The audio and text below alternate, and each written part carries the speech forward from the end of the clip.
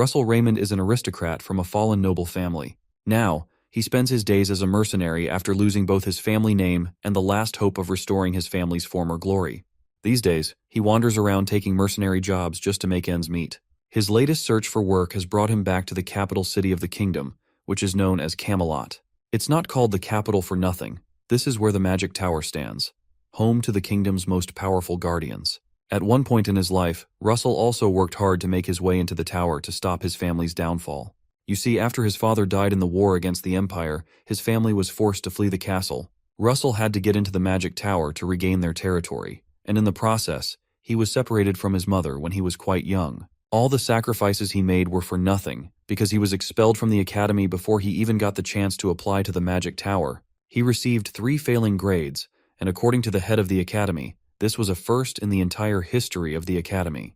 Although he performed well in theory, the problem was that he couldn't reach the second circle in magic. The reason he couldn't progress was due to a condition called mana vein narrowing. Apparently his mana veins were thin and weak, meaning he could only absorb a limited amount of mana. On top of that, he couldn't release any of it, which is the worst curse a mage can have. So, Russell ended up living his life as a mercenary. Although all his experiences in the mercenary field helped him reach the second circle, he's still considered a third-rate mage. The gates of the White Tower suddenly open, and the attendant announces that today's registration for temporary jobs is over, so they'll have to come back tomorrow. Everyone who had been waiting outside for half the day gets annoyed to hear this, but since they have no choice, they decide to leave. Meanwhile, our boy just sits there, quietly listening to what others are saying. One person mentions a rumor that the museum is looking for temporary mages, but another person argues that they're only looking for first circle mages for some menial task, so working there would be just embarrassing. But our boy doesn't see it that way, especially since he barely has any money left. Later, he arrives at the famous museum, the Louvre. Inside, he follows the owner of the museum, who introduces this place to all the newly recruited workers, including our boy. The owner explains that many aristocrats will be visiting this week, so everything needs to be spotless. He warns them to be gentle while cleaning, because if they cause any damage, they should be ready to face the consequences. As they walk through the hallway, adorned with artifacts that might very well be fake, our guy suddenly spots a closed door that feels oddly familiar. The nameplate reveals it's the Fantastical Species Room, and Russell gets a strange, lingering feeling at the back of his mind that he's seen this place before. At that very moment, his mother's ring begins to vibrate for some mysterious reason. He stares at the door for a while, and before he knows it, his body starts acting on its own. He opens the door and steps inside. Once inside, the vibration of the ring grows stronger. Russell closes his eyes in order to listen to what his mother is trying to tell him. His mind drifts back to the past, to a time when he had visited this place with his mother. He remembers an unexplored part of the museum that he never got the chance to visit. After a moment of reflection, he walks toward that area. There, he finds something extraordinary, the ancient heart of a dragon, placed separately from all the other artifacts. The ring, on the other hand, begins to vibrate even more intensely. Russell notices the connection between these two artifacts. The ring is shaped like a dragon's eye, and the object in front of him is an ancient dragon's heart. He quickly puts the ring into his finger, and the vibrations gradually stop. However, after a brief pause, the ring begins to crackle with mysterious power, and a voice starts to echo in his mind. The voice tells him that since the eye and the heart have met, it has opened another eye. A giant dragon, looming over Russell in his mind, reveals that he is destined to be the cornerstone of a new mythology. Because of this, Russell has been granted another chance this time for the sake of the mythology itself. As the voice fades, he awakens his system, and everything around him distorts. In an instant, he is regressed back in time. He can faintly hear his teacher shouting angrily at him, followed by the unmistakable sound of a book slamming directly over his head. He jolts back to attention as the teacher berates him for napping in class like that. Of course, Russell has no clue what the hell is going on or why Professor Hubert is suddenly haunting him. After all, as far as he remembers, Hubert already passed away. He glances around curiously, looking left and right at the students, then down at himself. It doesn't take him long to realize he's somehow been sent back to the past. Meanwhile, Hubert kicks him out of the class as a punishment. Russell, on the other hand, still has no idea what kind of magic could have triggered his regression. Now that he thinks about it, he is sure that it must be the doing of that dragon who talked to him. Then he notices his ring is missing, which makes him wonder for a moment if his mother might have something to do with this. Right at that moment, the teacher comes out of the class. Even though our boy apologizes for his mistake, the teacher isn't satisfied with it and invites him to the office for a one-on-one meeting. Although Russell is in trouble, he is actually liking this feeling. But he soon gets a solid slap to the back of his head. Of course, it's a group of classic bullies here to mess with our boy. One of them, a guy with blonde hair, decides to slap Russell too, but his friend stops him because the professors are watching. Russell recognizes the blonde guy as Coma Frederick. Frederick then shoots him a death glare and orders him to follow them to the bathroom if he values his life. With that, they walk off, while Russell just feels exhilarated once again to finally get a chance to experience all of this. Suddenly, his notification system prompts him to teach these bullies a hard lesson. In return, he'll earn a magic stone. Russell isn't sure what kind of illusion this is, but before he can figure it out, Frederick calls out to him again, telling him to follow them, or he can try running away. Either way, they wouldn't mind. Since these guys are clearly asking for it, Russell makes up his mind and decides to teach them a lesson before doing anything else. After several years of living the mercenary life, the shallow threats and death glares Frederick gives him are nothing compared to the terror he felt when facing down monsters. In comparison, these guys are like cute teddy bears you can cuddle with. Anyway, once they're in the bathroom, Frederick throws a sassy jab at Russell, but my guy responds with the same energy, calling him a bedbug bastard. The trio is bewildered to see him exuding this unshakable confidence, but they're not here to take any crap. The most eager of the bunch balls up his fist to punch, but Russell whizzes past him and delivers a devastating punch that knocks the guy out cold. The second one, seeing his friend go down, charges at Russell as well, but he too gets rocked with a punch that's strong enough to knock him out in one hit. Even then, this isn't enough to scare Frederick. In fact, he's getting more cocky. He throws his smoke pipe aside and prepares to fight. He throws a jab at Russell while mocking him, saying that since Russell can't use magic, he's learned some cheap martial arts. This, he claims, is to be expected from a fallen family. Frederick then slips 4 rings onto his fingers, reminding Russell that while magic is forbidden, small artifacts are allowed. With that, he launches himself at Russell, but my guy just grabs the fist coming his way, twists his wrist, and watches Frederick's knees buckle in pain. Russell's cold glare shakes Frederick to his core, and he's livid that someone like Frederick would dare mention his family name. With one final punch, Russell takes care of the bastard. Once he is done drilling the hard lesson to these bullies, Russell leaves the bathroom and sits against the wall on the floor, wondering if he went a little overboard. Right at that moment, the system notification materializes before him, and he receives the lowest grade magic stone as promised. As soon as the stone is in his hand, the system tells him to consume it. While Russell is not sure if he's really supposed to eat it, he believes that this must be another opportunity that's mixed in with being given a chance to live life the second time. He starts to chew the stone, and he realizes it tastes really nice. Suddenly, a red energy called mana starts to appear around his body. The energy soon envelops him, and it freaks him out. The screen notifies him that he has obtained the mana contained within the stone. Suddenly he feels a sensation coming from his chest, and he's still freaked out. Our guy suddenly realizes what's happening, and he places his hands on his chest to stabilize himself. He realizes that the mana he consumed is flowing out, so he calms down so it can do its thing. The screen comes back and tells him that the mana in the circle is increasing. The mana isn't just increasing. The mana he received is being absorbed by the magic circle around his heart. He remains calm and is glad that it's finally stabilizing. Our guy suddenly grins because it looks like he's hit a jackpot.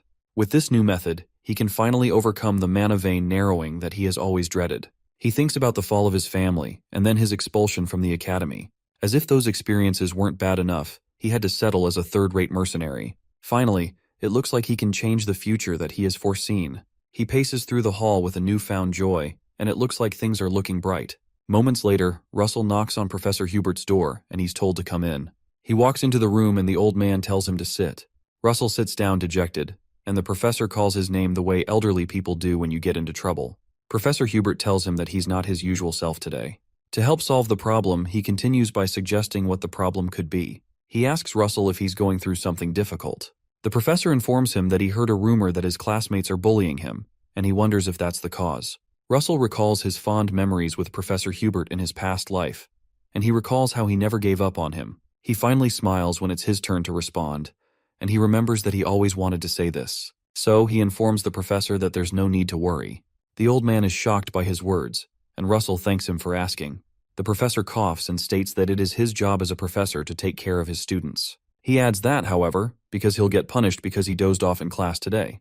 The professor opens the book in front of him and tells him the punishment won't be an easy one.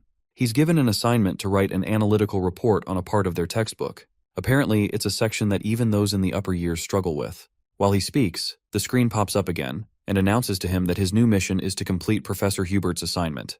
The system informs him that he can get additional rewards depending on the level of completion, and Professor Hubert's level of satisfaction. The reward is another lowest grade mana stone plus some mysterious thing. Russell's eyes widen when he realizes that even completing assignments are missions.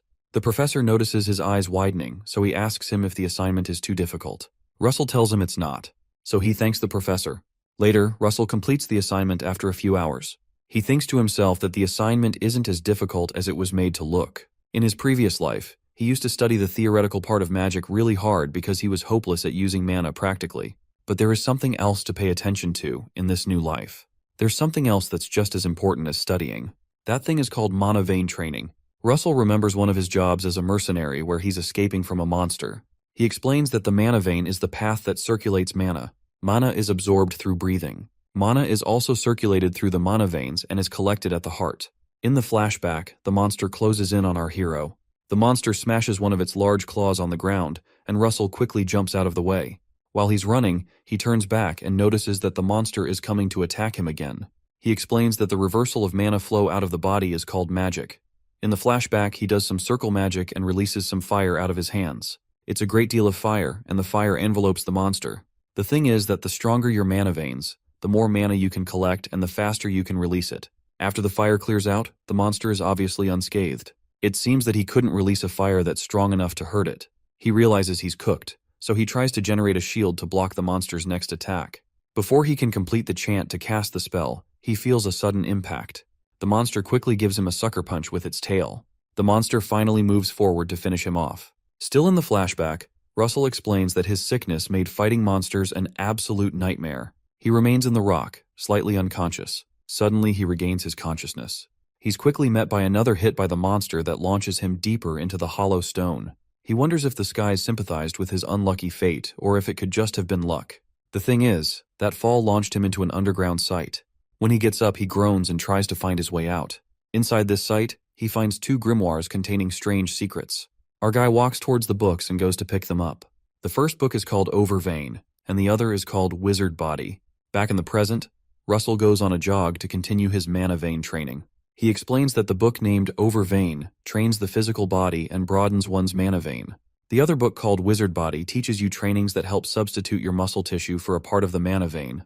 In other words, the stronger your body gets, the more firm your mana vein gets. Russell recalls that the change he experienced doing this as an adult wasn't so much. But since he's in his growing stages now, he'll be able to see greater results. Our guy trains vehemently, determined to overcome mana vein narrowing this time. Shortly after, the sun starts to set while he's still training. Our hero goes to rest near a tree, and he confesses that he can't go on anymore. He gives himself a pat on the back that this much training should be enough for his training regime for one day. Suddenly, the screen appears again and notifies him that the mission to practice the ancient skill called Overvain requires him to run 5 kilometers, but he's only done 0.05 out of 5.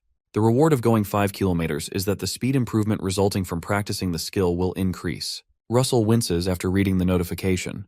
To give him an incentive, the system notifies him that while practicing Overvain, he can repeat this mission once a day.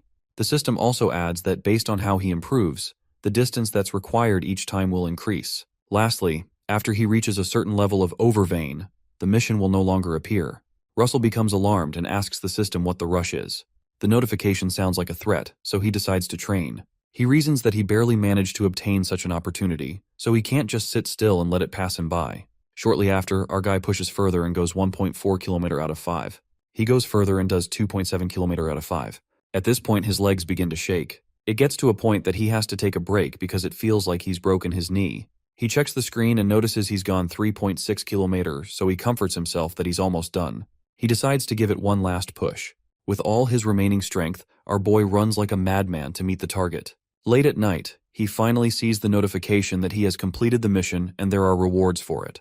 He lies on the ground and he feels like he'll die if he takes another step. The great achievement makes him smile, and he wonders how he's going to walk back to the dorm. The next morning, Professor Hubert goes through Russell's report, and he can't believe his eyes based on how in-depth it is. He looks up at Russell and asks him if he's sure he was the one who prepared the report. Our guy gives a sly smile and affirms that he did it himself. The professor notices his confidence. Professor Hubert finally speaks and tells him he's very satisfied with his report. Suddenly, the screen pops up again and notifies him he has completed the mission, and he'll now receive a reward. His rewards are another lowest grade mana stone and an additional gem of the same size. He also receives increased understanding of the art of summoning beasts. Because of this increased understanding, he'll get an increase in power, a decrease in mana consumption, and reduced casting time.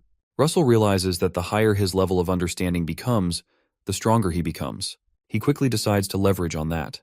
The professor commends his work and tells him he can take his leave now. Before he leaves, Russell decides to ask the professor a favor. Moments after Russell has asked the favor, the professor asks him why he would want to use the faculty library.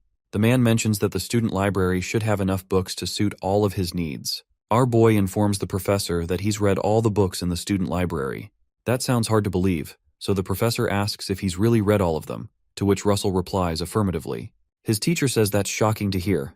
However, he says that even if he's being truthful, it's an entirely different matter to allow him to use the faculty library. The professor tells him that he'll put him through tests to ensure if he's qualified for that. Russell lights up and agrees that that is totally understandable. Shortly after, several mission windows pop up, all requesting that our guy complete each assignment that the professor gave him to get the rewards. While he's out running, he thinks about how many assignments the professor gave him and reasons that he's quite a picky man. Considering that the better one can understand theory, the stronger their magic, our boy decides that it will be worth it. He determines to get access to the advanced level knowledge in the faculty at all costs. Eventually, he considers that he'll also get a mana stone from each mission, so it's like killing 2 birds with 1 stone.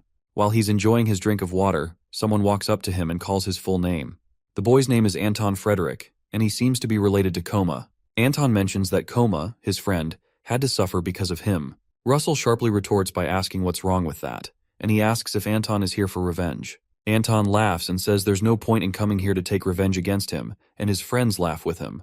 He tells Russell to stop deluding himself. He jokes that no one would take revenge on a worthless piece of shut like him. Anton tells him that he'd rather trample him than take revenge here. The bully walks past him and intentionally collides with him, reminding him that they'll meet in class. Russell remembers that they have class soon, and he wonders why Anton is so smug about it.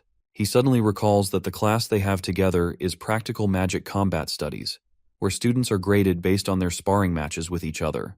The bad part about it is that in his fights against Anton in his past life, he was always humiliated in that class. He recalls Anton always beating him at fire magic and towering over him. He would grin and make fun of him because he doesn't have good mana veins.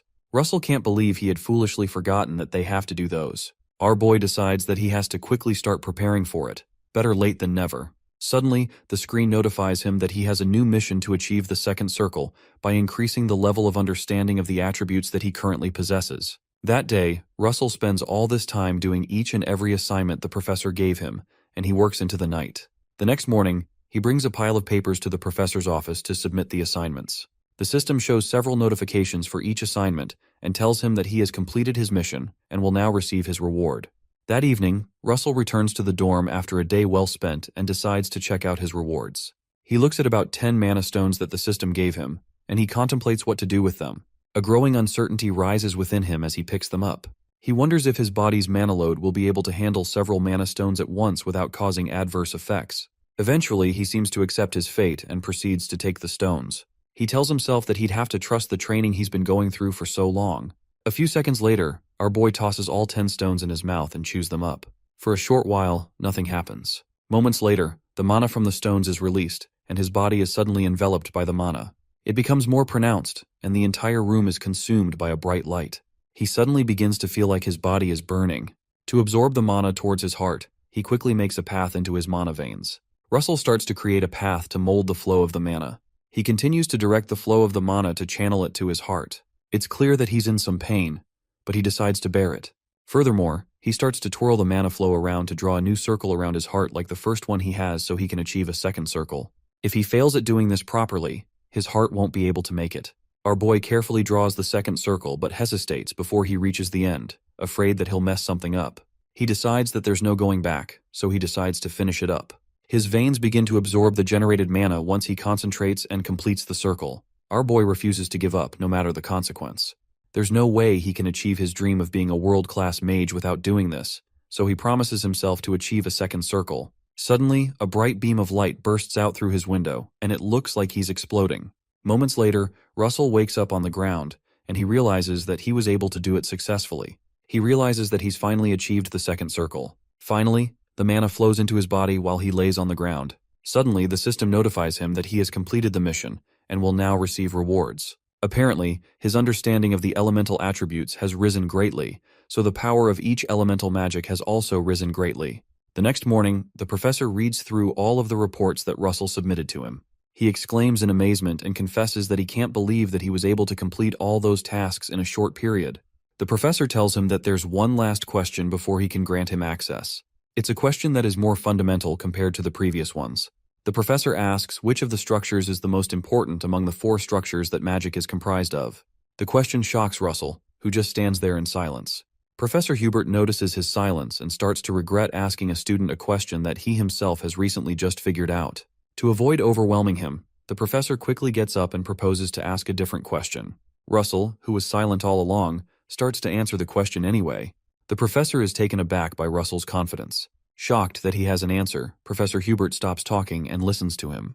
Russell finally answers that the most important structure in magic is the mental image of the one performing magic. The professor hesitates for a moment and considers the answer he gave. Professor Hubert finally asks him why he thinks that is so. Russell thinks deeply about the question before he speaks. He says that magic is manifesting something into the real world using mana.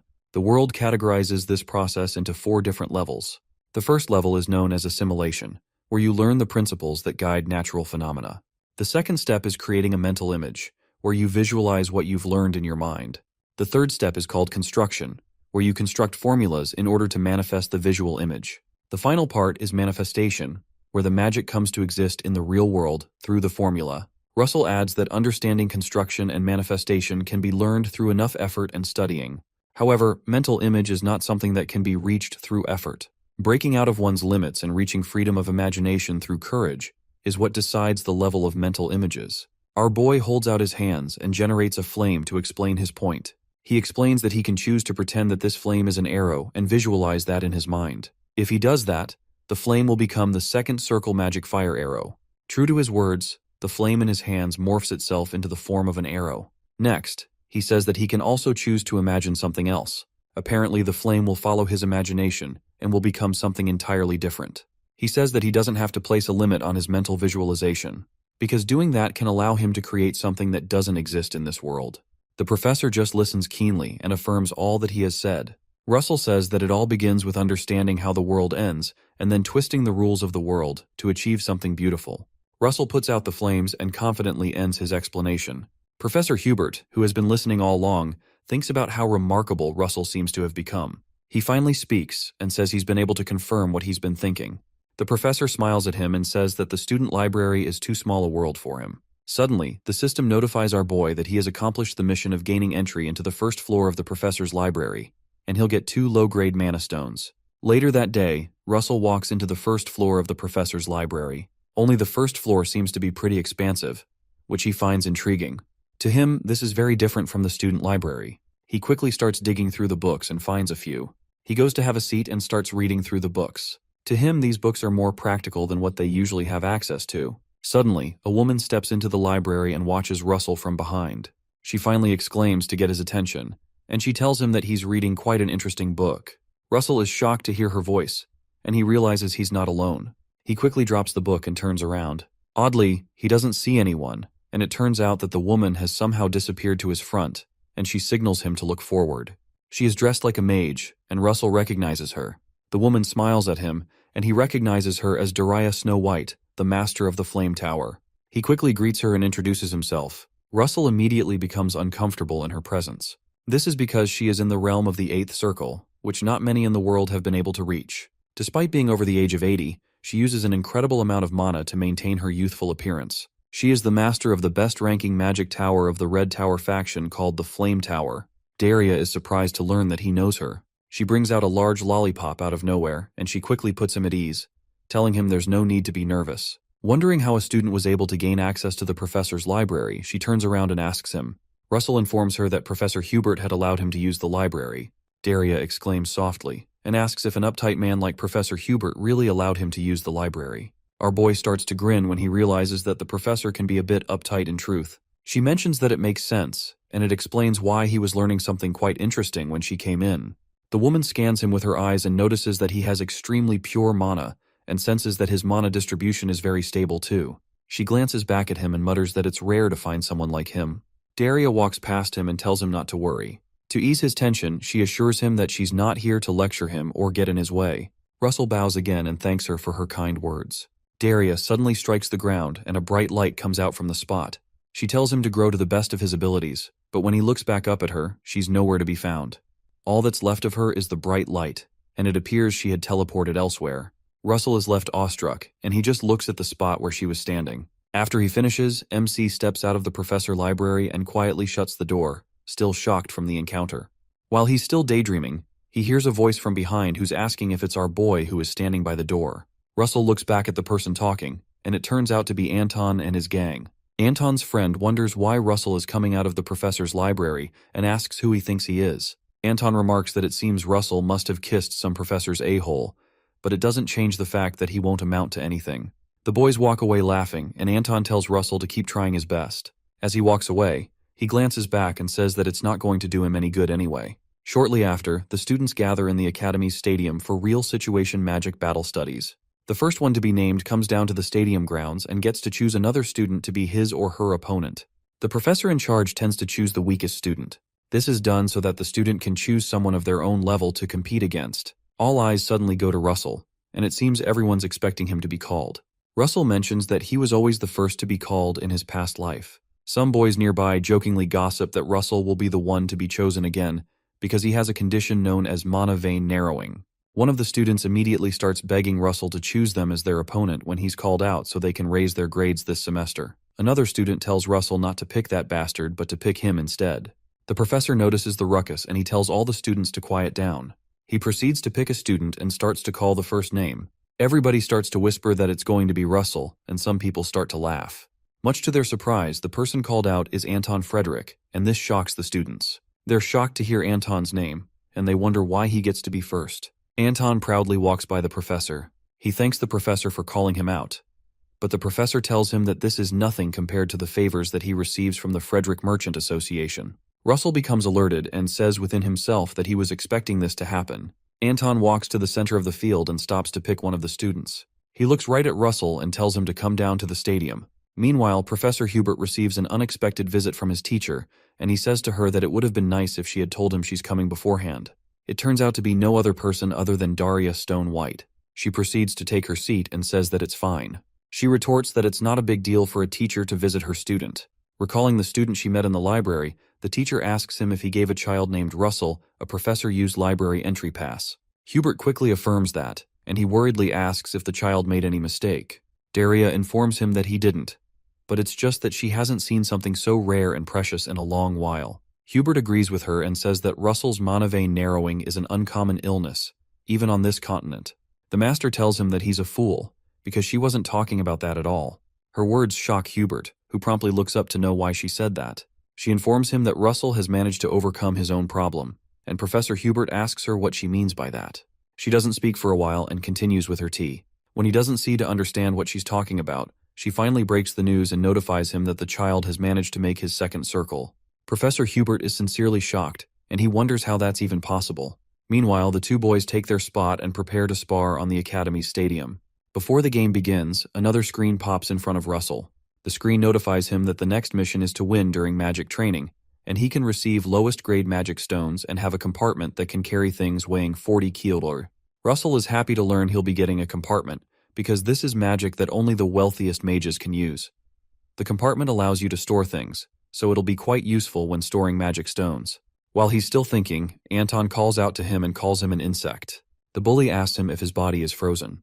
Anton tells him his only option of surviving this fight is to beg. Our guy just laughs. Suddenly, Russell covers up his entire body with energy and asks Anton if he's talking to him.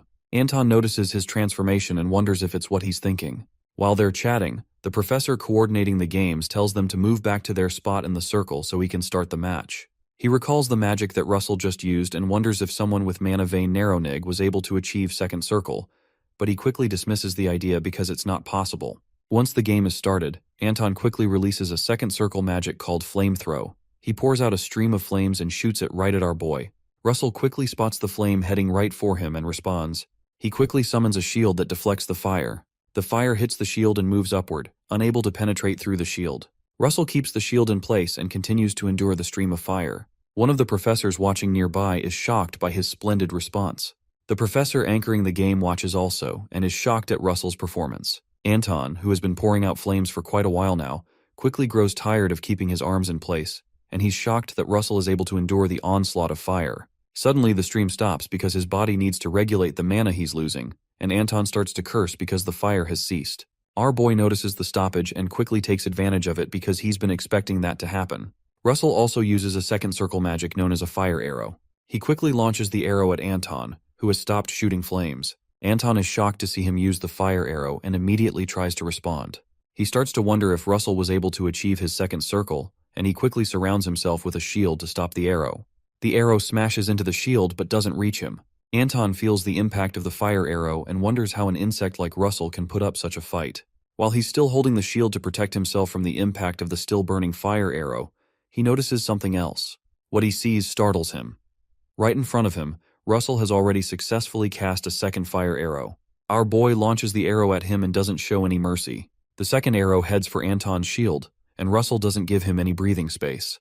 The professor anchoring the session is shocked and wonders if it's a double casting. The other professor tells him that it's not double casting, but it's more like his casting speed is so fast that it seems like it. While they talk, Russell creates another fire arrow. Anton notices this, and he wonders if making a fire arrow is all that his opponent is capable of. He decides on a secret way to beat him, and he changes his shield structure. He changes his shield into one that's specialized against fire using another second circle magic. Meanwhile, Russell notices the change and smirks because that is what he's been waiting for. Anton gloats about his plan to wait till Russell expends all his mana on his fire-resistant shield, then fight back. Unlike what he expected, Russell cancels the casting of the fire arrow and starts to cast another spell. The fire in his hand disappears, and some strong wind starts to appear. Anton is shocked by the sudden transformation, and he exclaims because it seems his plan has been foiled. Russell uses a second circle magic called a wind arrow and launches it right at his opponent's shield. Anton is struck by the arrow and falls backwards. He's shocked that the insect was able to identify the type of shield he was using and modify his casting. The new professor who is watching the fight opens his mouth wide and wonders if this is the same Russell he knows. Meanwhile, the professor who rigged the selection to pick Anton can't believe his eyes and continues to sweat profusely. Anton groans from the pain of the impact and loses control of his shield. The impact pushes him far back, and he's almost out of the circle. Anger rises in his eyes, and he can't believe that such a little runt is beating him. Before he can make his next move, Russell closes in on him and starts to cast another spell. This time our boy casts a lightning spell. A lightning beam comes out of his hand and hits Anton right in the chest, knocking him further back. His eyes roll back and turn white as he groans from the excruciating pain of the strike. He tries to generate fire to counter the attack, but he's too weak. Russell doesn't give him a breathing chance and rushes him again with another attack. He attacks the bully with another lightning strike. The professor who rigged for Anton starts to protest that he doesn't recognize the type of magic that Russell is using and says the match needs to be immediately stopped. Nearby, Professor Hubert tells the complaining professor to take a closer look at what's covering Russell's body so he can be convinced it's really magic. The professor quickly looks at Russell's body and is shocked. He sees a bright aura around Russell and stammeringly remarks that he's using mana like a knight's aura.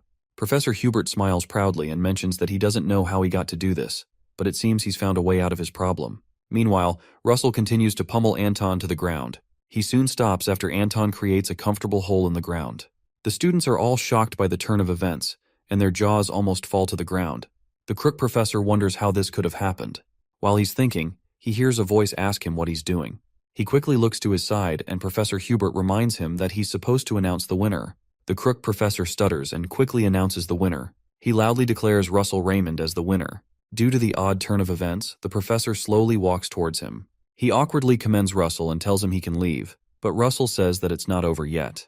When the professor asks him what he means, our boy reminds him of the class rules. According to the class rules, unless a victor surrenders, they should be allowed to call upon the next opponent. Anton's friends exclaim in shock because they realize that they're up next to get their behinds whooped. Russell promptly points at one of them and tells him that he's next. The system suddenly brings up another notification that informs him his new mission is to win the next magic duel, with rewards of 2 lowest grade mana stones and additional rewards for consecutive wins. Russell looks at the boy and he tells him to come to the fighting circle. After the game, Professor Hubert mutters to himself that our boy won 14 duels in a row. Considering the game, he reasons that Russell has great insight. He seems proud that he was able to recognize how much potential Russell had a long time ago. However, the professor starts to wonder how he was able to grow so quickly. He recalls all his moves on the field. Meanwhile, Russell receives a notification that he's completed his mission, and a compartment has been unlocked as a reward. The system notifies him that all his rewards will automatically be put in the compartment from now on. He also gets a series of mana stones as rewards for each fight he won. There seems to also be an unknown thing in the compartment, which the system gave him as a reward. Russell glances over at the notification about the unknown thing and wonders what it could be. He summons the compartment to find out. Our boy reaches into it and checks around. When he brings it out, it turns out to be some sort of map where X marks the spot. A notification pops up again with a new mission where he has to go to the location on the map and complete the mission assigned there. The system notifies him that some lights will guide his way when he approaches the location. The reward for the mission is something unknown, as well as 5 intermediate-grade mana stones. The system issues a warning that it's best to try this mission after he has reached the third circle. Russell is shocked when he reads that he'd have to get to the third circle. He thinks about the third circle, and he remembers that he's tried multiple times in his past life, but has never managed to get to that level. Another issue is that he doesn't know where this mystery place is, and he can't seem to be able to tell from the map. He quickly goes to the professor's library and hopes to find something that will hint at where the place is. He drops a series of books on the table and hopes to find a clue in one of them.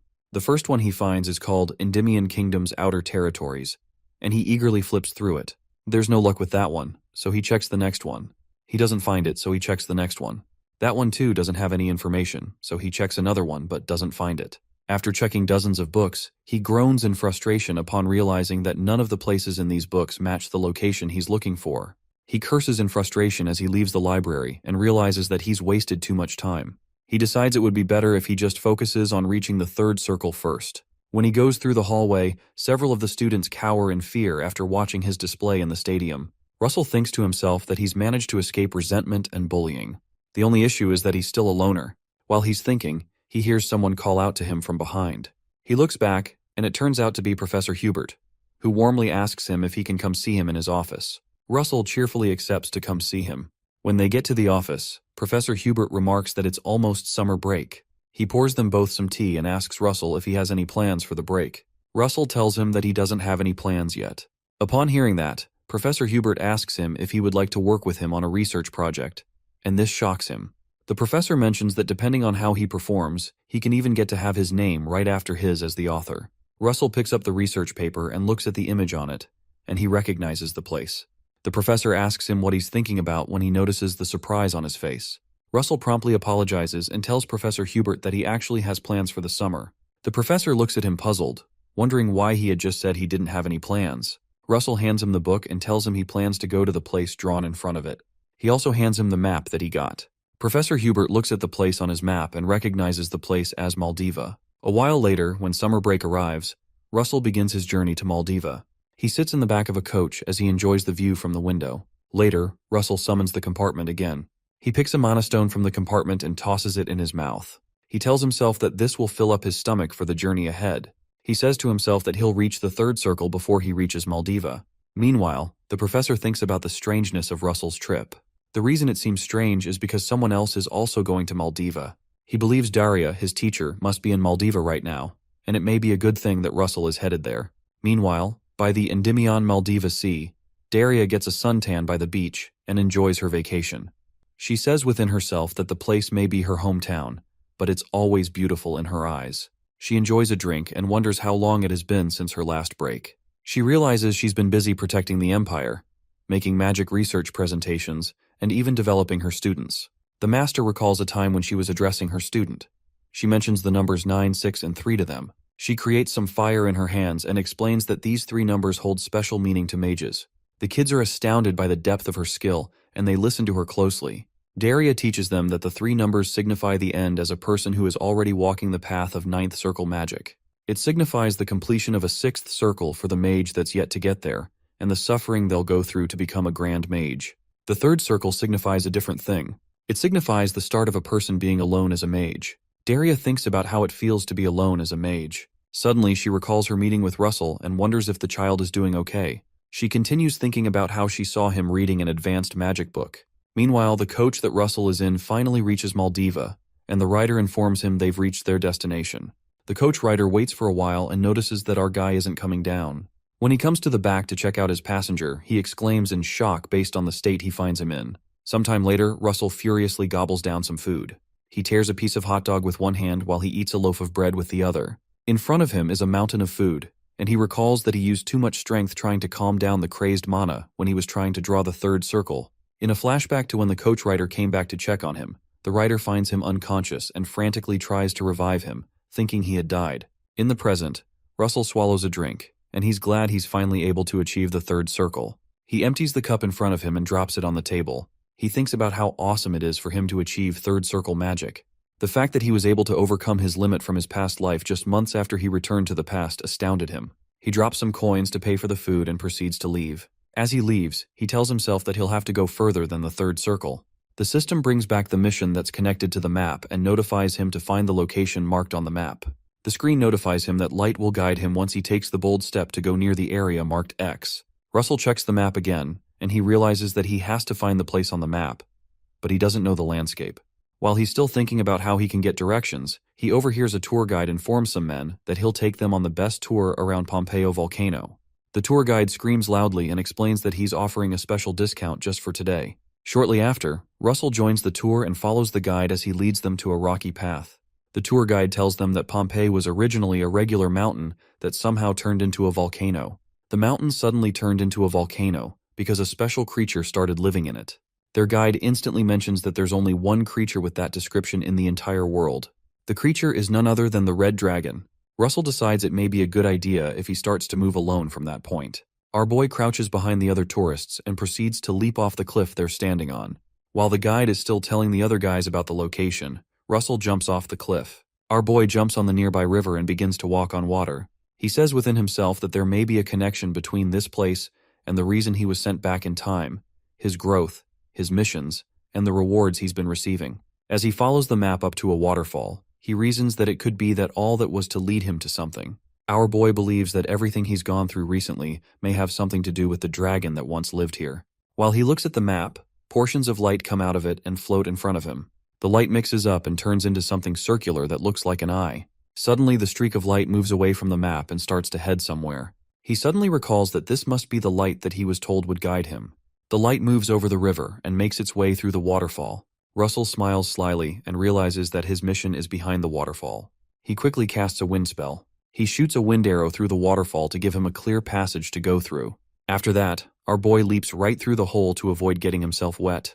Once he gets inside, he lands on a rock and finds out there is a lava cave right behind the waterfall. He remembers that the system warned him to wait till he achieved the third circle to come here, but he notices that he can't see any monsters or beasts here and wonders why the warning was issued. Our boy continues to make his way through the cave, cautious of every step.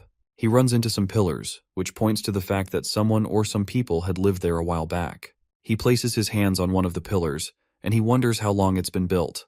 While he's checking it out, something catches his attention from the corner of his eye. He finally finds the light he was following stop in front of a strange door. Russell walks towards the door to investigate what's behind it.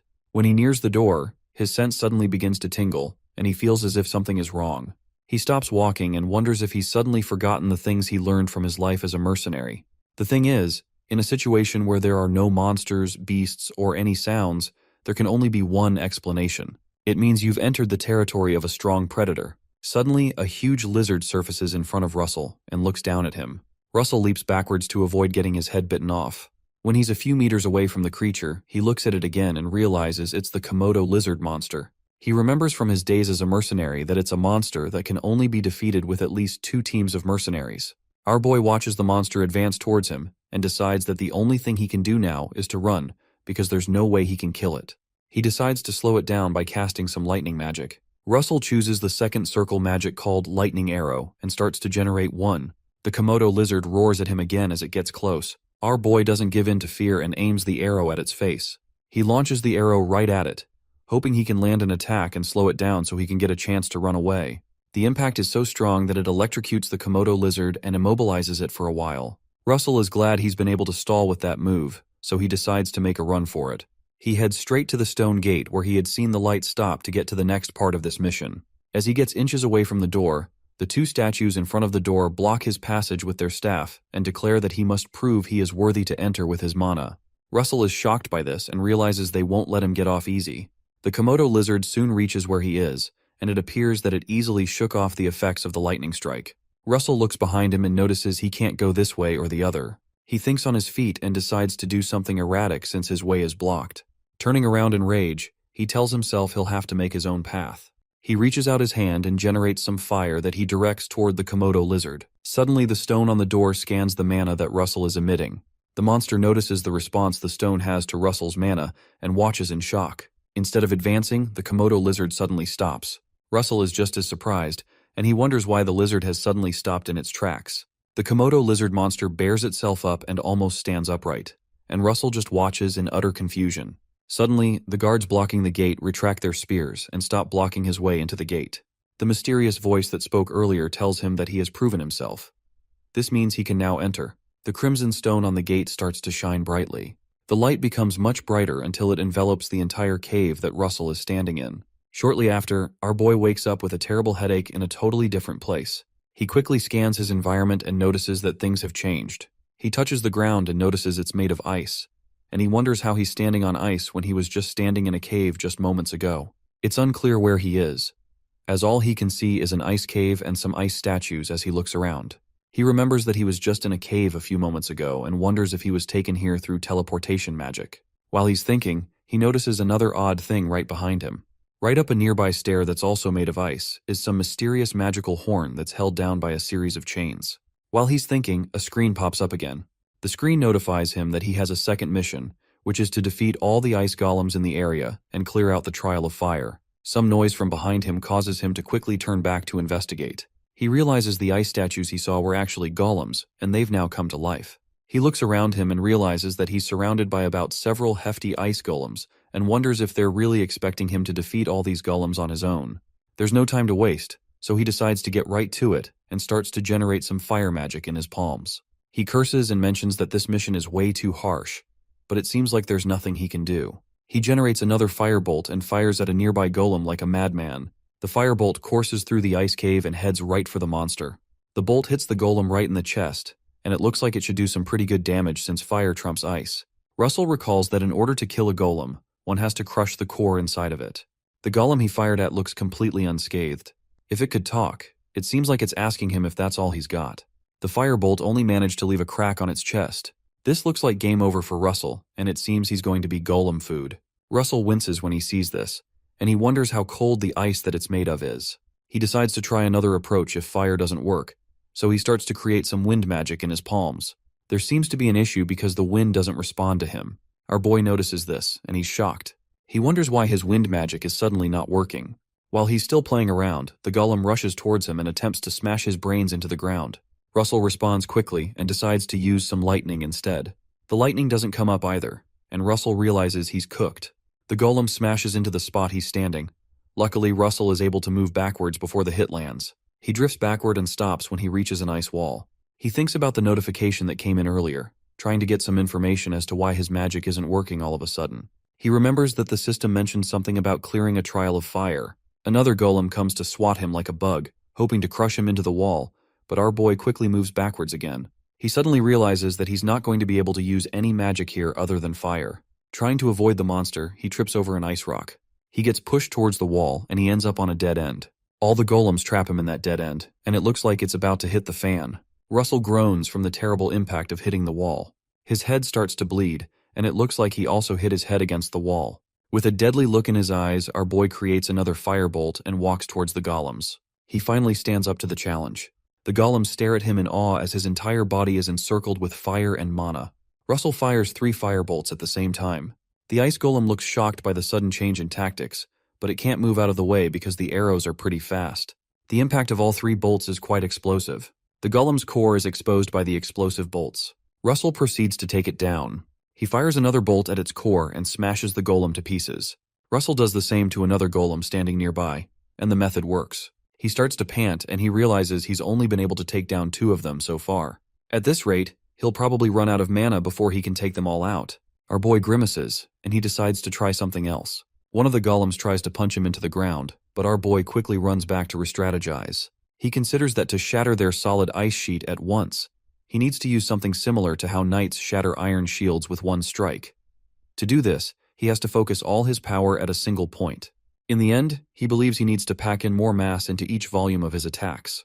This isn't going to be a simple spell, so he decides to get further away to get time to cast such a complicated spell.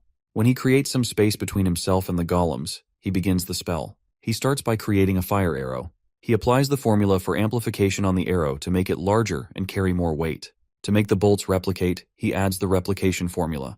It all works well, and several fire arrows emerge. Finally, there's something else he needs to do to make the attack really dense. He has to merge all the arrows into one, so one arrow carries the power of several at once. He has managed to replicate 5 fire arrows, and all that's left is for him to merge them together. Russell begins to apply the magical formula for compression. He merges all between his palms and starts to make them into one. Suddenly, one of the ice golems appears in front of him. The golem rushes at him with a full punch, and it looks like it's Russell that'll get merged to the ice-cold floor. He starts to scream and begs the arrow to quickly merge so he doesn't get killed. In the nick of time, he releases the merged arrow, and a great explosion occurs. The explosion is so grand that it stops the golems in their tracks. One of them gets a full-blown hole in his chest from the explosion where his core used to be. Russell moves away and lets the ice golem crash to the ground. He walks majestically with his newly crafted weapon, which he calls the Blaze Lance. Once again, his eyes transform into those of a dragon. The system gives him a notification that his understanding of fire elements has transcended beyond limits. Russell agrees with the notification and says he can feel it. He reasons that the power he's feeling is close to something from the 5th circle. He holds onto the spear and notices just maintaining the spear is a huge energy drain. To avoid wasting energy, he makes the first move. The golems rush towards him to let him know that they're not intimidated by his flashy new weapon. He launches his attack right from where he's standing and burns through the core of 3 of the golems and goes to the next and to the next. Russell counts that there's just 4 of them left, so he quickly proceeds to finish what he started. He breaks the core of one of them easily. He slices through the second one with his weapon, destroying the core also. Now there's just 2 of them left. While he's counting, one of the golems launches an overhead attack and attempts to hit him, but he easily moves out of the way. He jumps at the monster to take it down. He slices it in half for its insolence. After that one goes down, our boy starts to pant because he's running out of mana, but he can't rest till they're all down. The last golem decides to go long range, and it throws huge ice rocks at him. Luckily, Russell blocks the rocks, but some of them hit him, and he realizes he would instantly have been killed if he hadn't blocked it with his spear. At this point, he's left with 1 breath of mana, and his spear starts to dematerialize. Russell gets back up and maintains the spear. He tells himself that there's one last thing he can do if that's the case. He decides to throw the spear at the monster. This is the last blow, so it's critical. It'd be terrible if he missed. Russell finally throws the arrow when the monster gets close enough and hopes it reaches it. Finally, the arrow breaks through its ice shield and gets to its core. Russell just stands there after his throw and watches the arrow pierce through the monster. Our boy keeps watching, and he looks through the large gape in the monster's chest. When he realizes that he's taken them all out, he collapses to the ground. The system suddenly shows up again and notifies him that he has completed the mission and will receive the reward of 2 low-grade mana stones and 3 lowest-grade mana stones. He will also receive the unknown object. The unknown object is something called the Forgotten King's Horn. It turns out that the mysterious-looking object that Russell saw in chains is the Forgotten King's Horn. The horn becomes enveloped with fire. The screen pops up again and shows that this is the Forgotten King's Horn, and it has fire essence. The horn starts to release a great deal of light that fills up the entire ice cave. The light fills up the cave, but Russell isn't aware of it because he's passed out from exhaustion. The system displays that he'll need to enter the thoughts of the Forgotten King in order to receive his reward. Shortly after, Russell wakes up in an odd place. In this dimension, he's tied up by some chains, and he tries to recognize the place. The screen pops up in front of him and tells him he's obtained the unknown object called the Forgotten King's Horn with fire essence. It also shows him that he has to enter the thought of the Forgotten King in order to receive his reward. When he looks around at his chains, he wonders what sort of reward this is because he feels like he's being tortured. Suddenly, the voice of the Forgotten King comes up. The voice of the Forgotten King continues and tells him that he's going to bestow upon him something called the King's Fragment. The horn appears where he is, covered with fire. The tip of the horn starts to come towards him, and Russell is shocked because it seems he's about to be impaled. Just like he thought, the horn pierces through him. He screams out in pain, and it's clear that the chains were put there to stop him from running away from this. The pointy end of the horn pierces through his flesh and enters into him. The horn releases a great deal of energy into him, and he looks like he's about to explode. He continues to scream at the top of his lungs due to the pain. The voice continues and tells him to use the power to do something, but Russell can't hear him anymore because of what he's going through. His body starts to burn up, and he seems to be overloaded with mana. Behind him, a large dragon that seems to be the Forgotten King appears. Moments later, Russell appears on the shore after the water carries him there. He suddenly wakes up and groans because everywhere seems to hurt. He wonders what's going on and tries to figure out where he is. It seems to him that he's still in Maldiva, because the style of building seems to point to that. He looks confused for a while, and it seems his memory starts to fail him. The system notifies him that he has consumed the Forgotten King's horn and has reached a limit. He's also told that the mana that was over his limit has been stored. The system also tells him that his intermediate understanding of flame attributes has reached its limit and has become an advanced understanding of flame attributes. Russell closes his palm and tries to activate his mana to confirm what he's been told. His body suddenly releases a great deal of mana, uncomparable to what he's experienced before, which shocks him. Seeing how close he is to the fourth circle, he looks around him and wonders if this mana is really coming from him. Our boy remembers the treatment he got when he was in chains, but he smiles because the rewards are pretty worth it. He suddenly hears the voice of someone from behind him telling him it's nice to see him here. Behind him is the grand Miss Daria Snow White in regular clothing, whom he's shocked to see in Maldiva. She takes him to one of the bars by the beaches and mentions that she had sensed a sudden burst of mana. She says she came to check it out, and that was how she found him. Russell thanks her as he receives the drink she gives him. He smiles and says he didn't expect to see her in this place. Meanwhile, the master scans him with her eyes and realizes he's almost reached the fourth circle in such a short time. She also notices that his mana has become more pure in that time. As they continue their chat, Russell asks the Tower Master what brings her to Maldiva. She tells him that Maldiva is her hometown, but many people do not know. Russell is surprised to hear that, and he asks again to know if he heard properly. Miss Daria replies with an affirmation and says, that's the reason she comes here every summer. Because she's curious, she also decides to ask him what brings him to Maldiva. Russell hesitates before he answers, and he decides that it may be too early to tell her the truth. He finally finds a good enough excuse and he says that he came to see more of the world. The Tower Master smiles at him and affirms his statement, but she wonders whether to check the child's abilities. She decides to go ahead, so she asks him if he minds helping her out for a bit, and Russell seems confused by her question. Miss Daria flicks her finger, and suddenly some magic happens. Some fire surrounds Russell's body and clothes him with a black cape. He recognizes the symbol on the cape as the Flame Tower's symbol and wonders why she gave it to him. The master tells him not to worry, and informs him that the task she wants to give him is something he can handle. A screen suddenly pops up and notifies him his new mission is to pass Miss Daria Snow White's test. He is informed that he'll have to help her fight off human trafficking ship pirates at Maldiva Harbor to pass the test. The reward for completing the mission is an intermediate-grade mana stone. The master mentions that she's sure that he's already aware that Endymion strictly forbids slavery. She explains that this is why they don't allow human trafficking ships to land at their harbor. Unfortunately, there are still some people who ignore their laws. She informs him that there are some guys trying to land their human trafficking ship near Maldiva, and she'd like him to help her deal with them. That evening, they both get on a boat and proceed to carry out the mission. Miss Daria informs him that she can do the mission on her own. The only issue is that the plan involves rescuing the victims as well as taking the ship. Russell catches on and tells her that means they need to pretend to launch an attack in order to distract the enemies and rescue the victims. The master commends his quick understanding. As they continue the journey, Russell thinks deeply. He considers the fact that 100 mages would come running, even barefoot, if the Flame Tower Master ever asks any of them for help. So, if she's specifically asking him for help, it's not because she really needs him, but because she wants to test him. Soon enough, they reach the ship they're looking for. Before she gets off the boat, she tells him that what happens from now on might be too much for him. She explains that he has to deal with it because the path of a guardian is not always smooth and noble. Apparently, this is just another fate of mages. After she's done talking, she steps on the edge of the boat to go to the ship. She levitates to the side of the ship and tells him that she'll attract their attention and make it look like an attack, which will give him enough time to save the people they kidnapped. Russell just watches as the Flame Tower Master flies to the top of the ship, and he seems pretty tense. Miss Daria flies upwards until she gets to a comfortable height above the ship. When she gets to a suitable height, she stops there and says this height should do it. She suddenly begins to activate her mana. The entire place fills up with a bright, blinding light, and she screams out to Russell to go help the people. When the pirates see the bright light, they become afraid that they're being attacked. They head to the deck and start to prepare a giant crossbow to fire at the Flame Tower Master. Several of the men arm themselves with smaller side crossbows, and they prepare to protect the ship. Their leader gives the signal and tells them to fire at the light that's over the ship. Dozens of arrows fly into the sky, aimed at the light over the ship. Miss Daria just smiles from within the light at their pathetic attempts to attack her. One of the soldiers starts to curse when he realizes their arrows didn't reach the master. Miss Daria creates a ball of lava in her hands and releases it towards the ship, causing it to split into several parts. Master Daria says she'd like to see if they're as skilled as they're bold.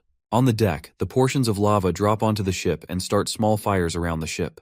The pirates see the fires and are shocked. One of them tries to put it out by stomping on it, but it doesn't work. Eventually, a fiery hand comes out of the fire and grabs the guy's leg. They're not fire after all, but golems made of fire. The guy is extremely shocked as he struggles with the little creature holding onto his leg. All the portions of fire transform into little fiery dwarfs that seem to also be holding weapons made of fire. The men crowd around the golems, unsure of how to deal with them. These golems were specially created by Miss Daria Stone White, and are called dwarfs of burning wood. While the men cower in fear, one of them, who's pretty confident, walks towards the golems with his axe. Meanwhile, Russell climbs onto the ship. He manages to jump into the ship while the men are distracted. The confident man tells the others to move, because they're afraid of nothing. Russell watches as the man walks to one of the golems and attempts to deal with it. He watches as the man bears down his axe on the golem that's just watching him innocently. The cocky guy swings his axe and divides the golem in two. Moments late, the goblin starts to mend its body back, and it doesn't look too happy. Russell keeps watching, and he's amazed that he gets to see these creatures in person. The assaulted golem responds and changes its shape and starts to wrap around the man's legs. Soon after, the golem completely changes its shape and constricts around the man, setting him on fire. Russell is shocked by how quickly the golem is able to transform its body. Meanwhile, the other men watch their mate get burned to death in shock and horror. Russell snaps out of it and decides this isn't the best time to be watching such things in amazement. He leaves the spot and makes his way down some stairs to get to the interior of the ship. Below deck, there's a large prison facility that probably houses the captives. The guy that's on guard duty notices the ruckus and wonders what's going on the deck. One of the prisoners blurts out that it seems the Navy has come to get them, and he rejoices that they're saved.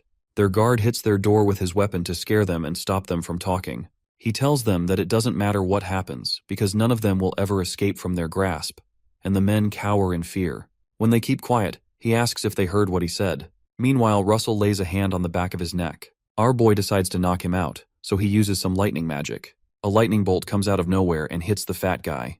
One of the prisoners notices their unconscious guard and comes closer to ask if he has come to save them. He smiles at the man and tells him he has come to save them, but he informs him that it's safer for them to remain indoors until all the pirates are gone. The man falls to his knees and starts to thank God for answering his prayers. Russell looks around and wonders how many people are confined in this small area. While they're waiting, our guy sees something quite disturbing. He sees a little boy crouched in a cell and is shocked that the heartless pirates are even selling kids as slaves. He becomes really angry and calls the pirates trash-like bastards. Moments later, some of the other men come to the prison, and they spot Russell.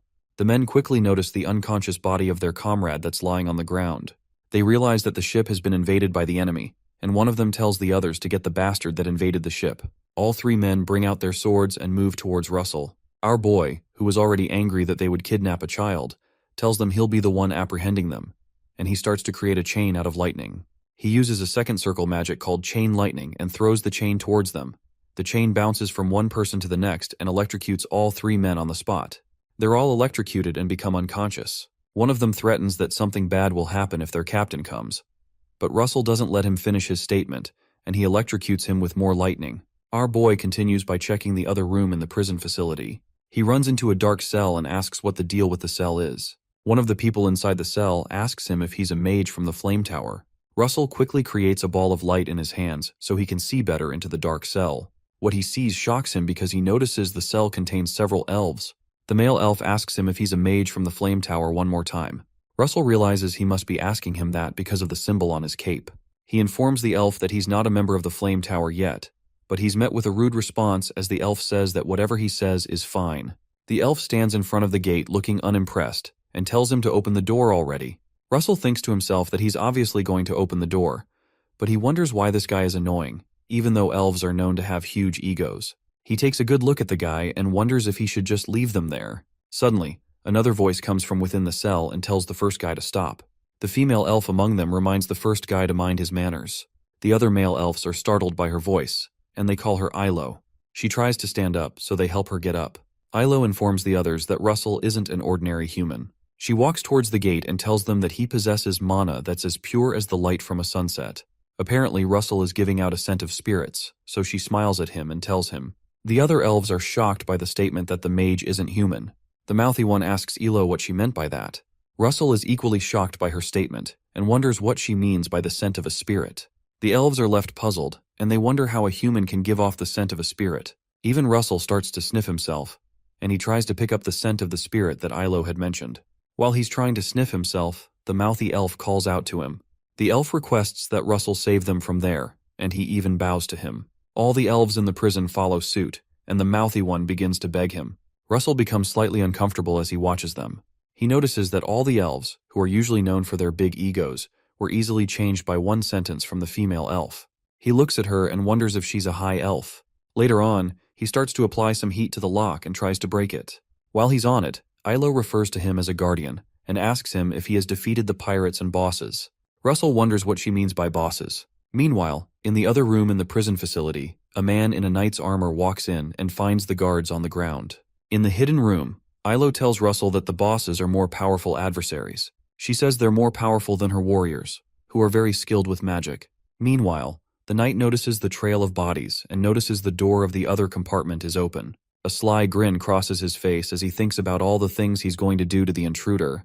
Meanwhile, on the deck, the pirates keep trying to fight off the fire golems. Their captain watches them fighting while he tries to stabilize the ship. The captain finally stabilizes the boat and proceeds to bring out his sword. Suddenly, he rushes to the lower deck and decides to join in on the fun. He quickly cuts the heads off the fire golems, and it doesn't look like they can recover from this one. When they're gone, he asks the men if they were all struggling because of such a light attack. Meanwhile, the captain has a glow about him, which signifies that he's a knight. The men begin to rejoice when the captain joins them, and they loudly tell Daria that she's done for. Miss Daria watches them in amusement, surprised that they were able to take care of her fire creatures. She decides to come down from the height and join them on the ship to investigate what's really going on. Seconds later, the master lands on the ship's deck. All eyes turn towards her, as the pirates are shocked to see her come to them. The captain smirks when he sees her and comments that she has the guts to close the distance between them. Daria cheerfully looks at him and says that it looks like he's the captain. The captain proudly affirms his position as the captain and tells her that he's called Don Click. Daria scans his body and his sword and notices that he's using something called an aura. The only explanation for that is that he must have been a knight before, so she asks him what he's doing here in a pirate ship. Don laughs for a while, and he asks her if the honor of a knight feeds you meals and pays the taxes. He laughs profusely and confesses that the Click brothers are earning so much more from the slave trade. When Don gets tired of the chit-chat, he wields up his sword and proceeds to tear the mage a new one. He covers the distance between them in the blink of an eye and tries to cut her. Unfortunately, he's unable to land his attack before the Flame Tower Master flies backwards and dodges his attack. Meanwhile, below deck, a large cut appears on the wall of the inner prison compartment. While Ilo tries to explain to him that the bosses are dangerous, he quickly turns back to check out what had hit the wooden walls. The cut turns into a loud explosion that causes the wall to cave in. Russell moves backward from the smoke, but he tries to see what's behind it.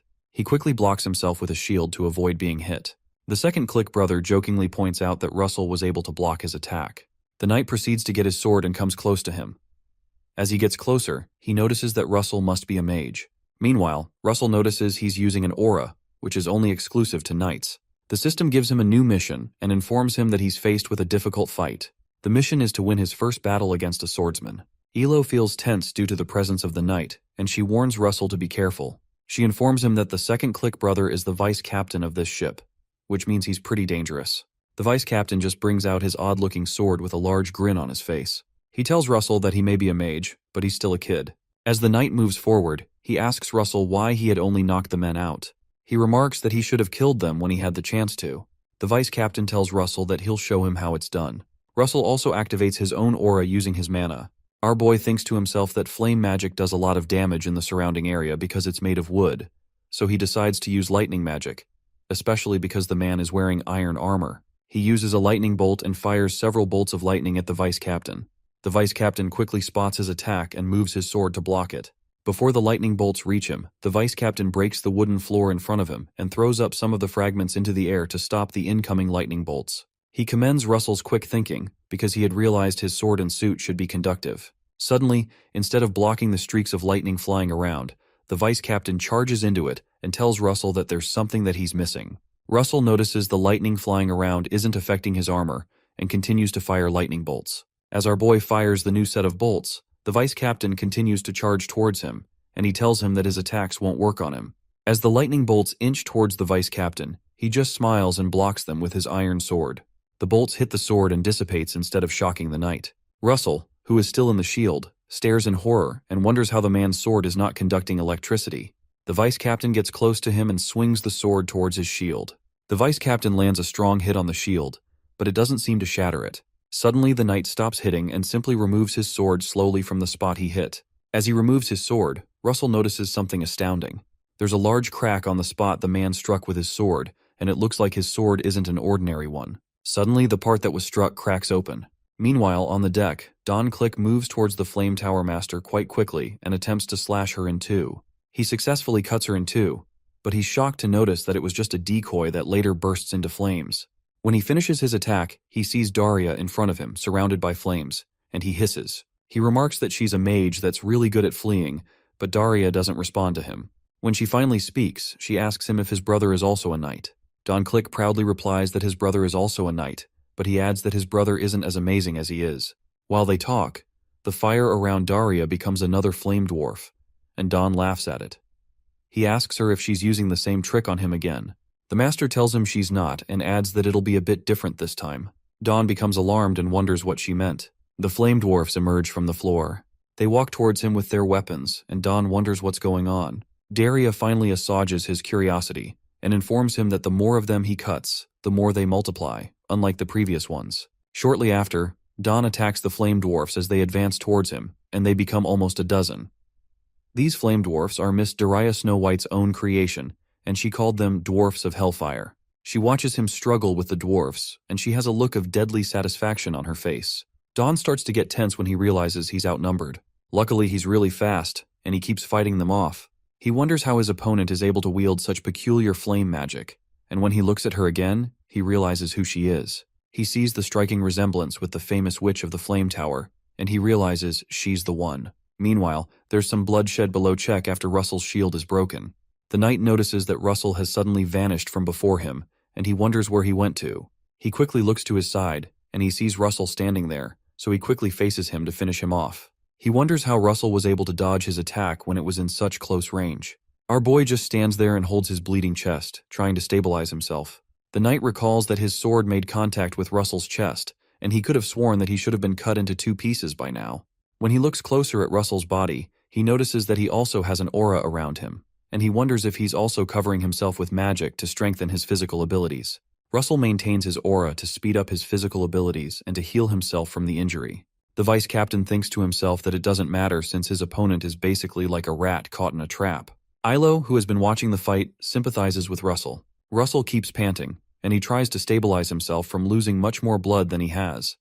He says within himself that he knows a thing about knights. He remembers that he has met a knight one time in his previous life.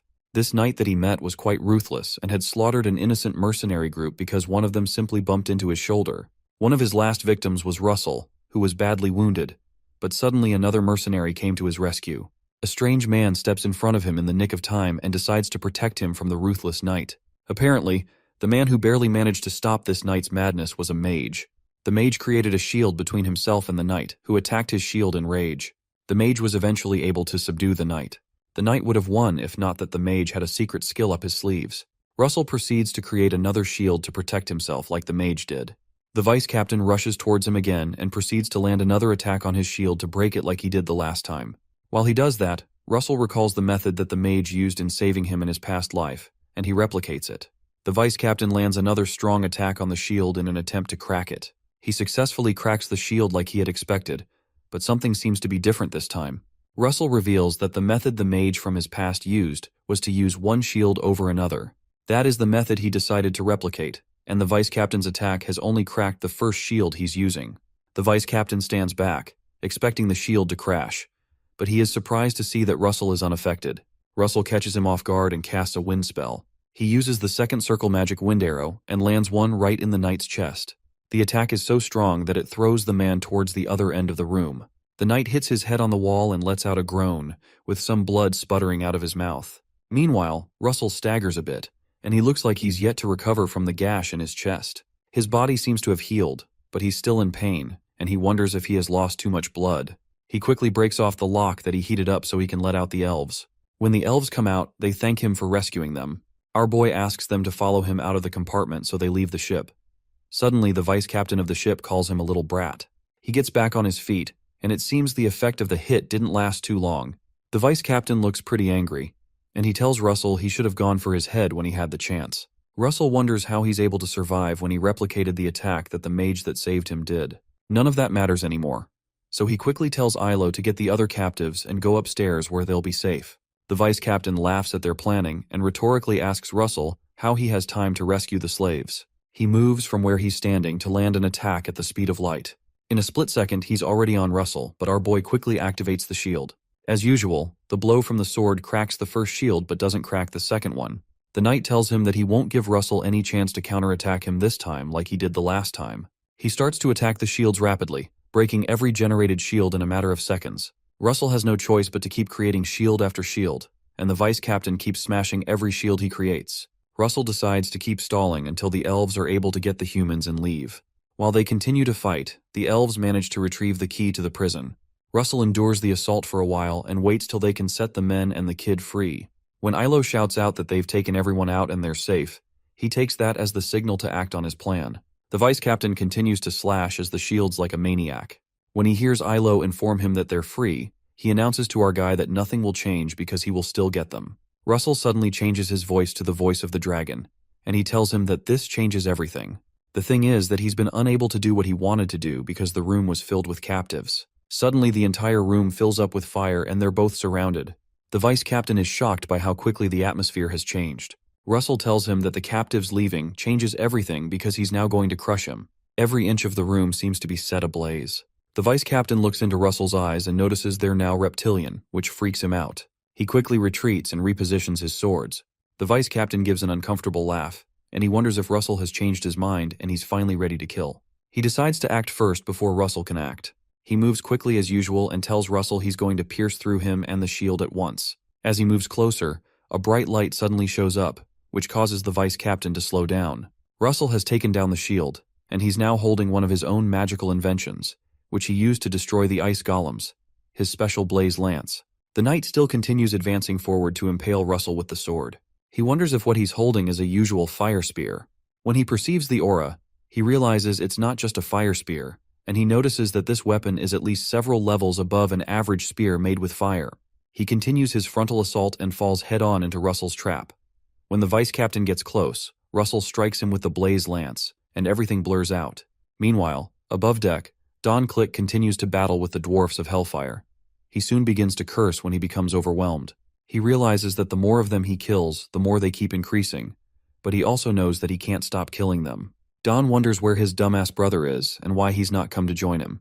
The fire dwarfs keep attacking and multiplying. Don has no choice but to keep fighting back. He tells him that he needs to hold on just a bit until he can strike. Suddenly, a bright light starts to come out of the ground through the floorboards. Don looks at the ground, and he's shocked to see the light coming from the cabin underneath. He stops feeding when the light becomes brighter and appears to be tearing through the wood under his feet. Seconds later, a great burst of energy emanates from that hole and almost tears the ship in half. The impact of the energy wave knocks Don off his feet. He falls to the ground and slowly becomes unconscious. The Flame Tower Master watches the entire thing and wonders what's going on. While she's still looking, she hears a noise from behind her. Miss Daria sees the abducted people coming out. Below deck, Russell lays on the ground in the middle of the rubble. He looks unconscious and doesn't open his eyes. The screen pops up and displays a notification that shows that Russell has cleared his mission and he'll now be receiving rewards of intermediate mana stones. When the other men notice that their captain is down, they get on some guard ships to fight back and take over the situation. Miss Daria notices the plans and laughs as she reaches for her staff. She summons all the fire dwarfs with her staff, and they float off the ground and become round. To destroy the pirates in the ships, she throws the golems into their guard ships. The Hellfire dwarfs land on the smaller ships nearby and take them all out. Meanwhile, below deck, someone comes near Russell and starts to heal him. After a short while, Russell becomes conscious, and he asks her what happened. As he tries to get up, Elo tells him not to move. She continues the healing process and adds that her mana is not completely back yet, so her healing isn't as quick as it used to be. When the master notices that Russell has revived, she tells him he did a good job by defeating 2 knights on his own. But Russell doesn't know what she's talking about. Nearby, Don and his brother are tied to a pillar for their terrible behavior. Suddenly, Ilo chimes in and tells Russell that she owes him so much. She informs him that she can't repay him immediately, but she'll find a way. She introduces herself as Ilo, Lady of the White Ash Tree Tribe, and swears on the honors of her founding fathers that she'll find a way to repay him someday. Russell introduces himself by name and courteously mentions that he just did what he was supposed to do as a guardian. Nearby, the two male elves quickly return to the Flame Tower Master, and they report that they've checked on the conditions of the prisoners, which Daria commends. Miss Daria is impressed by their commitment, and she commends Ilo for training such kind subordinates. Russell stares at them in amazement, and he notices the elves seem to be much nicer. He asks Lady Ilo what she meant by what she said when they were in the cabin. Lady Ilo just looks at him and struggles to remember what he's talking about. She asks him if he's talking about what she said about detecting the scent of a spirit on him, and their conversation catches Miss Daria's attention. Russell affirms that this is exactly what he was referring to. The lady answers his question by asking him if perhaps his blood is mixed with a dragon's blood. The precision of the question shocks Russell. She goes ahead to tell him that she also has the blood of the green dragon running through her veins. She explains that for her, the dragon blood she has is more like a drop of water in a lake, so it's not something major. She only adds that even with the small amount she has, she's learned that dragon blood can also attract spirits. Miss Ilo holds our boy's hands and tells him that she can smell a thick scent of spirits from him, and that's why she asked. Miss Daria Stone overhears the conversation, and she wonders if the mixed dragon blood is why Russell grows stronger at such an incredible pace. She thinks to herself that Russell might end up being a being who will shake up the kingdom of Endymion and even the entire world. Shortly after, some of the good knights come to help the captives out of the ship. When it's time to leave, Miss Daria Stone tells Lady Ilo that she assumes that she is going to be staying in hiding until she is able to regain her mana. Lady Ilo boldly affirms that this is what she plans to do. The master informs her that her mansion is not far from here, and informs them that they're welcome to stay there with them. She also adds that she believes that Lady Ilo can be of help with Russell's training. Russell just looks completely lost, as he wonders what training the Flame Tower Master is talking about. Ilo sees this as an opportunity to repay her debt to Russell. She slightly blushes and declares that she'll be glad to join them. Miss Daria asks Russell why he's overreacting, and jokingly asks him if he doesn't want her to train him. Our boy quickly tells her that this isn't the case, and he says he'd love to. The master shows them the way and notifies them the carriages will be here soon, which they thank her for. While they walk to where they'd board the carriages, Russell asks the Flame Tower Master if it'll be okay if he undergoes her training when the semester at the academy is beginning soon. Miss Daria simply assures him that Professor Hubert will take care of it. Shortly after, they all get to the carriages. Shortly after, the coach riders stop the coaches, and it seems they've reached their destination. Miss Daria tells the others that they've arrived, and before them is a magnificent-looking mansion. The Flame Tower Master realizes they may feel overwhelmed, so she tells them not to feel pressured and stay comfortable as they go inside. As they move through the garden, everyone keeps looking around the beautiful mansion. Ilo commends Miss Daria's house and says it's a very beautiful place.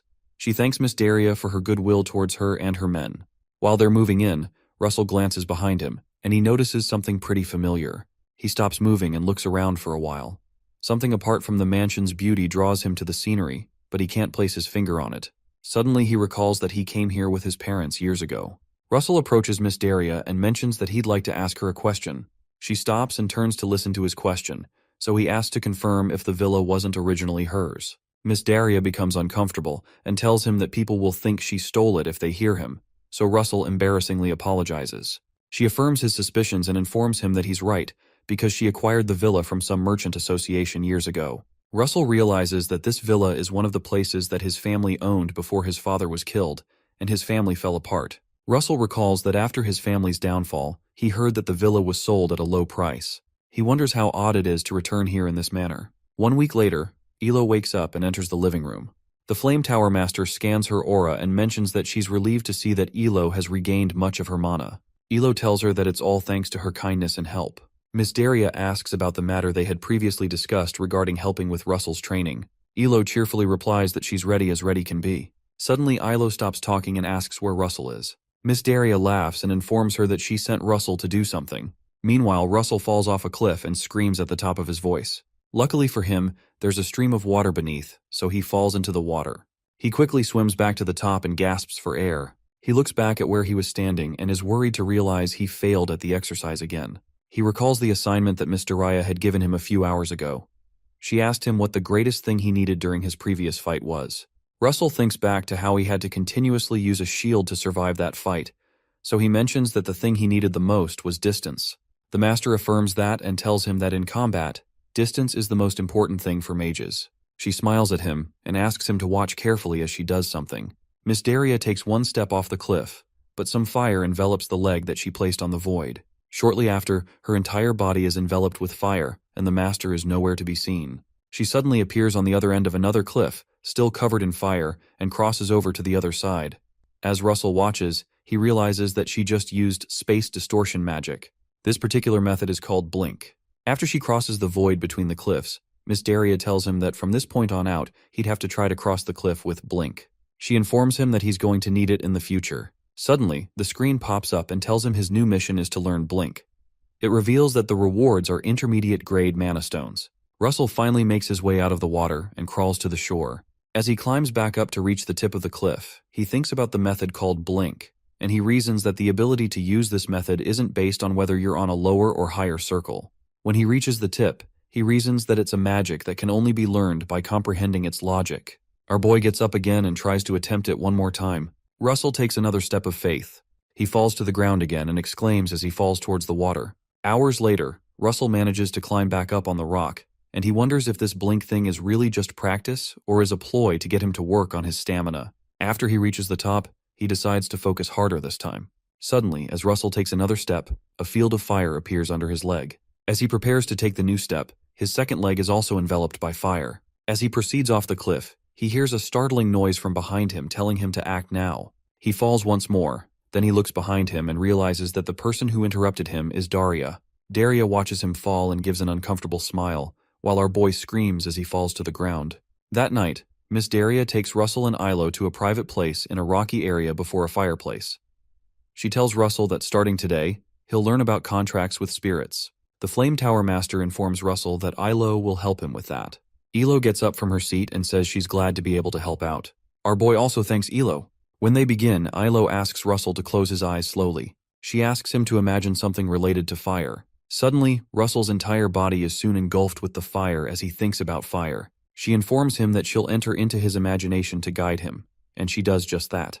In the world of imagination, Ilo appears in Russell's mind and holds his hand to lead him across the right path. Ilo starts to explain that there's something that most people don't know. She says that the door to spirits is there for everyone. It doesn't matter if you're a human, an elf, or any entity. This doesn't matter because all entities are born of nature after all. In his mind, she starts to see visions of death and great war. Suddenly, more flames are released from Russell's body.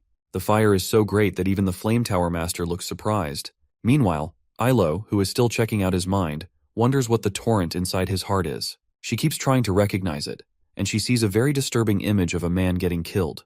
And it's too much for her to take. She peers deeper into his mind to the gate to the spirit world. Before the gate, there's a great torrent of water that separates them from the gate.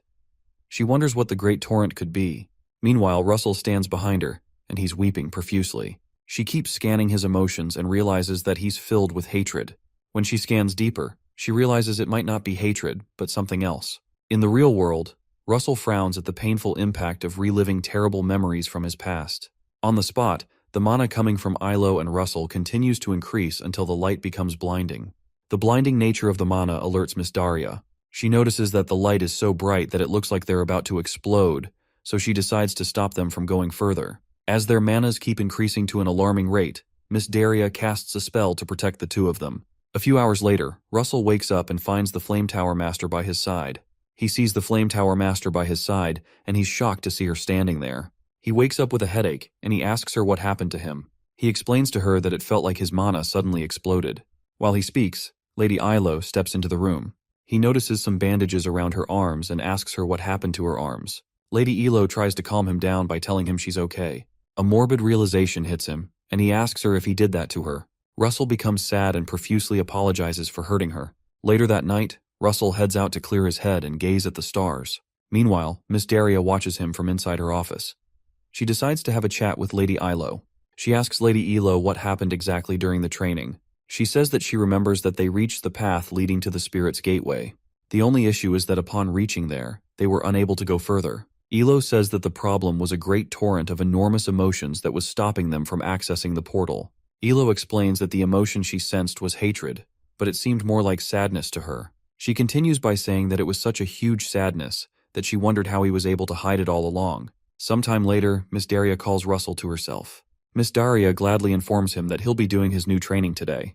As Russell bows down to accept the new training, She bluntly lets it out that he'll have to do some cleaning. Russell stares at her in amazement and wonders what she's talking about. The Flame Tower Master informs him that he's going to help with the mansion's servants' deep cleaning for a week. Russell is shocked to hear this and wonders why his training has to do with deep cleaning the mansion. Miss Daria adds that she and Lady Elo will be heading out to the capital. Elo greets Russell goodbye and mentions that she'll see him next week. He quickly affirms and simply tells them to take care of themselves. Before they leave, Miss Daria reminds him that this isn't a punishment. He agrees to do it, but within himself he decides to clean the house and practice the blink technique in the remaining time.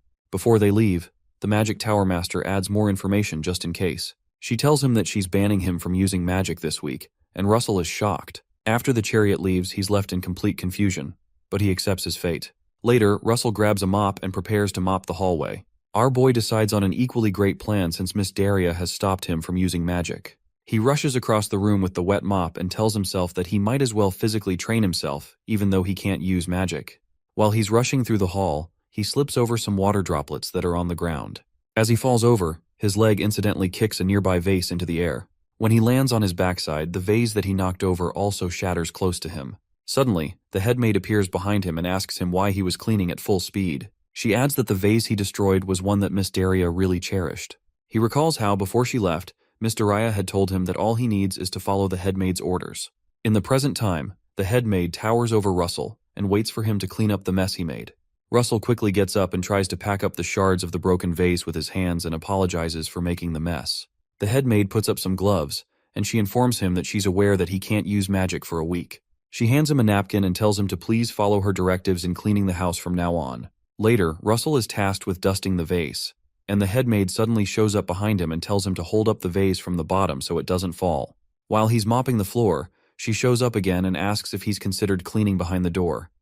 She seems to be everywhere he goes, and this disturbs Russell. For the rest of the day, he keeps getting more instructions and corrections as he continues his tasks. Eventually, when he finishes, he collapses somewhere and lets out a loud sigh. Our boy asks himself why he's been suddenly enlisted as a maid in his training regime. He recalls how the head maid kept coming around to mention one thing or another, and he wonders if Miss Daria is trying to train his mental strength. While he's deep in thoughts, the head maid informs him that it's time for lunch. She walks towards the kitchen and asks him to follow her. Russell, who clearly doesn't want to go anywhere with her, tells him he'll have his lunch later. The head maid glares at him and insists that he follows her in a more sinister voice. Russell has no choice but to obey. In the kitchen, the other workers in the building gather around to eat and chat with one another. Russell notices that there are a lot of people working in the villa. While he's looking around, a man next to him asks him what his name is. He quickly turns to his side to see the modest-looking man who is smiling at him. He tells him that his name is Russell Raymond. The man looks surprised when he hears that his name is Raymond, as it seems he recognizes that name. Russell starts to sweat, and he believes that the man must know about him and his family. Contrary to what he thought, the man just says he's a handsome young man and commends his black hair and red eyes. Someone call the cops. Another maid at the table overhears the man and notices Russell's red eyes, which she considers to be cool. Another worker that's standing behind our boy's table mentions that he seems pretty fit and asks him if he can touch his biceps. When he touches Russell, he almost screams out in shock, and it seems he's about to be molested. The guy smacks the back of his head and tells him that he's joking, and everyone laughs at Russell. Russell hesitantly laughs with them, but inside of him he weeps that he'd have to endure this for 1 week. He tells himself that it's most likely training, because there seems to be no other sane explanation for all this. Sometime later, Russell and the other workers go cut wood and carry them to the villa. He reasons to himself that he would have been able to finish this quickly if he could use his wizard aura, but he can't. They carry the wood past a small bridge and go back and forth. After they're done transporting and cutting the wood, the workers all sit down by the lake to celebrate a job well done. They all toast to a job well done. Russell doesn't hesitate and begins to chug the beer like an expert, which alarms the worker sitting near him. The guy smacks Russell in the back, and the shock causes him to spill out the beer in his mouth. Our boy asks the man why he suddenly hit him. The guy tells him that he's still a student and he'll lose his muscles if he drinks. Russell recalls that he's in a young person's body, and he had confused the present time with his wine-bibbing days as a mercenary. One of the elderly workers mentions that it's okay. The man pours some more beer for Russell and tells him he's supposed to learn how to drink from an adult. As the man sits down, he says that it would be a sin not to drink considering the beautiful scenery in front of them. All the people at the table look in front of them, and they see the beautiful sight of the rays of sunlight. While they watch, someone nearby says there's another sin that they would be committing. They all quickly turn back to know who's talking and why the person said that. It turns out to be the head maid who tells them that it would be a sin if they continued drinking without having snacks. She brings a basket of snacks and shares it among the workers. They all enjoy the snacks and cheer to a new family member, referring to Russell. Everyone laughs, including Russell, and there seems to be true joy in their midst. The head maid notices that Russell is happy staying with the workers, so she watches him closely. She notices him laughing with the other worker who told him not to drink, and they truly seem to be a real family. Over the next few days, the head maid supervises Russell as he cleans the roof. At night, they also gather to eat again, and everyone chats and laughs as usual. On the last day before Miss Dariah returns, Russell sits down at the fountain and realizes that tomorrow would mark 1 week since Miss Dariah and Lady Ilo had left. He feels slightly dissatisfied and wonders why. Suddenly, the head maid interrupts his thinking and points out that he likes staying by the fountain. He's shocked to see her, so he quickly gets up to greet her. She adjusts her glasses and asks him how many times he plans to greet her in one day, and Russell laughs at her statement and says he did it without thinking. She asks him if there's a reason he always comes to this spot, and he hesitates before he answers her question. Finally, he tells her that he can remember certain people when he comes here. The head maid mentions that she heard mages can teleport and asks why he doesn't just go meet these people he's thinking about. He mentions that teleportation magic is difficult, but even if he could do it now, the people he's thinking about are at a place where he can't meet them. She sarcastically tells him that she thought mages wouldn't have any worries, and Russell jokes that her comment is absurd.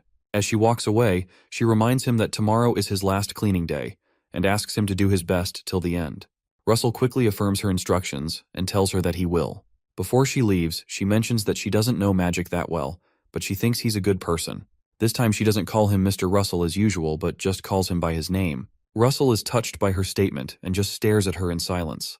She finally jokes that even if he doesn't become a good mage, she wants to use him as a good servant. Our boy playfully replies that he'll think about it. The next morning, Russell goes outside to welcome Miss Dariah and Lady Ilo. The women ask him if he's been well, which he affirms. Miss Dariah calls Russell to the side and tells him to come with her. As they walk through the garden, she mentions that she realizes that he's gone through a lot this week, and he remarks that it's not like that at all. She adds that it took quite a bit of time to search for the medicine that will restore Elo's lost mana after the incident where they tried to reach his spirit gate. She also mentions that she checked the archives and she found something interesting. Miss Dariah mentions that she found out that the villa belonged to the Raymond family in the past. Russell looks down morosely and doesn't say anything. The Flame Tower Master informs him that Elo had told her that there was a big torrent of water in his heart, and that's why they couldn't reach the door to the spirits. She asks if he feels angry, and if not, if he feels sad. Russell still continues looking at the ground, and he tells her he feels all of that at the same time. Miss Dariah tells him that all this reminds her of the first time she saw him in the library. She saw him studying voraciously to develop his magic. She realizes that he was fighting alone now that she thinks about it.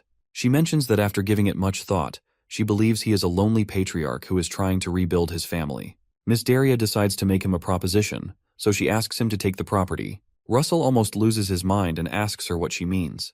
She finally calms his nerves and tells him she's not giving it to him for free. She suggests that he become the Flame Tower's war mage and become the protector of the country. If he does that, he can earn a lot of money from it and buy this property off her hands. Russell breathes a sigh of relief when she explains what she meant. She smiles and asks him if he understands. She cheerfully adds that he doesn't need to struggle alone. That night, Miss Dariah, Lady Ilo, and Russell go into the woods again for their training. Lady Ilo informs Russell that the last time, she didn't wake up his consciousness while they approached the Door of Spirits. She informs him that she guided him with her unconsciousness mana, but this time they'll head to the door together. Russell doesn't look so happy to do this again, and he asks her what will happen if she gets hurt again. Ilo cheers him up by mentioning that they brought a lot of medicine, but Russell tells her he'd prefer not to hurt her at all. Ilo just asks him to close his eyes and think of a fire like he did the last time. She tells him she'll wake up his imagination so he's conscious when they get there. Suddenly they reach Russell's subconscious, and our boy is able to see and identify Ilo this time. He looks at his hands and checks out what his pure mana form looks like for the first time. She leads him forward and says the journey will be smooth like the last time until they reach the torrent. As they walk further, they both stop at the edge of the cliff, and Ilo informs him that the torrent is still there. She tells him that it's still hard for them to reach the origin and get to the Door of Spirits. Russell moves towards the torrent, but Ilo warns him not to get close. As he gets close, he feels a strong rebuttal that pushes him backward, and he screams in pain. Lady Ilo tells him that it's dangerous enough to see and perceive this torrent, and it's worse to try to step into it. The impact of walking towards the torrent allows Russell to perceive what it's made of, and he starts to see thoughts about him successfully graduating the academy, selecting a tower to join, rebuilding his family, and revenging the death of his father. The weight of the thought shocks him, and he learns that they're things dear to his heart. He becomes sad and apologizes because these thoughts aren't something he can get rid of. Suddenly, they hear a voice asking someone how it was to stay with Russell. Russell looks up and detects that it's the voice of the Flame Tower Master, Miss Daria. In the real world, the head maid reports to Miss Daria that Russell was a good person. Meanwhile, in his subconscious world, Russell hears the head maid's voice and figures out that she and the Flame Tower Master must be having a conversation. Miss Daria asks the head maid if she didn't leave his side like she asked her to, and the head maid affirms that. Russell continues to listen to the conversation, and he figures out the point of the week-long training. He recalls Professor Hubert, who has always had his best interest at heart. He recalls his celebration with the workers, where they had cheered for a new family member, referring to him. Another experience that touched him was the head maid's last words to him when she told him that he's a good person. Lastly, he recalls Miss Daria, who told him not to struggle alone since he has people with him. Russell pieces together the whole thing and realizes there's a lesson to be learned from it, which makes tears roll down his eyes. There seems to be only one thing he can do, even though he realizes that he can't get rid of the torrent. He gets up from his dejected state and says he can jump over the torrent. Russell recalls the training that Miss Daria gave him by the cliff. As he moves towards the edge of the cliff, Lady Elo tries to stop him because it's dangerous for him to go closer. The pain from the torrent's impact continues to grow, but he continues to walk towards it and tells himself that it's okay. He tells himself that it's okay if he falls because he's not alone. As he takes his first step off the cliff, some fire appears under his foot. Elo watches in horror from behind and hopes that he survives it. Russell suddenly activates the blink method, and he disappears from the spot and leaves a trail of fire. After Russell uses the blink method, Lady Ilo doesn't see him again, so she looks at the other side to know if he has successfully crossed the cliff. Luckily, Russell appears on the other side in a pool of fire. Lady Ilo tells him that he has really done it, and Russell looks back at her and just smiles, unable to hear her. Behind him, the torrent continues to rage. The lesson here is never to face your fears or deep problems, but to just jump over them. Suddenly, a notification screen appears and notifies him that he has cleared the mission and has received an intermediate-grade mana stone as a reward. Russell stands in front of the door, happy that he's been able to cross over, but it seems he doesn't know what to do next. Out of nowhere, he hears Elo's voice in his mind, and she tells him to go to the door of the light in front of him. Her voice surprises him, and he wonders how he's able to hear her. Lady Elo informs him that they can still communicate with each other because their manas are still connected. Another screen pops up and shows Russell that his new mission is to contract with a spirit. He's told to summon a spirit according to the Ilo's explanation and form a contract with the spirit. Lady Elo asks him to put his hand into the door, and he does that. After he puts his hands in, he asks her what happens now because he doesn't feel anything. She tells him that it's now up to the spirits to decide. She adds that no one knows what will happen, so Russell continues to hold out his hand into the door and wait for something to happen. Elo says that no one knows what kind of spirit will come. It's also possible that he might not get chosen, so Lady Elo reminds him to hold out his hand and just wait. Meanwhile, in the real world, Miss Daria watches Russell while he's in the trance. Lady Ilo tells Russell that all they can do is wait. Russell remembers the spirit of the dragon he met, and he tries to communicate with the spirit by speaking in his heart. He says to the spirit that it's okay if it doesn't come if it's too hard to do so. He adds that he won't be upset because of that. Suddenly, a large red dragon appears around him on a magic circle. When Russell notices the dragon, he communicates the fact that he's thankful for all that has happened leading up to this moment. The dragon moves closer and touches his hands, and they sign a contract. Suddenly, they're all pulled out of the world, and Russell jolts back to reality. He opens his eyes and wonders what happened. When he fully opens his eyes, he's surprised to see a miniature red dragon on his laps. The little dragon growls in a cute way, and our boy wonders if this is how spirits look. Lady Elo and Miss Daria laugh nearby. Elo congratulates him, and Miss Daria informs him that there's something else to also celebrate. Russell wonders what she's talking about and figures it out when he looks at his chest. Once he looks at his chest, he suddenly realizes that he's reached the fourth circle. Meanwhile, the cute red dragon continues to roar. Suddenly, another screen pops up and notifies our boy that he has awakened new knowledge with the spirit summoning and has reached the fourth circle. He's told he will receive unknown extra rewards. Russell reads the text and wonders what the extra rewards could be. While he's thinking, the little red dragon roars again, trying to catch his attention, and flies upwards. The dragon jumps on his head and cuddles into his hair. The little dragon starts to bite his hair and continues to roar. Elo comes to play with the dragon, and she mentions that she doesn't think it's a normal spirit. She asks him if he'll give him a fitting name. She tells him that naming him would complete the contract. Miss Daria affirms her words and tells Russell to give him a good name. Russell stares at the little dragon and tries to figure out a name. He mentions that it's red. Because it's red, he suggests to name him Bacon, and the ladies open their mouths in shock. Russell realizes his dark humor and laughs. Our boy thinks again and asks what they think about the name Pepper. The little dragon makes a cute roaring noise, and it seems he likes it. Elo fawns over Pepper and says it's a cute name, and Miss Daria says it's not bad. Russell thinks to himself that Pepper would be short for pepperoni, but he doesn't tell them that. Miss Daria suggests that they go celebrate, and they can start the real special training tomorrow. Russell continues to play with Pepper, and he says he's looking forward to the training. He continues to play with Pepper, who continues to test his vocal cords with an adorable growl, and Russell tells Pepper it's nice to meet him. A month later, we return back to the academy. In front of the gate, all the professors line up to receive some important guests on the day where the towers finally choose students. One of the professors says he wonders how many graduates will be chosen this year. Another teacher close by mentions that it's basically already decided. While they talk, an announcement is made that the kingdom's White Tower's judge has arrived. The judge arrives with one of the students, and the teacher that was talking mentions that each tower had picked out individuals to train all semester. Shortly after, the kingdom's Yellow Tower's judge arrives with the candidate they had been training all semester. Moments later, the kingdom's Spear Tower's judge arrives with a female student they've been training. The professors continue to gossip, and one other professor mentions that they need to do something more for these special students that have been shortlisted, and they all agree.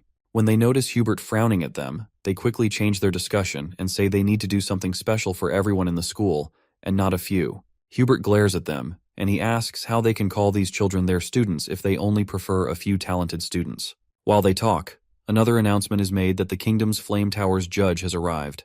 The students standing nearby are scared because the Flame Tower is one of the most prominent towers in the kingdom. Unlike what they all expected, a different person named Vermilion Olsen steps out of the Flame Tower's coach. Professor Hubert looks at Vermilion and wonders why he's here. Vermilion looks pretty tough, and he looks around to look for Russell. When he doesn't find him, he mentions that it seems that he's not here yet. Professor Hubert becomes worried that it would seem that Miss Daria doesn't plan to choose Russell because she sent Vermilion as the judge. Meanwhile, someone teleports across the sky using fire magic. It turns out to be Russell, who is rushing to get to the ceremony early. Vermilion notices the strange presence and looks upwards to know who it is. Russell eventually lands nearby and lets out a sigh of relief. He realizes he was almost late but is glad that he made it in the nick of time. Russell's gaze meets with Vermilion, and he's shocked to see him here. Vermilion just stares at him absently, as if he doesn't know him. Vermilion turns around and walks towards the academy and goes past the line of teachers. He smirks in an evil manner and tells himself that it's going to be fun to enjoy breaking Russell. In a flashback to when Russell decided to leave Maldiva for the academy, he thanks Miss Daria, Lady Ilo, and the head maid for all they've done for him. He wishes Lady Ilo safe travels as she heads back to her hometown, and she thanks him for his goodwill. Before he leaves a message for the head maid. He informs her that he'll return as the owner of the property, and he asks her to manage the place well for him in the meantime. The head maid just laughs and says she hopes it ends up as he expects. He thanks them for all they did for him in the short time they spent together. Miss Daria tells him she has one request for him on his way back. She hands him a sealed envelope and tells him to deliver the letter to Hubert for her. Russell receives the letter and promises to deliver the letter as she requested. She thanks him, but he notices she doesn't look too well. He wonders what the content of the letter is and why she seems down.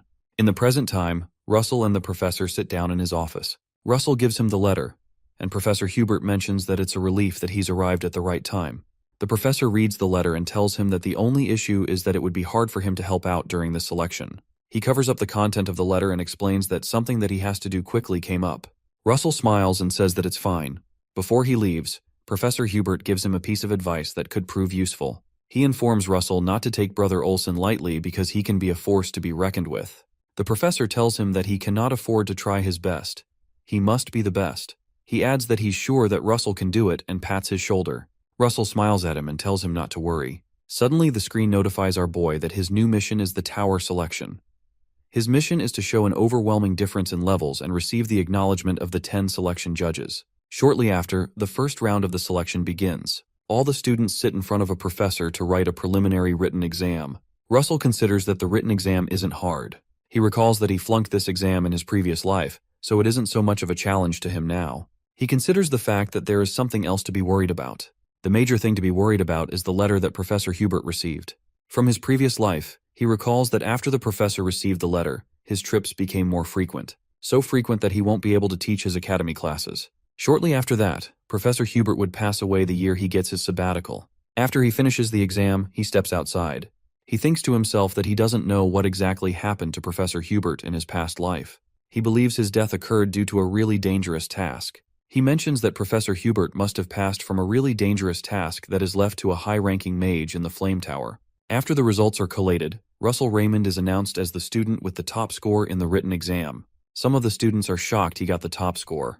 Others think it's incredible. Some say he studied well, and others feel jealous. Meanwhile, Russell's mind is not even focused on the selection process. He thinks about the death of the professors that's about to begin, and he wonders if he's able to stop it. Shortly after, the second stage of the selection process is announced, and the students are told that the interview test will begin shortly. The students all sit down somewhere, and they're told to only come in when their name is called. After some students are interviewed, Russell is called. He steps into the interview hall and sees his professors sitting by his left and the 10 judges right in front of him. He tells himself that the evidence that he can change things is right before his eyes.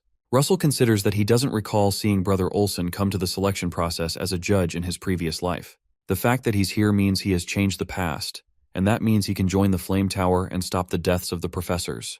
To do that, Russell realizes that he needs to be acknowledged by the judges. Meanwhile, Vermilion Olsen stares at him with contempt in his eyes.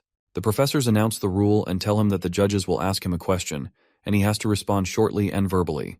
The White Tower judge decides that they start right way, so she reads out her first question about a formula created by the mage Orugan Gong 3 years ago. A series of questions are thrown at our boy, and he answers them well and articulately. The hardest part of the interview questions is a hidden second task. Shortly after, the seat where the judges are starts to shine bright as they release bursts of mana to see if he can stay composed to address their questions as they release the mana. It's customary to the selection process, and Russell tells himself that he'd have to endure the mana exertion of the selection judges. He remembers that he always failed this part in his previous life, and he would profusely cough until he almost passed out. In the present time, he confidently endures the mana subjection and continues to answer their questions. The Yellow Tower judge mentions that Russell is incredible because his expression doesn't change despite the swirling mana storm. Meanwhile, Vermilion Olsen doesn't seem impressed. Brother Olsen smirks and mentions that this isn't much of a mana storm. He suddenly amplifies the intensity to know if Russell will be able to bear it when it gets stronger. Russell notices the strange change in the mana intensity, and it becomes harder to withstand its effect. Olsen just smirks, and the effect of the mana storm starts to affect the guards who are standing behind the judges. The Yellow Tower judge looks at Olsen, and he confirms that he's really a crazy tiger. The Yellow Tower judge tells himself that the candidate could die if this continues. Russell starts to find it a bit harder to cope, but he doesn't budge. He continues to look right at the judge as he expects their next question. The Spear Tower judge is shocked to see that Russell is enduring this barrage of mana. He notices that even the newly appointed professors assigned to the examination are having a hard time enduring the intense mana storm.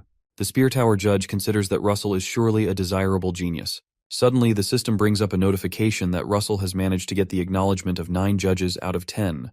Olsen continues the intensity, but he is surprised to see that Russell is enduring it. He decides to increase the intensity a little bit more to know if our boy will be able to survive. Russell starts to get pretty uncomfortable, but he manages to maintain his position. Vermilion Olsen doesn't back down and keeps increasing the intensity of the mana storm. Suddenly, the Spear Tower judge places a hand on Olsen's shoulder and informs him that they have other interviews to perform, so he needs to stop. Olsen hisses at the Spear Tower judge's comment, but he decides to stop. Olsen retorts that it's such a shame because it was about to get fun.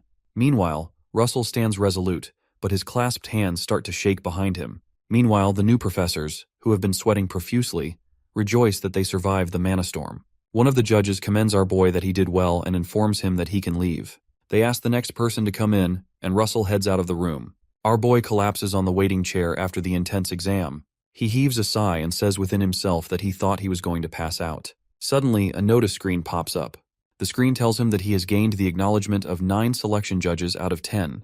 Russell smiles uncomfortably when he realizes that the system is trying to tell him this isn't enough, and he needs one more to pass the mission. He laughs within himself and says Olsen isn't an easy target.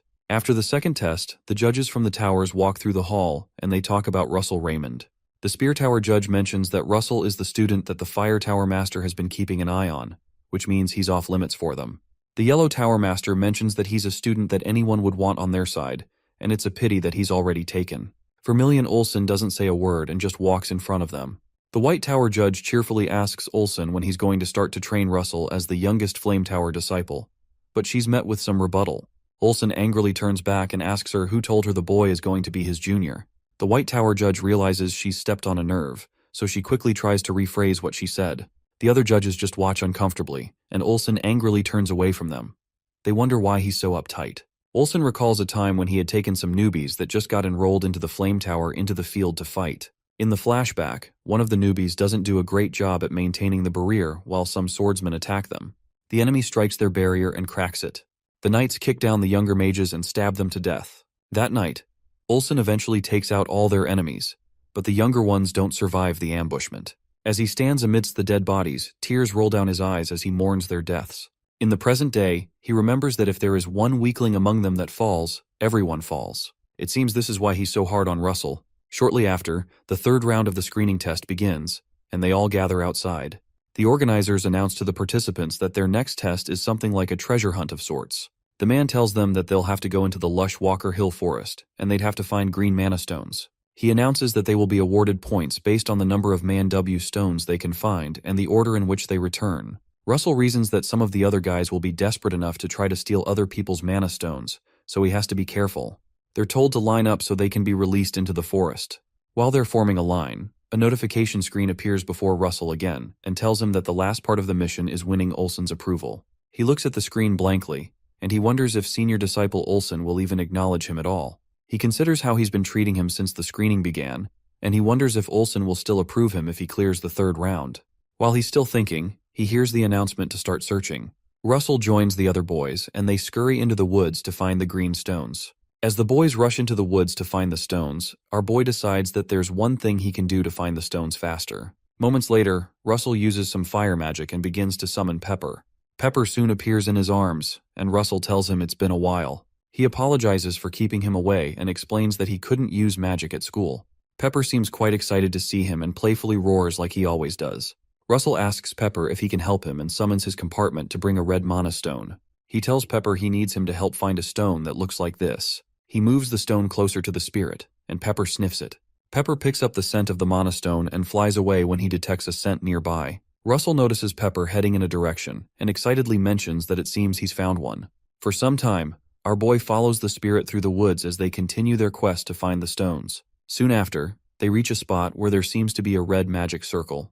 Meanwhile, in another part of the kingdom, some people have a discussion inside a magic material store. A man in a cloak who appears to be a Flame Tower guardian questions the store owner and asks him where the mage he traded with went.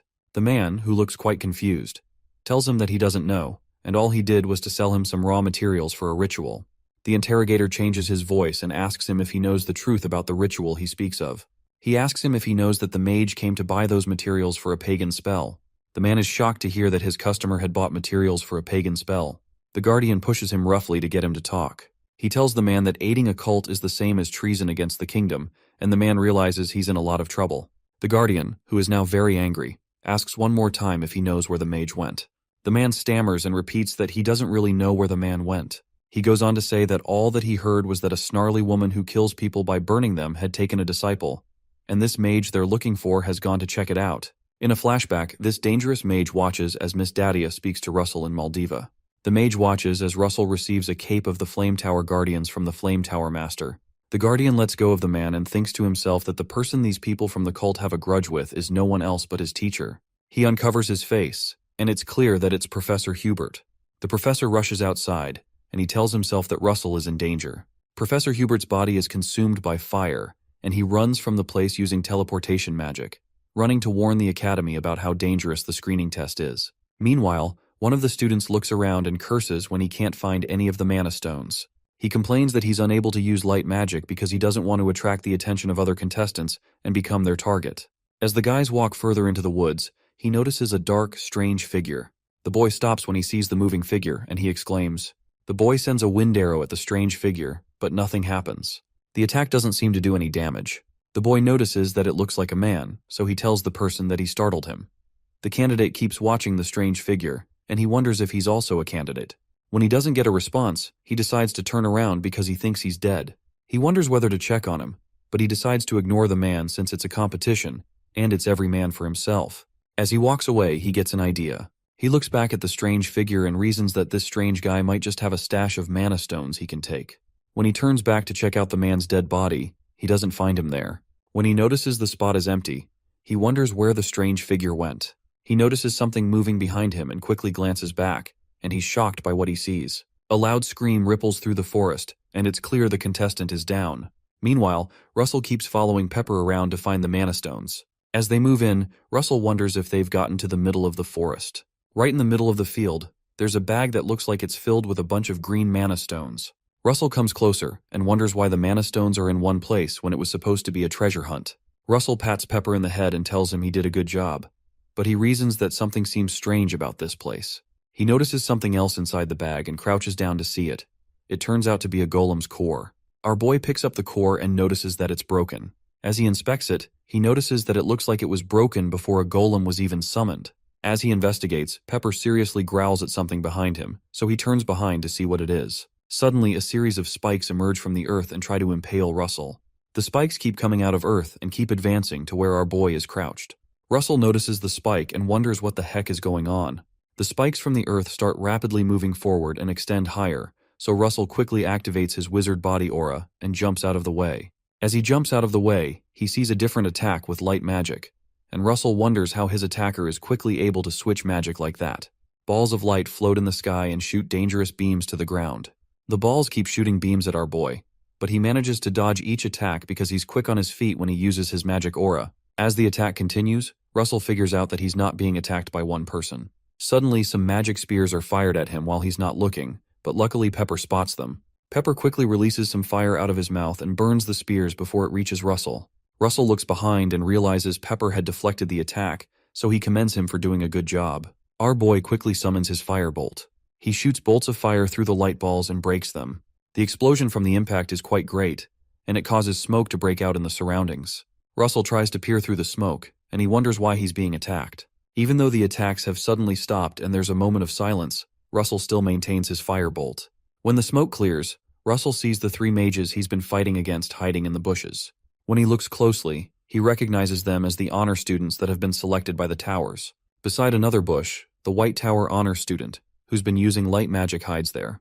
Russell also notices the Spear Tower honor student, and he asks them why they're using cowardly tactics like this. The Yellow Tower honor student tells him to shut him and asks him how a bastard like him was able to discover the Mana Stone first. The guy reasons that he's sure that they're the only ones who knew about the Mana Stone's location. When he looks closer at Russell, he notices Pepper behind him, so he realizes he has a spirit with him. The Spear Tower honor student also notices the spirit, and she proclaims that she understands how he found the Mana Stone so quickly. The White Tower honor student also notices and wonders how Russell had managed to hide this level of skill that allows him to contract with a spirit from them. Russell just laughs at their words and asks them what's so great about finding the Mana Stone so quickly. He adds that they make it seem as if he shouldn't have found it. Russell finally tells them that something comes to his mind as he thinks of this scenario. He informs them that he knows that they made a secret deal with some of the professors to get them to put all the Mana Stones in one place where only they would know. The Yellow honor student doesn't say anything, but he only thinks to himself that Russell is a quick thinker. Our boy says that he doesn't have the intention of getting involved in their secret deal, but he tells them to get out of his way. The Yellow Tower honor student gets angry at his words, so he activates his aura and rushes towards him. As the guy rushes towards him, Russell suddenly disappears and appears behind him. He smiles and whispers into his ears that they'll regret it if they don't let him go ahead, shocking the guy. The Spear Tower honor student also notices it and is shocked. The White Tower honor student opens his mouth wide as he realizes that Russell just used the blink teleportation magic. While they're still at it, Pepper begins to growl at something that seems to be hidden inside the woods. Russell notices this and asks him what's wrong. He quickly realizes that they're not alone, so he looks into the woods to investigate what's wrong. Russell notices that the trees are moving. He turns toward the Yellow Tower student and asks him if the professors who are helping them told them that they would also destroy the golem core that he found in the bag. The Yellow Tower honor student tells him that they didn't. The other students walk forward, and they mention that they also thought it was strange that a broken golem core was in the bag. Russell suddenly unhands the other guy when he realizes there's some trouble brewing. He quickly summons a firebolt when he hears some noise coming from the forest. He focuses away from them and looks at the forest and says that something is coming. The birds in the forest also begin to fly away in response to whatever is disturbing the peace. Inside the woods, some ferocious and dark-looking monsters with green eyes rush towards the boys. When Russell spots them, he exclaims, and mentions that they're the undead. The Spear Tower honor students ask how the undead got into the testing area, and the rest of them look scared. The Yellow Tower Honor student suddenly freezes due to fear, and he tells himself that he needs to run away. As he turns to the side to make a run for it, he finds out that there is nowhere to go. He stops in his tracks, and a look of despair develops across his face. The undead form a large circle around them, and there's nowhere to run. Suddenly, Russell creates a large firewall around them while Pepper goes to fight off some of the beasts. The Yellow Tower Honor student sees the firewall and realizes that Russell is using fourth circle magic, which none of them have attained. Russell looks at them and tells each of them to pick a direction to face and fight the monsters that manage to break through the walls. The students just stare at him speechless, crippled by fear. Our boy shouts at them and tells them to answer him because they're running out of time. They all stammer and give an answer, as they realize that they're the ones who were ambushed when they thought they were the ones setting an ambush for him. The Yellow Tower Honor student says to himself that it's hard to think that they were picking a fight with someone like him. If they had gone ahead, something really bad would have happened.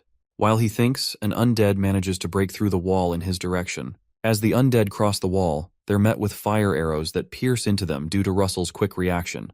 Russell tells them that the firewall is only a temporary measure, and they need to find the sorcerer who summoned the undead beasts. Meanwhile, inside the woods, two sorcerers who are controlling the beasts chat with one another. One tells the other that the child from the flame tower is here, referring to Russell, and the other one laughs and says he wonders how long Russell will last. In the middle of the forest, some of the undead keep breaking through the firewall. One hefty-looking zombie guy breaks in again.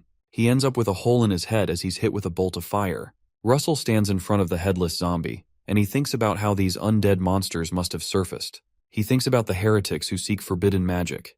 He recalls that in the past, the Flame Tower Master had brutally killed the members of this heretic cult.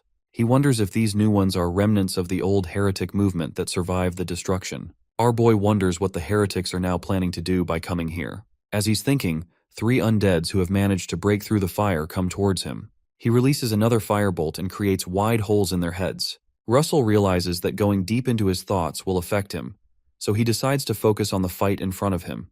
He analyzes that the magic that they're using is a type of curse. Russell recalls that one of the characteristics of such curses is that it uses low levels of mana. So the longer the fight drags on, the more they'll be at a disadvantage because they're expending a lot of mana to fight this swarm of undead soldiers. He quickly turns back at the other guy and tells them to use their mana efficiently. He explains that they can do this by decreasing their firepower and aiming for the vital points of the undead army. The Yellow Tower Honor student hears him and says that's easy to say but harder to do. The White Tower Honor student agrees and says that the selection judges will be here soon anyways, so they only need to hold out until they arrive. The Spear Tower Honor student overhears him and tells him that the selection judges won't come, and the Yellow Tower Honor student asks her what she's talking about. Russell agrees with the White Tower Honor student and says he's right. He adds that there's no way that the selection judges won't notice this. They're sent from the capital's prestigious magic towers, and they definitely would have noticed this wicked form of energy around them. The Spear Tower Honor student doesn't agree and says that their enemies are probably using a trap to erase all signs of mana. Russell remembers the circle he saw just moments before discovering this site, and it seems that the girl's theory is right. The Yellow Tower Honor student starts to get worried that they'll have to face this many people on their own. The Spear Tower Honor student realizes the best thing they can do is to follow Russell's advice, so she tells them to reduce the size of their attacks and make the edges sharper, and she does the same to her ice spears. She reshapes the spears and fires 3 of them at the heads of 3 zombies, and the attacks knock them down easily. Meanwhile, the White Tower Honor student starts to streamline his beam of lights to minimize the amount of mana he's using. One of the sorcerers notices that the students are saving their mana, so he informs his fellow that they're quick-witted. The other sorcerer, who appears to be his senior, tells him that it doesn't matter because he's about to give them a problem that will cause them not to be able to save their mana. Right behind them, there's a large undead troll monster with a huge metal axe. In the middle of the firewall, the students notice something different coming through the fire. This time, the large monster easily walks through the fire, bearing his metal axe and armor.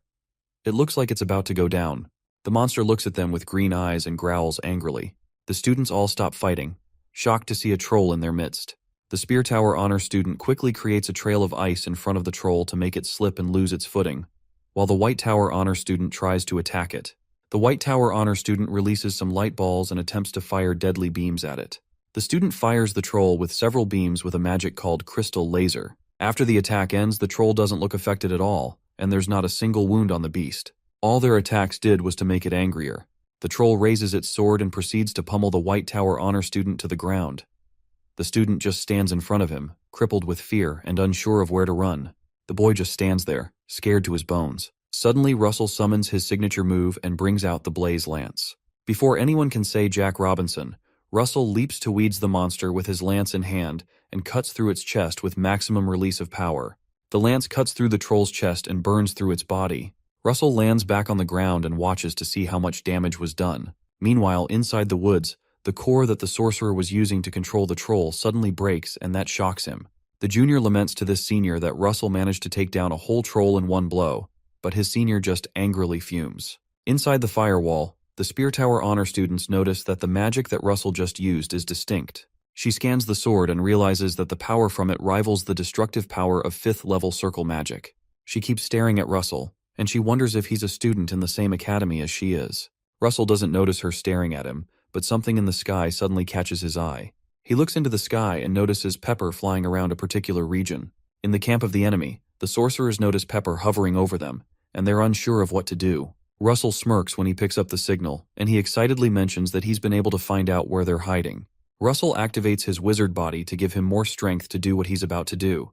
He bends backward with the blazing lance and proceeds to throw. His eyes whiten and fill up with rage as he gathers all his strength to make the throw. Russell throws the lance with all of his might and a little more, so he tells them that it's his turn to attack them. A blast of fire emerges from where the boy is and heads right into the woods to where the sorcerers are staying.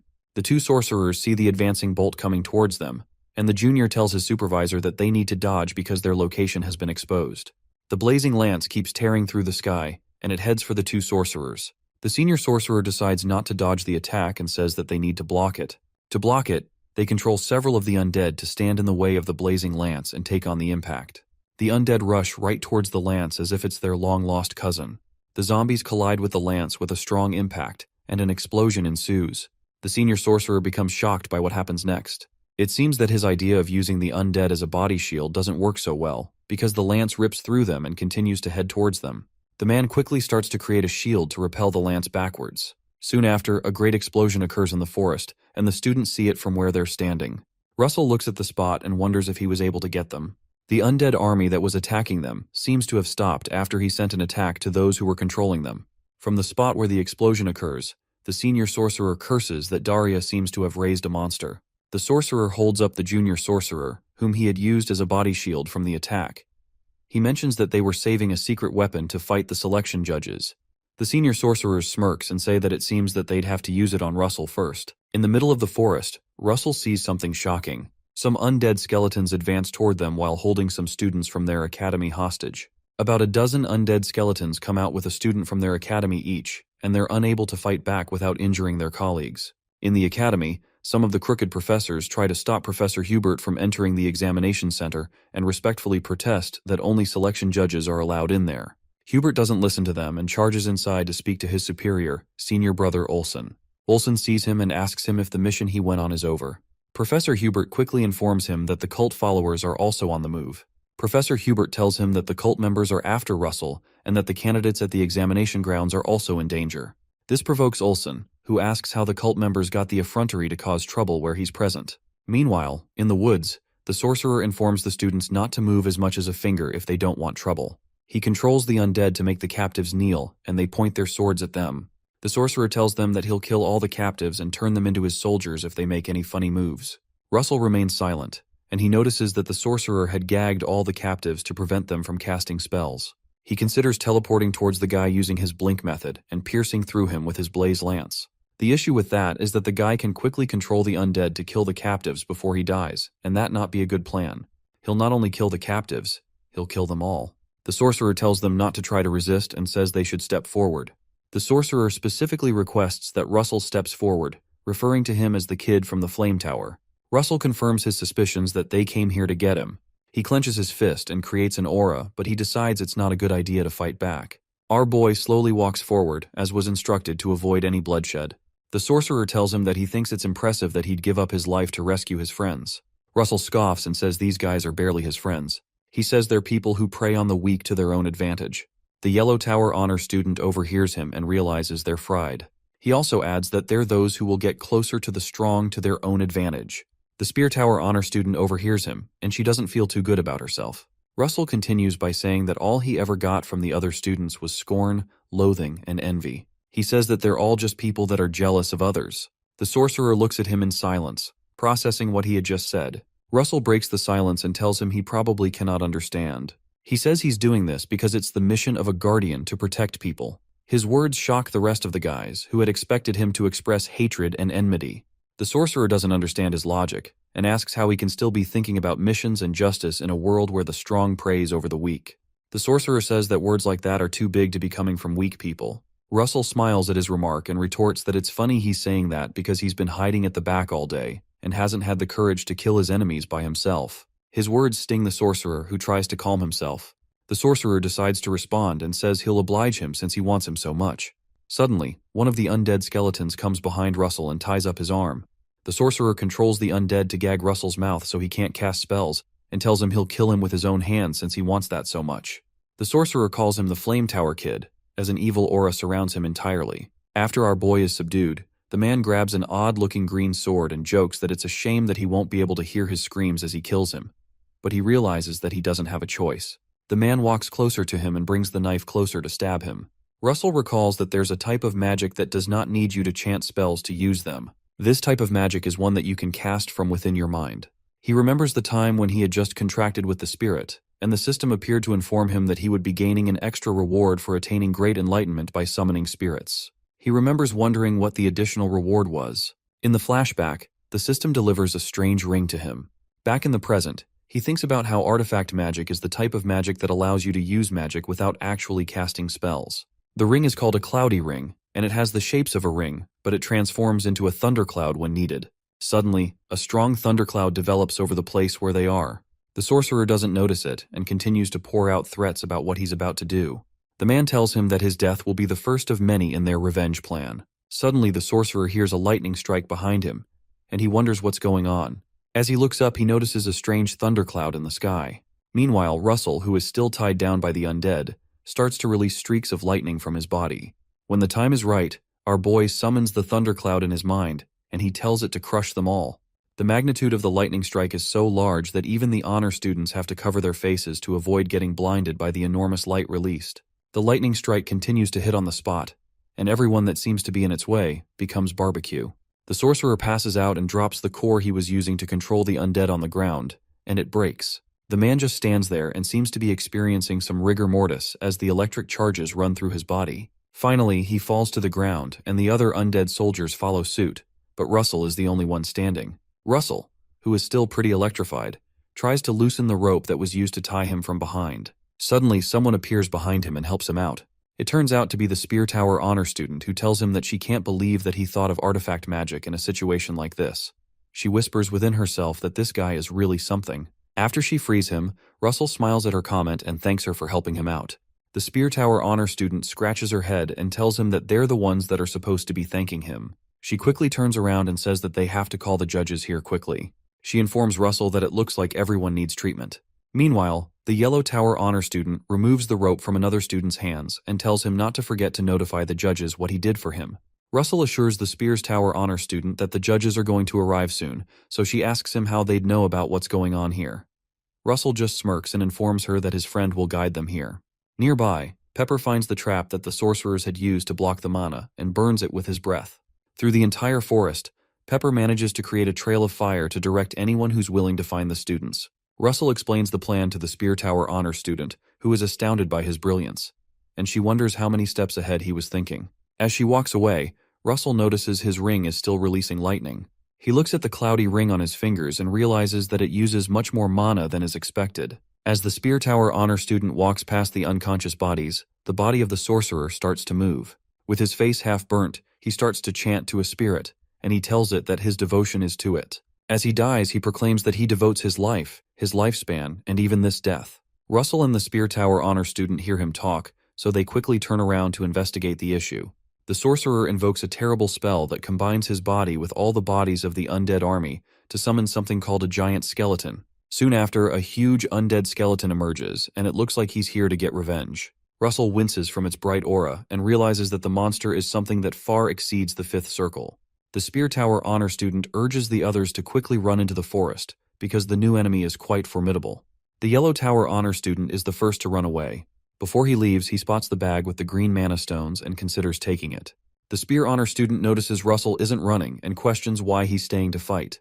Russell explains that the large monster is targeting him. He says he's the only one who can buy time until the judges arrive. Meanwhile, Olsen and Professor Hubert rush to the training field. The girl reasons that Russell should be out of mana by now and wonders what he plans to do. The monster quickly raises its claws and smashes the spot where Russell is standing. Russell teleports from the spot because the attack can't be blocked with a shield.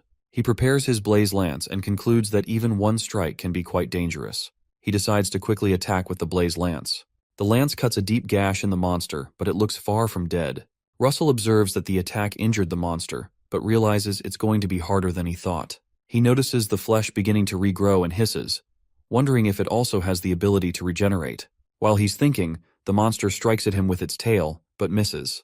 The monster quickly launches another attack right in front of his face. He manages to dodge that one, but the monster responds before he can regain his footing. He realizes he's in trouble and exclaims.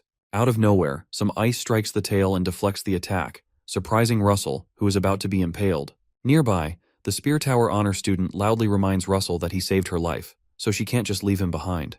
The monster is shocked by the intruder and looks toward her. Meanwhile, the other students scurry away to safety. She reminds him of what he said, that this is the mission of a guardian. Meanwhile, the White Tower Honor student and some others turn back when they hear the monster roaring. The Yellow Tower student questions why they're going back and calls them crazy. He insists it's not his problem if something happens to them. Meanwhile, the Junior Sorcerer wakes up, revealing he didn't die after all. He notices the monster and wonders if it could be a sacrifice spell his senior cast. He laughs at Russell and sneers that it serves him right. Meanwhile, the other students return to join Russell in the fight. The White Tower Honor student apologizes for being late, but Russell is surprised they came back. He looks at them in confusion. Eventually he smiles, glad to have the support. He summons his blaze lance and eagerly tells them he won't stop them since they want to fight together. However, he instructs them to follow his lead if they want to survive and win this fight. Meanwhile, the Spear Tower Honor student continues battling the monster. Russell announces to the others that he'll create a crack with his blaze lance, so they need to put their all into it. He launches his lance one more time and aims right for the monster's face. When the lance almost reaches its target, he signals the others to fire their attacks. The combined assault results in a great explosion. Half of the monster's face is blown off, but it's still standing. Russell tells them to go one more time, but his hands are now shaking. He immediately attempts to summon another blaze lance. Meanwhile, the professors find the route that Pepper created. Russell declares that everyone has joined him because it's the mission of a guardian, so they have to push further. He tells himself he needs to protect them, so he generates another blaze lance and sets it to full output. His eyes become reptilian, signaling that he's in his dragon mode. He fires the lance at the monster at full power as the other students launch their attacks. The great fire from the lance flies through the air and strikes the monster's face again. Shortly after, Vermilion closes in on the huge monster. He's shocked to see the students fighting a massive skeleton. He wonders what these weaklings are trying to accomplish together, and remarks that they should have just run away. Vermilion Olsen believes that being fragile is a weakness. To him, if one person falls, everyone else falls along with them. Meanwhile, he observes Russell generating his blaze lance at full output and directing it at the monster. As he waits to see what will happen, he notices the lance tearing through the monster. At that moment, Vermilion realizes that if one of these weak ones rises up, all of them rise up. He watches as their combined effort triggers a large explosion that takes the monster's head clean off. Suddenly, the head of the senior sorcerer is exposed, making it clear that he's the one controlling it. He cries out that it's not over yet, and the monster begins to heal again. Vermilion quickly takes charge and launches himself at the monster. He uses a magic spell called Overheat, channeling a great deal of energy into his hand. The sorcerer is stunned as he spots Vermilion charging toward him. Vermilion calls him a wicked being and commands him to disappear. The attack is so intense that it almost blinds the students. The monster is completely vaporized by the attack. Russell smiles at Vermilion and remarks that he should have come faster if he was going to intervene. He suddenly collapses from mana exhaustion. Professor Hubert catches him and commends his good work. Vermilion smiles at him and seems impressed. The screen shows that he's gained the approval of the last judge and has been awarded an intermediate stone. Sometime later, Russell wakes up somewhere else. He gets up and finds Professor Hubert by his side. He immediately inquires if the other candidates are safe. The professor assures him that they are, thanks to him. Russell says that's a relief, and the professor agrees, adding that they might all be dead if it weren't for him. Russell chuckles and says he had some help. The professor promptly asks if he's curious about the test result. Russell suddenly remembers they had a test and urges him to reveal it. The professor explains that the judges had many concerns. especially because of the attack caused by the heretics. Due to the attack, the third test became irrelevant, as teamwork proved more important than competition. Meanwhile, the Yellow Tower student ran back with all the mana stones and didn't stay to fight. The professor reveals that, with this in mind, the judges reached a conclusion. They decided that in this selection test, the person who deserved the highest score was Russell. Russell is shocked to hear the news that he got the highest score. He thanks the professor, glad that he can finally graduate from the academy. The professor informs him that an investigation has begun into the heretics to uncover the mastermind behind the attack. He assures Russell that they'll soon get to the root of it. Russell informs Professor Hubert that there was one more heretic on the field. The professor is surprised to hear this because they had only found one. Apparently, the injured sorcerer escaped amidst the chaos. As he escapes, he swears to make Russell pay for this humiliation. Vermilion, who has been standing nearby, comments that it seems they lost the other sorcerer. Senior Vermilion steps in and asks to speak with Russell for a while. Professor Hubert protests, saying Russell needs rest. Russell notices the tension and reassures him that it's okay. Later, Vermilion and Russell head outside. Vermilion remarks that Russell must have felt dragged down while fighting the heretics. He says this because he assumes Russell had to fight alongside weak people. He explains that he still believes being fragile is a weakness, and that perspective hasn't changed. Russell agrees but asserts that the weak exist so the strong can grow stronger and protect them. Because of this, the weak will always strive to improve, inspired by the strong who protect them. Thus, no one is left behind, and everyone takes a step forward. Vermilion listens silently. He suddenly smiles and remarks that it wasn't a bad response. He tosses a white sack to Russell and urges him to open it. Russell is shocked and wonders what's inside. He unwraps it to find a cloth he immediately recognizes as a Flame Tower robe. Vermilion smirks and warns him not to get ahead of himself just yet. He explains that if Russell wants to join the Flame Tower, there's still one more test. Russell is confused since the selection test has ended. The senior explains that it's an ancient tradition of sorts they put them through before they can join. Vermilion suddenly creates a circle around himself. He declares that the test is for Russell to force him out of the circle, using any magic he wants. He states that if Russell can't move him, there will be a fitting price. Russell replies, warning him not to regret giving him the opportunity to attack, and retrieves a mana stone from his compartment before consuming it. He smirks and reiterates that he can use any magic. Russell smiles as he formulates his plan. Shortly after, Professor Hubert notices something that shocks him. Senior Vermilion tries to brace himself as he is hit by one of Russell's lightning bolts, and one of his legs crosses the circle. He smiles as he recalls that he's covered by armor that is no less than a fifth circle. But, oddly, he is still moved back by this boy's attack. Professor Hubert rushes to the spot and asks Senior Brother Olsen what he's doing. He complains that he would corner the young boy when he's yet to recover. Vermilion doesn't budge and tells him that this is their Flame Tower long-standing tradition. Hubert retorts that his behavior is something that he'd expect from a new disciple. Vermilion gets angry and asks him what he means by that, and says the tradition is to instill discipline in Russell before he joins them. Hubert angrily rebuffs that he thinks the Academy's pillars are going to fall if he installs more discipline in the boy. Hubert apologizes to Russell in Senior Vermilion's stead, but Russell laughs and says it's okay. Vermilion ignores Hubert's comment and tells Russell that he's the only person who has passed this test since he started doing them. It seems that Russell used a specially crafted magic that he invented using the power of his magic ring as well as the blaze lance at once. Not only that, much to Vermilion's surprise, he summoned a spirit to add to the attack. Vermilion tells him that he was honestly surprised, and Hubert is shocked to hear that Russell summoned a spirit. Russell summons Pepper and introduces him to them. The two men look at the spirit and they think it's cute. Sometime later, at the Academy's graduation, Russell reads his valedictorian speech. He wishes the other students well as they continue the journey of life. Everyone claps for him after he ends his speech. Sometime later, Professor Hubert commends his speech, and Russell thanks him. Professor Hubert reminds him that he's not a student anymore, so he tells him to call him Senior Brother now. Russell affirms that and calls him Senior Brother. Brother Hubert smiles and asks him if he has a place to stay in the capital. Russell informs him that he's thinking of getting a small room on the outskirts of the capital. Hubert tells him not to do that, but to stay at his place since he can't go home until his contract with the Academy ends. Russell excitedly asks if that's okay, and the professor says it is. Brother Hubert says he bought the house from the master, and it's funny that he hasn't used it. Sometime later, Russell moves into the house. The system congratulates him on his graduation and gives him an unknown reward and a high-grade mana stone for the first time. Russell checks out the unknown reward and finds the map from the last time. The system notifies him to find the place marked on the map and solve the connecting mission. Russell smiles because he recognizes the place. It's a forbidden island that humans are not allowed to step on called Kulil Island. It's because it is swarmed with magic beasts. and it's a very dangerous place where you have to be at least a 6th circle. Our boy reasons that he's very curious as to what this opportunity requires of him. He recalls that the power of the king's horn was put into him. He wonders if all of this is just to make him stronger, or if there's a greater mission that he needs to get stronger for. He sits down to rest and realizes he doesn't know just yet. Regardless, he concludes that he has to get stronger because there's a lot to protect anyway. Sometime later, on a coach, Vermilion asks Russell if this is his first time going to the capital. Russell tells him it's not because he's been there before. Vermilion recalls that he's from the Raymond family, so he should have known. Russell suddenly tells senior brother Vermilion that he has something to ask him. He asks him about the duty that Professor Hubert was tasked with, and asks if it's something that's related to the heretics. Vermilion just stares at him and listens. Our boy says that if that's not the case, there's no way that the professor could have returned when they were attacked. Vermilion smiles and comments that he's quick-witted. He affirms his suspicions, and says that Hubert's mission is to track the Society of the Heretics. He says that he's not sure whether it's right to call their cult a society. Russell excitedly confesses that he would like to help with that mission as well. Vermilion is shocked by his statement and asks him if he's serious. He watches the boy closely, and he notices that it doesn't look like he's bluffing.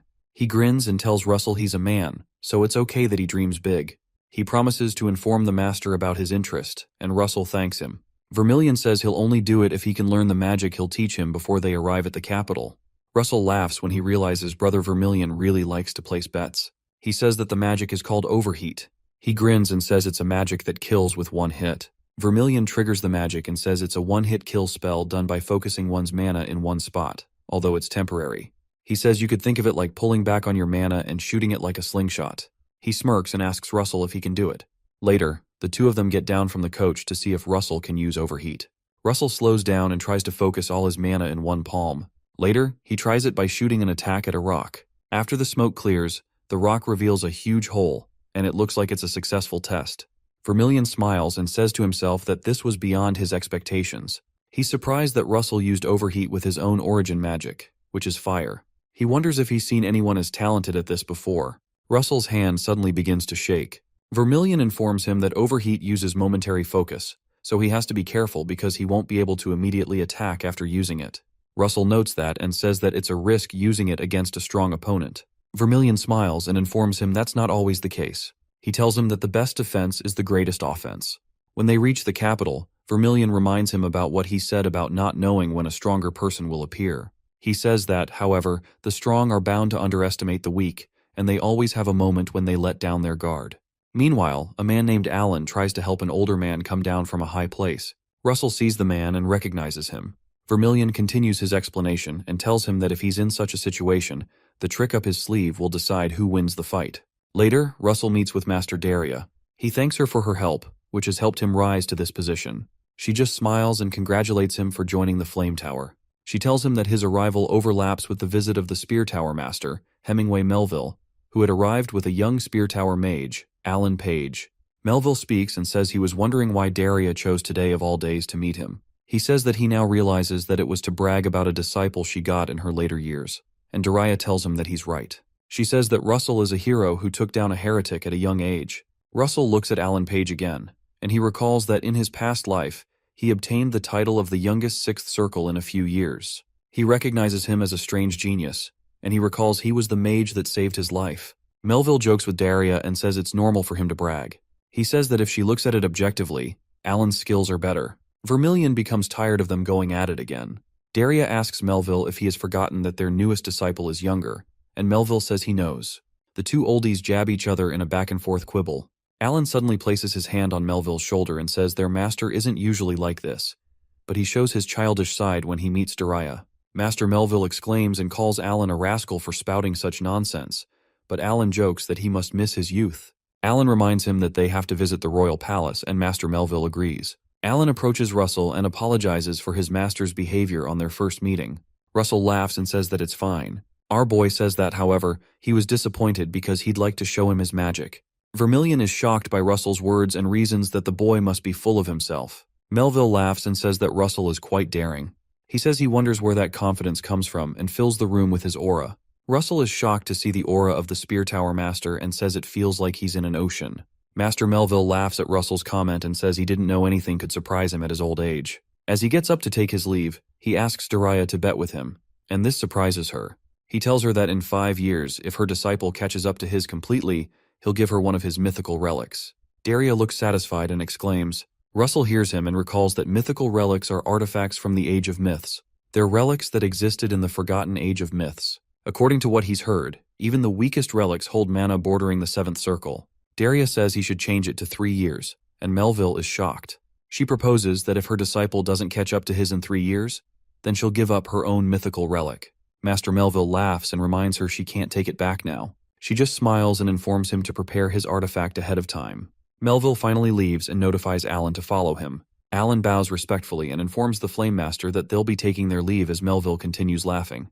When they step out, Alan asks his master if it's okay for him to put a mythical relic on the line for a bet. Melville informs him that it is not, which shocks Alan. The master turns back toward him and tells him to do his best, to give it his all. Alan cringes and says he feels like the older one in this relationship. Meanwhile, Vermilion tells Russell that he doesn't seem to be able to stay still on his first day. He asks him if Alan is his friend, so Russell apologizes. Our boy wonders if he really did something wrong. Later, Miss Daria speaks with Russell and informs him that Olsen told her that he'd like to help with tracking down the cult members. He confirms that he would like to. Master Daria mentions that he spoke just in time because she just received reports from their spies. She informs him that they discovered traces of the cult member who attacked the academy. He was seen somewhere in Sudra, a neutral city, and he's trying to run away all alone. Russell recalls that Sudra is a so-called paradise for criminals, which must be the reason he chose this place to run to. Master Daria mentions that tracking the offender down will be easier for him since he's confronted him before. She says the only issue is that the offender will probably be prepared to defend himself again. She asks him if he's still going to take the risk. Russell surprises her by saying that he will fulfill his duty as a guardian of the kingdom. The master seems pleased by his reply and informs him he'll depart the next morning. She tells him that she'll prepare a teleportation portal for him and reminds him not to forget his supplies. Our boy is glad she gave him permission, and he figures that he's taken the first step to stop Professor Hubert's death. The next morning, Russell travels to Sudra in a coach. Inside, he's surprised that they gave him 2 highest-grade potions, which he's never been able to use because they're pretty expensive. Russell guesses that the master is worried since he's their youngest disciple, even though she allowed this mission. While he's traveling, he sees a building that catches his eye, so he decides to stop by for a bit. It's the Louvre Museum, where his time travel began. He rushes to the room where he saw the dragon heart. He says to himself that all this time he's been wondering why such a miracle happened to him. His conclusion is that it was for him to grow more and protect even more people. Suddenly, a screen pops up with a mission to get the heart of the dragon folk with an unknown reward. Another notification shows him another mission called Dragonication, where he draws on the power of a dragon at his will, with rewards of 3 intermediate stones. Russell realizes that securing the heart of the dragon folk means he has to make a great contribution to warrant the granting of a commodity belonging to the royal family, which is pretty difficult, but not impossible. He checks the other mission and wonders what on earth Dragonication is. The system decides to explain it to him when it realizes he doesn't understand it. To explain it, the system triggers a strange burst of mana, and Russell's eyes become like those of a dragon. Russell recalls that he's felt this sensation before when he experienced a boost of magic at moments of crisis. He notices his reptilian eyes in the mirror and wonders if he's the one in the mirror. Later that day, he reasons that this power must have manifested during the fire trial, and it must be the reason he was able to survive it. He wishes he was able to control the sensation at will. He also considers the fact that he might be able to increase its potency by adding the overheat technique to Dragonication. If he manages to do that, it may be an extreme death blow that could come close to being a 6th circle. The only issue is that he doesn't know how to master it, since the power only manifests on its own when in danger. Pepper overhears him complain that he doesn't have time to train because of the mission, and realizes it won't even be possible to summon Dragonication with the usual training. Pepper gets an idea and tries to drag him away. He keeps sulking, and he tells himself no matter how much he focuses, he can't feel the same sense of crisis at will. Pepper notices he doesn't budge and gets angry. Suddenly, Russell notices a stream of fire over his face. He quickly gets up and notices Pepper growling in dragon language. Russell laughs and asks him if he can help him out. Pepper smiles and growls affirmatively. Later, Russell sits attentively as Pepper sits on his head. He tries to cross over into the mana world, just like Lady Ilo taught him. He soon appears there in his mind and remembers he was here with Ilo. The flow of time here is different compared to the normal world, and it might be the perfect place for magic training. The only issue is that he doesn't have a sparring partner. Suddenly, he looks back when something startles him. A huge, massive dragon appears, and it's clear that it is Pepper. Russell is shocked to see his true form, but Pepper just playfully nudges him. He thanks Pepper for helping him, but he says he's not comfortable fighting him. Russell notices that Pepper brought some other spirit beings for him to fight against, and he laughs that he was worried for nothing. One of the spirit beings looks like a man, and Russell smiles when he sees him. He cracks his knuckles and tells Pepper to do him a favor. Meanwhile, in a pub in Sudra, some of the spies report to their captain that pagans have left the city and ask if they should chase them. The captain orders them to get all hands on deck to pursue. The captain asks a man named Jackson to report to Miss Daria that the situation has changed. Jackson affirms his orders and tells them all to be careful. The captain smiles and says that he doesn't have to worry. He informs him that he heard a divinity trained by Daria herself is coming to help. He adds that he can't let whoever it is come to take away his chance to play. Immediately after, he orders the men to follow him as they go out on the mission.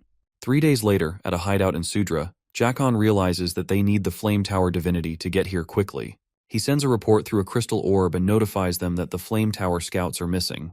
Later that day, some guys notice something odd on the street. They're surprised to see a kid like Russell in a hardcore place like Sudra. Sudra is a neutral city where criminals usually come to escape the law. Russell realizes that it would have taken him a while to reach Sudra if it hadn't been for the teleportation gate in the royal city.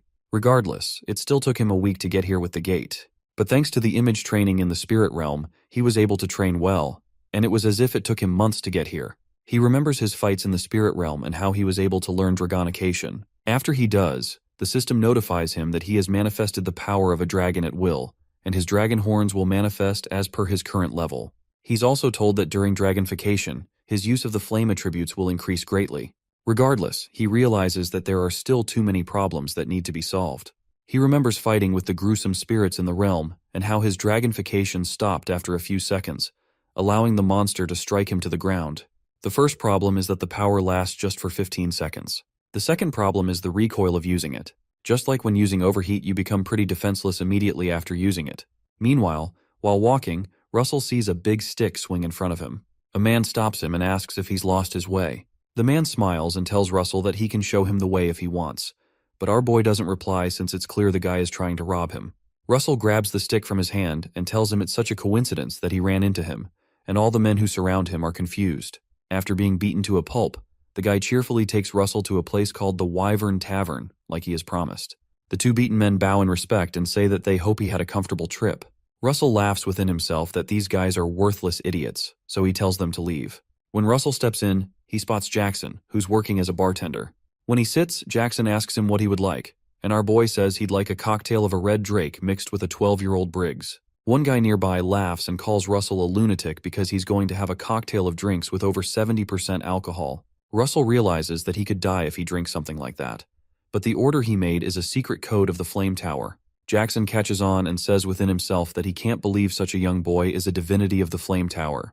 As he serves him a drink, he wonders if he's not too young. Suddenly, Russell is surrounded by a magic shield. Jackson tells him that it's soundproofing magic and the customers cannot hear their conversation. He introduces himself to Russell and informs him that he's a mage of the Red Tower dispatched here. He says he works undercover as the manager here at the Yellow Wyvern. Russell also introduces himself and suggests that they go somewhere else. When they step outside, Russell asks him about the scouts that went missing 3 days ago. Jackson affirms that this is true, and the last they heard of them was that the scouts were headed towards the desert ruins, tailing the sorcerer that attacked the boys. Russell asks if they fell into a trap, but Jackson says they aren't the type of men to act in a rush and fall for some trap. Russell asks him if he has the map for the path to the desert ruins, and Jackson wonders what he needs one for. Our boy says he needs to rescue them, but Jackson tells him that place isn't one where he can go alone. He says that the ruins where the scouts went missing are close to the Empire's borders and are quite dangerous. Russell reasons that Jackson doesn't seem to trust his capabilities, but Jackson suggests that he waits for extra reinforcement. Suddenly, Russell activates his mana aura, and this shocks the man. Jackson recalls that he heard he reached 4th circle recently, but the energy he's giving off is at least 5th level magic. The worst part is how easily he's controlling it. Jackson coughs from the impact of the mana aura and confesses that it seems he was a bit hasty. He says he'll tell him the way to the ruins. Russell smiles when he realizes his approach worked. Meanwhile, somewhere else in Sudra, the sorcerer reports to some people higher up in the heretic sect and tells them that they left behind traces as per their order. The two concealed sorcerers commend his good work and say they can already smell the blood of those who would come to investigate. The next morning, Russell heads to the desert ruins. As he guzzles a bottle of water, he wishes he had known about the heat earlier so he could improve his ice magic. He pours some of the water on his head because the place is pretty hot. Eventually, he arrives at a building in the middle of the desert ruins where the men were last seen. Our boy notices that there are a lot of entrances into the building. He reasons that if his mission was only to find the cultists, he would have just nuked the ruins and forced them out. But since they might have the scouts captured in there, it's not an option, and he'd have to go inside. Russell reasons that they probably have traps inside the building. He decides to go in through a different route if that's the case. In a bid to enter through the most unexpected way to surprise them, he leaps onto the top of the building. He drops in through the roof and cushions his landing with some wind magic. After he lands, he's glad to notice there aren't booby traps coming for him. When he looks in front of him, he sees a large drawing of a man fighting alongside a dragon. The man that's standing next to the dragon seems to be a black-haired warrior. He looks to the end of the drawing to see the opponent, but realizes that part of the image has been torn out. While he's looking, he hears someone say it's a surprise to see him. He turns around and spots the sorcerer from before. The sorcerer comments that he can't believe it's the guy from the academy that's chasing him. With him, there is an army of enemies on both sides. The sorcerer says he's glad he walked in here on his own, so he won't have to go through the trouble of finding him again. The army is made of undead soldiers as usual. The man says that he'd grant Russell death as a show of his gratitude. Russell laughs and asks him if he hasn't been running a bit too far for a guy who talks so big. The sorcerer becomes angry and his eyes burn bright. He orders that he dies, and the undead army launches forward at Russell. The sorcerer considers that these are the corpses of elite soldiers who died on the battlefield. This means they'll be much stronger than the ones Russell fought before. He grins and tells himself that this will be the boy's grave. Russell suddenly responds, and he creates a firewall around him like the last time. The sorcerer is shocked and asks if he's using the same magic again. Russell just laughs and says it's not the same one, but it's going to be different this time. Our boy recalls that draconification isn't the only thing he practiced during his time in the spirit realm. He relies on his training and starts to expand the magic firewall. After that, he decides to add a vector formula to make it mobile, and it becomes a fire wave. The undead army remains around, unable to cross the firewall. Suddenly, the wall burns fiercer and grows. The fire reaches outside and envelopes the undead monsters. The fire burns them up and even covers up the entire room. The sorcerer watches in shock as the fire wave burns up his army, and he feels it shouldn't have been so easy. After the fire settles, Russell walks towards him and says that he can see him. The sorcerer is shocked that Russell can see him because he was using an invisibility cloak. He's shocked that Russell was able to use detection magic amidst those flames. He curses when he realizes he's in trouble and it's too late to run away. Russell runs towards him with a maniac grin on his face and announces that it's too late to run away. The impact of the attack is so strong that a massive explosion rips through the entire ruin. The man doesn't die. He collapses and starts to cough profusely. Blood starts to come out of his mouth, and he wonders if this is all he can do to put up a fight. Russell walks towards him and tells him to surrender now and save them both the trouble. The man says that he can't do that, and Russell wonders what he's talking about. The man staggers to his feet and says that his soul doesn't belong to him, and as if that wasn't enough, he sold his family too. The man screams out that he's given out everything that belongs to him. Suddenly, two people appear over the ruin and jump down through the hole while Russell isn't looking. The female, named Beth, uses a magic called Demonic Claw, and the man uses one called Nightmare Tail. They seem to be the people the sorcerer was reporting to. Russell quickly turns back and notices the monsters heading for him. They both land an attack on the spot where they're standing, and some dust and smoke cover the entire area. The smoke clears, and Beth laughs at the sorcerer, telling him he's looking good. The man says he understands that he's just the bait, but he finds it pathetic that such a young kid would rough him up this much. Beth scorns him by saying the look of a drying rat looks perfect on him. The already weak sorcerer informs them that Russell is the guy they're looking for. He tells them that he's the target, the disciple of the Flame Tower Master. The two cultists are shocked to hear that and become angry when they hear Daria's name. Meanwhile, Russell protects himself from the impact using a shield. He opens the shield and tells the attackers that filthy people like them better keep his master's name out of their mouths. Suddenly, another screen pops up and gives him a mission to capture at least one of the three cultists, or kill them all. The cultists turn towards him, and the male one tells him he would have been much better off with a quick death. Beth agrees, as she laughs like a maniac. She calls Daria a B-word and says there's no way her disciple would die so easily. The woman announces that she'll kill him, make a marionette out of his body, and then make it dance in front of the flame tower. The male cultist orders the sorcerer, whom he calls Xavier, to quickly block the entrance, and he brings out his nightmare tails. Beth covers up the entrance with the bones of the dead soldiers. She activates her demonic claws and says this is getting fun. Russell notices these guys are using a full frontal attack and not calling on the dead while hiding in the shadows like the other sorcerers. He figures that they're nothing like the other opponents he's faced till now. Beth yells and asks if he's not going to come at them, because they will if he won't. Russell informs them he'd like to ask them one question. He asks what they did to the scouts who came before him. The male cultist asks him which scouts he's talking about. Beth becomes impatient and tells him to stop pulling petty tricks to stall for time. She launches the demon claw stingers at him and begins the fight. Russell jumps out of the way and wonders how these guys don't know about the scouts. Before he can land, the guy targets him with his whips using Nightmare Tail. The whips move pretty fast, but Russell manages to dodge them. He wonders if they don't really know or are pretending. He decides he'd have to find out for himself.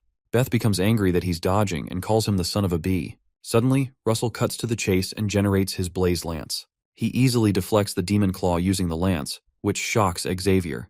The sorcerer behind them screams out that the spear he's holding is the same one that crushed the giant skeleton.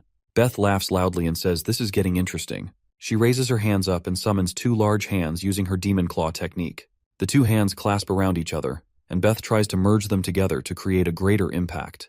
She generates a spear of her own, called the Demon Claw Spear, and grins widely. She laughs and tells Russell to guess which one is sharper.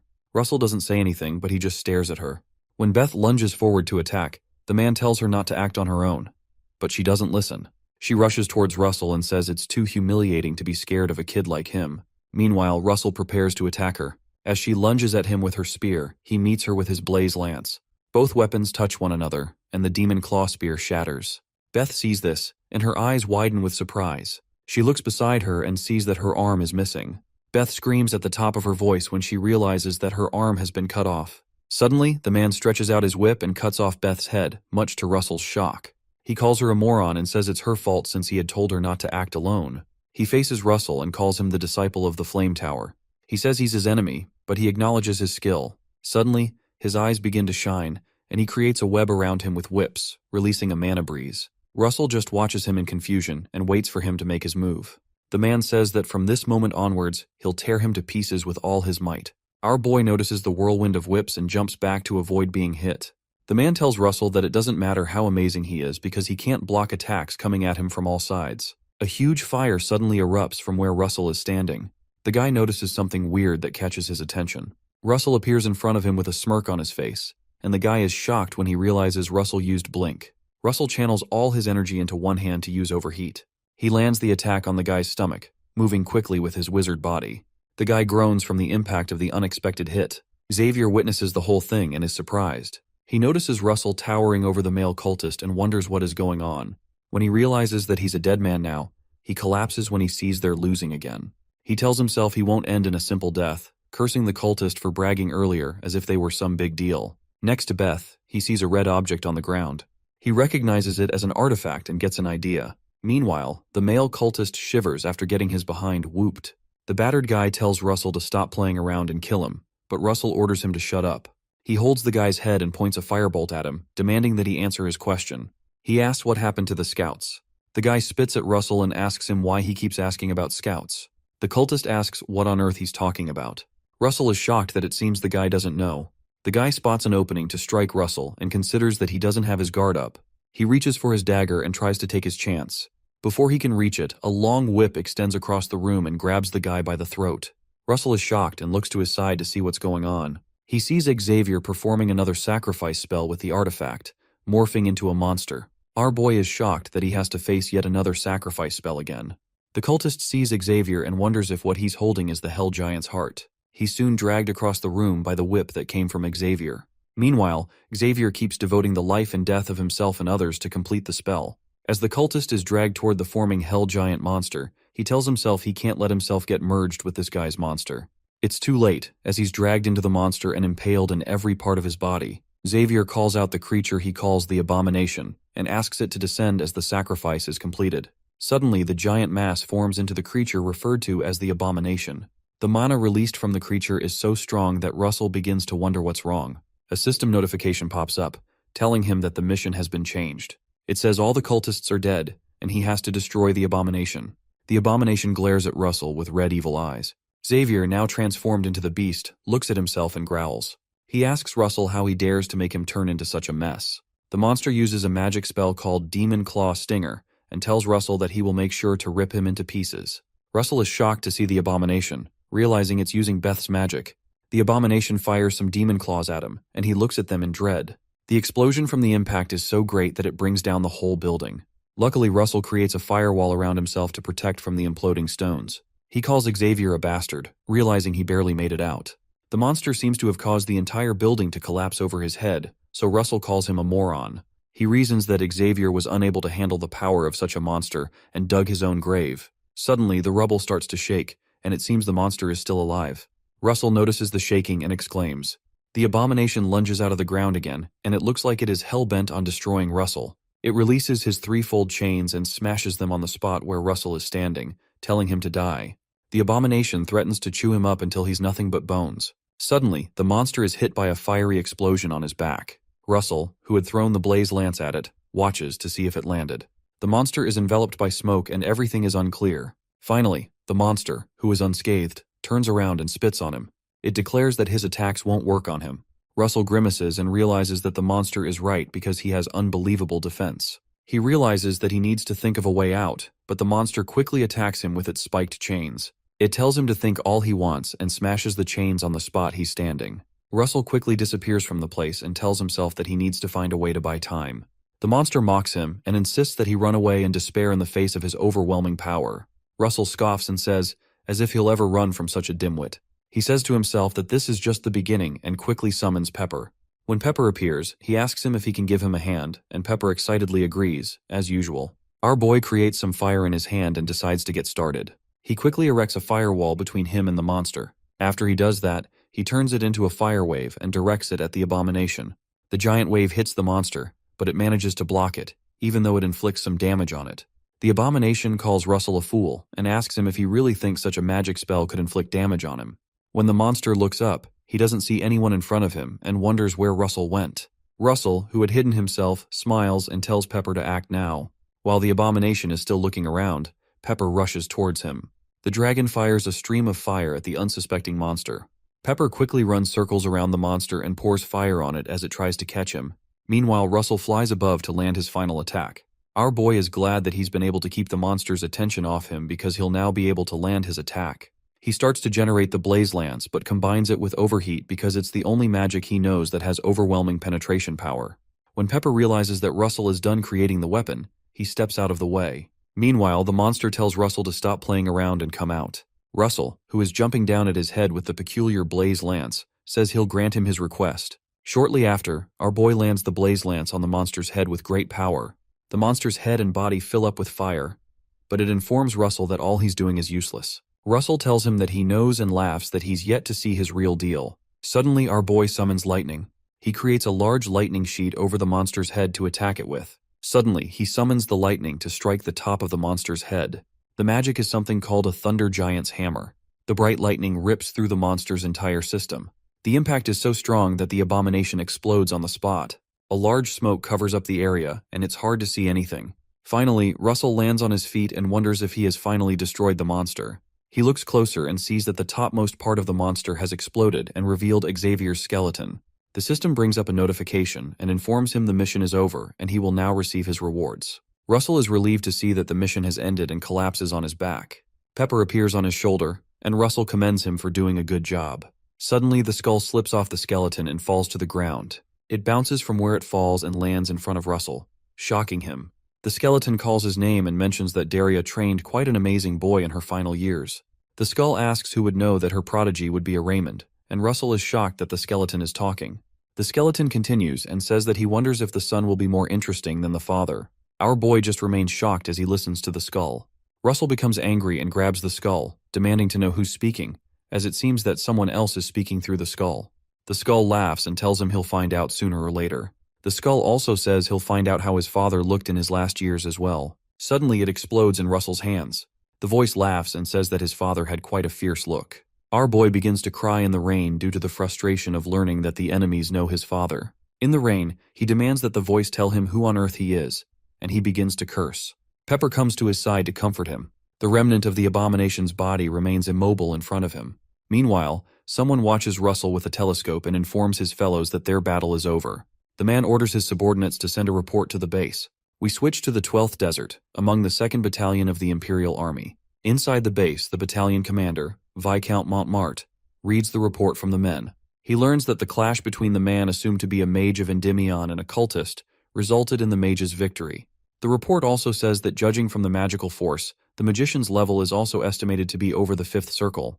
The information surprises him, and he calls for the intelligence officer. Commander Viscount demands to know how it's possible for him not to realize that a mage of this caliber came this close to their territory. The intelligence officer apologizes and says that there were no reports of any unusual movements of high-ranking mages of Endymion. One other officer sitting nearby says it's possible that the person is a new mage. He adds that there's a rumor that the Flame Tower has a new youngest member. The intelligence officer tries to defend himself by saying that the mage must have just graduated from the academy, so there's no need to worry as long as they don't come close to the borders. The commander calls him a moron and tells him that that fresh graduate is estimated to be above 5th circle already. He says that means he could be a major force of Endymion in the future. Both men keep quiet, and the commander just sighs. The commander curses and says he doesn't want to have to deal with it. He says he has no choice but to call that maniac to deal with the threat, referring to an unknown person. Meanwhile, under the hot desert sun, Russell sits on a sandhill and chugs some water. He's in deep thought and keeps thinking about something. He wonders if the cultist really killed his father. Russell tells himself that he has to focus on the mission to find the scouts right now. Especially now that he has people trailing him, he can't afford to lose focus. He looks to his side and figures the people must be scouts sent by the Empire. He notices they haven't attacked him, so he supposes that their objective is just surveillance. Suddenly he sees a strange figure far away on the desert ground. As he looks closer, the person starts to shine bright. Russell rushes towards the person with his wizard body to catch him. When he gets closer, the person completely disappears. He mysteriously sustains a cut to his cheek, and he falls to the ground. Russell gets up and wonders if all he has seen is a magical aura.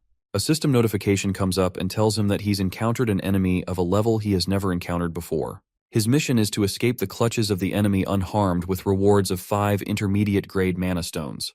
Russell is shocked, and he looks at his attacker to know who he is. The guy appears to be a swordsman, and he recognizes him as someone named Spandam.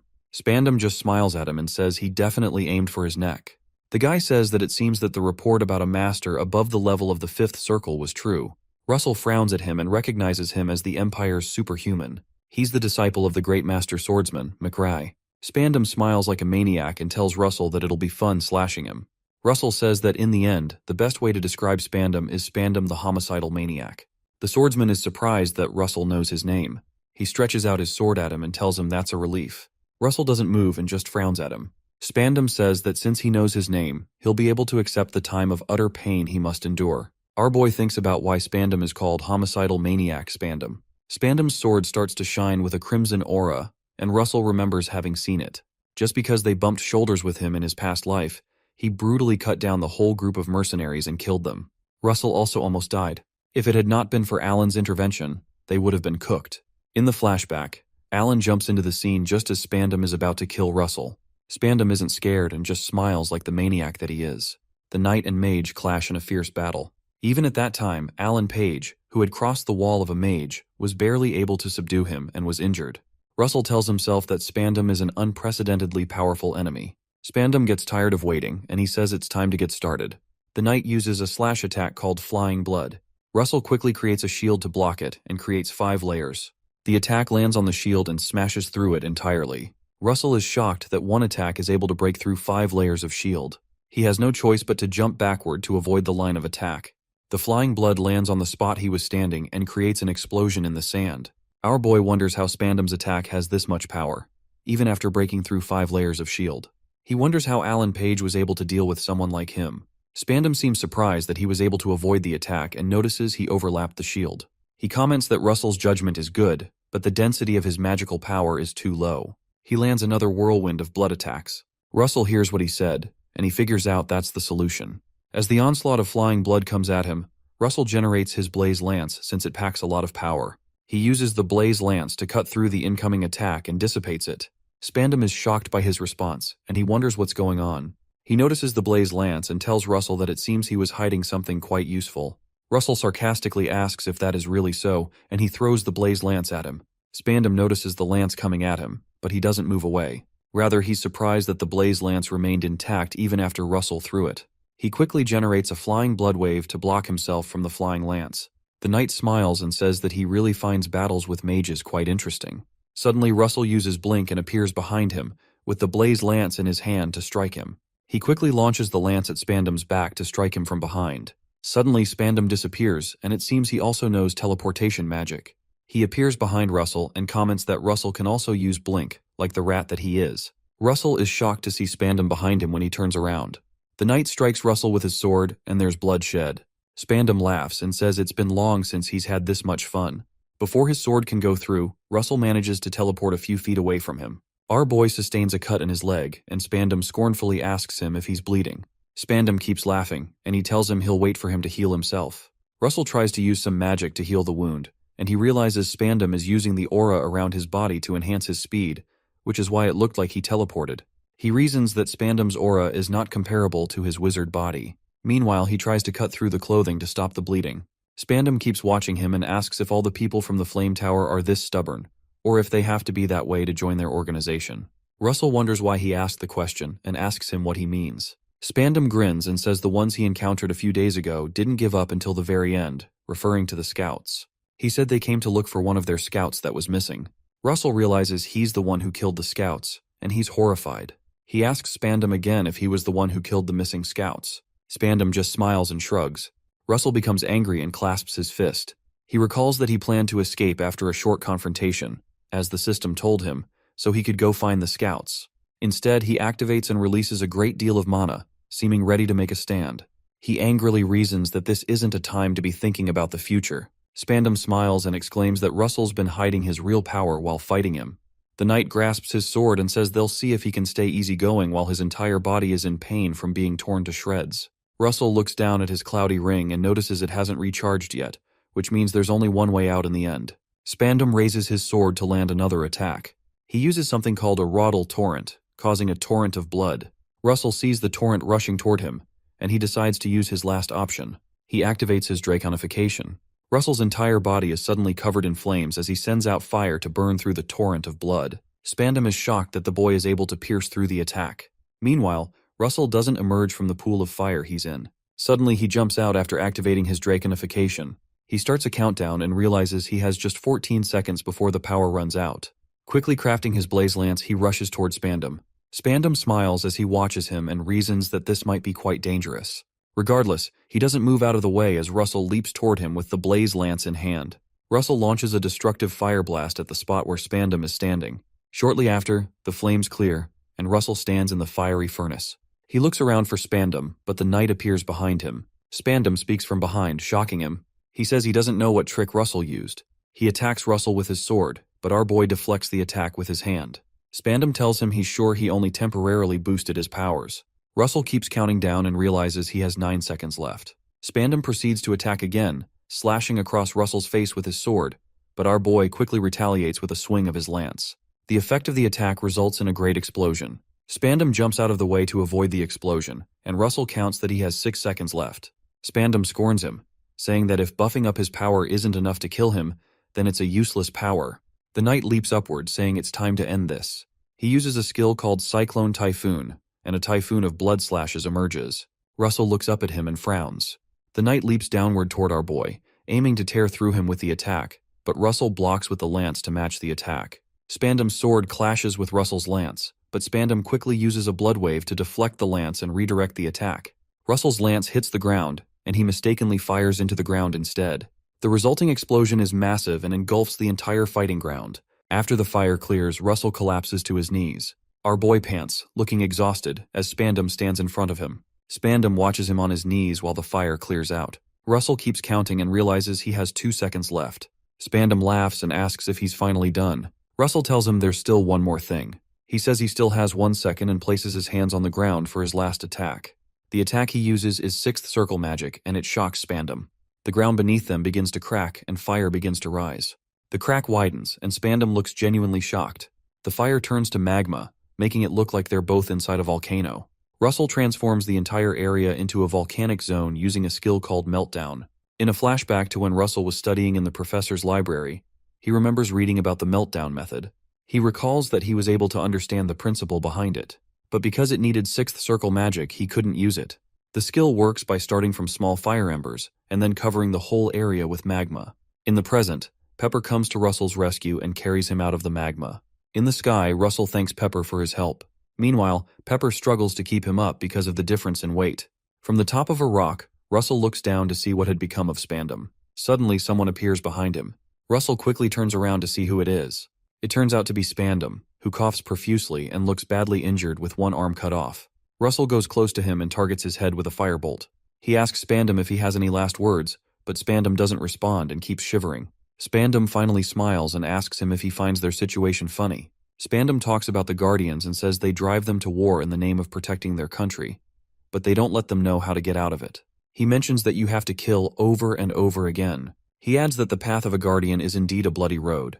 Spandam tells Russell that he welcomes him to it. Russell hesitates and Spandam just keeps waiting for him. Seconds later, Russell executes Spandam on the spot. He stands in front of the corpse and just thinks quietly. The system soon brings up a notification that he has completed the mission and exceeded the requirements, so he is awarded 8 intermediate-grade mana stones. Meanwhile, in the tavern, another scout comes to give intel to Jackson and tells him that word has gotten around that Spandam, a knight of the Empire, is acting in secret in the desert.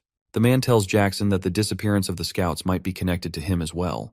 Jackson is shocked, and he reasons that if this is true, then the divinity of the Flame Tower is in danger as well. He reasons that no matter how skilled he is, he won't be able to stand against Spandam. While they're talking, Russell walks into the tavern.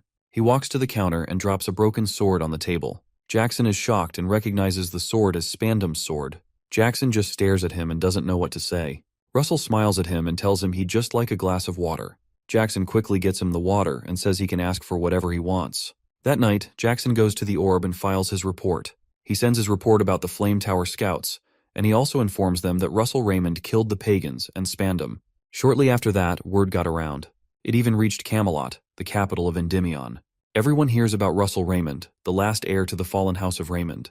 They hear the rumor that he defeated Abomination, the magical beast of the pagans, and that he even beat Spandam, a knight of the Empire, despite being a newcomer in the Flame Tower. The rumor was hard to believe, and it was met with mixed feelings. Shortly after, Russell returned to the tower through the portal. When he appears, the Master looks excited to see him, but Brother Olsen and Hubert seem intrigued. Some, like Master Daria, feel relief. She rubs his hair and thanks him for coming back alive. Some became competitive. Master Melville reads the report, and he laughs that it seems this is going to be a tough bet. Alan also reads it, and he comments that it seems this junior is way more awesome than he thought. Some felt hate and rage. In another part of the world, some people inform Spandam's master, McRae Hughes, that he is dead. McRae cleans his sword, and he asks the men if that's all the information they have for him. McRae is the swordmaster of the Empire, and the rage is evident in his eyes. The men cower before him and tell him that's all the information they have. Russell reasons that even though everyone felt different emotions, they all had one thing in common. Meanwhile, McRae declares that it's going to be an eye for an eye, a disciple for a disciple. He smashes his sword on the ground in deep anger. A dark force comes out of the ground where he strikes and travels forward. The force travels from where he is into the forest and destroys the whole place. The one thing everyone that heard the message had in common is that they all had a strong impression of Russell Raymond. McRae remembers Daria Stone White, and he says that he'll get payback for this at all costs. Later, Russell gives Master Daria a report of his mission. She asks him if what he's saying is that the pagans were involved in his father's death. Russell reaffirms what he said. She informs him that a lot of records were lost during the war, and it's hard to find out the true situation. She says it will be harder to identify the culprit. Russell tells her that he's aware of that. To comfort him, the master holds his hands and tells him that one thing is sure. She says that if they keep chasing the pagans, they'll be able to reach the truth, and she asks him if he thinks so. The master assures him that she, along with the Flame Tower, will always be here to help him, and Russell heartily thanks her. Shortly after, the coach rider announces to them that they've arrived at their destination. Master Daria tells him that she hopes he can put his doubts and anxiety aside so that he can expand the horizon of his knowledge for today. They get down and step into a large building. Inside the building, there's a gathering of the Magic Tower Council. The Magic Tower Council is a magic society that brings together the masters of more than 20 magic towers that exist within Endymion. Russell says that 2 months ago, thanks to him defeating Spandam, he was granted access to attend this council as an aide of the master, despite being a rookie within the tower. When they step in, one of the masters recognizes Russell as the divinity they've heard about, and another man says that it's an honor to meet him. Russell laughs and thanks them for their kindness. While they're greeting, someone else who approaches them nearby tells Master Daria it's been a while, referring to her as Senior. Daria turns around to see who it is. She recognizes the man as the Yellow Tower Master, and she repeats that it's indeed been a long time. When he nears them, Miss Daria introduces the Yellow Tower Master as Niccolo Machiavelli. She informs Russell that he's the organizer of today's Magic Tower Council. Russell quickly bows and greets the master. The man laughs and tells him that he doesn't have to be so formal. He remarks that he took down the disciple of that damned rascal. Russell looks up and wonders what rascal they're talking about. Miss Daria informs him that he's talking about McRae Hughes, the Empire's swordmaster. She informs him that the man he took down was his disciple. Niccolo points at the slash across his eye and says it was refreshing to hear the news. Russell notices the cut across his eye and realizes that it must have been McRae's doing. Master Daria interjects and asks him to stop bringing up old wounds and to go get ready for the presentation. She reminds him that he had said he had an important agenda today. Moments later, Master Melville and Alan Page approach them. Master Melville greets the Flame Tower Master and the Yellow Tower Master. Russell looks to his side and spots the Spear Tower Master.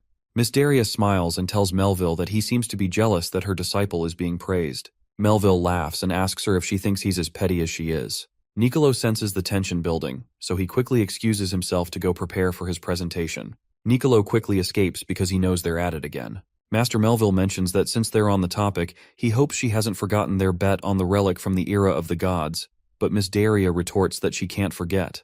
Master Melville starts to boast and says his dear Alan has already done something. Before he can finish his sentence, Alan places his hands on his master's shoulders and reminds him they need to get to their seats. Alan starts to drag him away, and Master Melville calls him a brat and tells him that he was still talking. He screams at Alan to let go of him. Russell begins to laugh at the display by the master and his disciple. Shortly after, the presentation begins, and Master Niccolo announces that they start this session of the Magic Tower Council. He announces that the main agenda for this meeting is about the ruins being excavated at Mount Calvane. He says that the ruins appear to date from the end of the mythological era, and evidence of them having been looted is yet to be found. This means there's still a good chance a relic is intact, so he grins widely. Russell thinks about the idea of a relic from the mythological era, and Master Daria comments that they just may unearth an artifact that will rock the times. Niccolo announces to the masters that this is why they need their help to secure the site. Master Niccolo calls on Sir Alan Page of the Spear Tower to help out. He also mentions Russell from the Flame Tower, and he says he would like to ask them both a favor.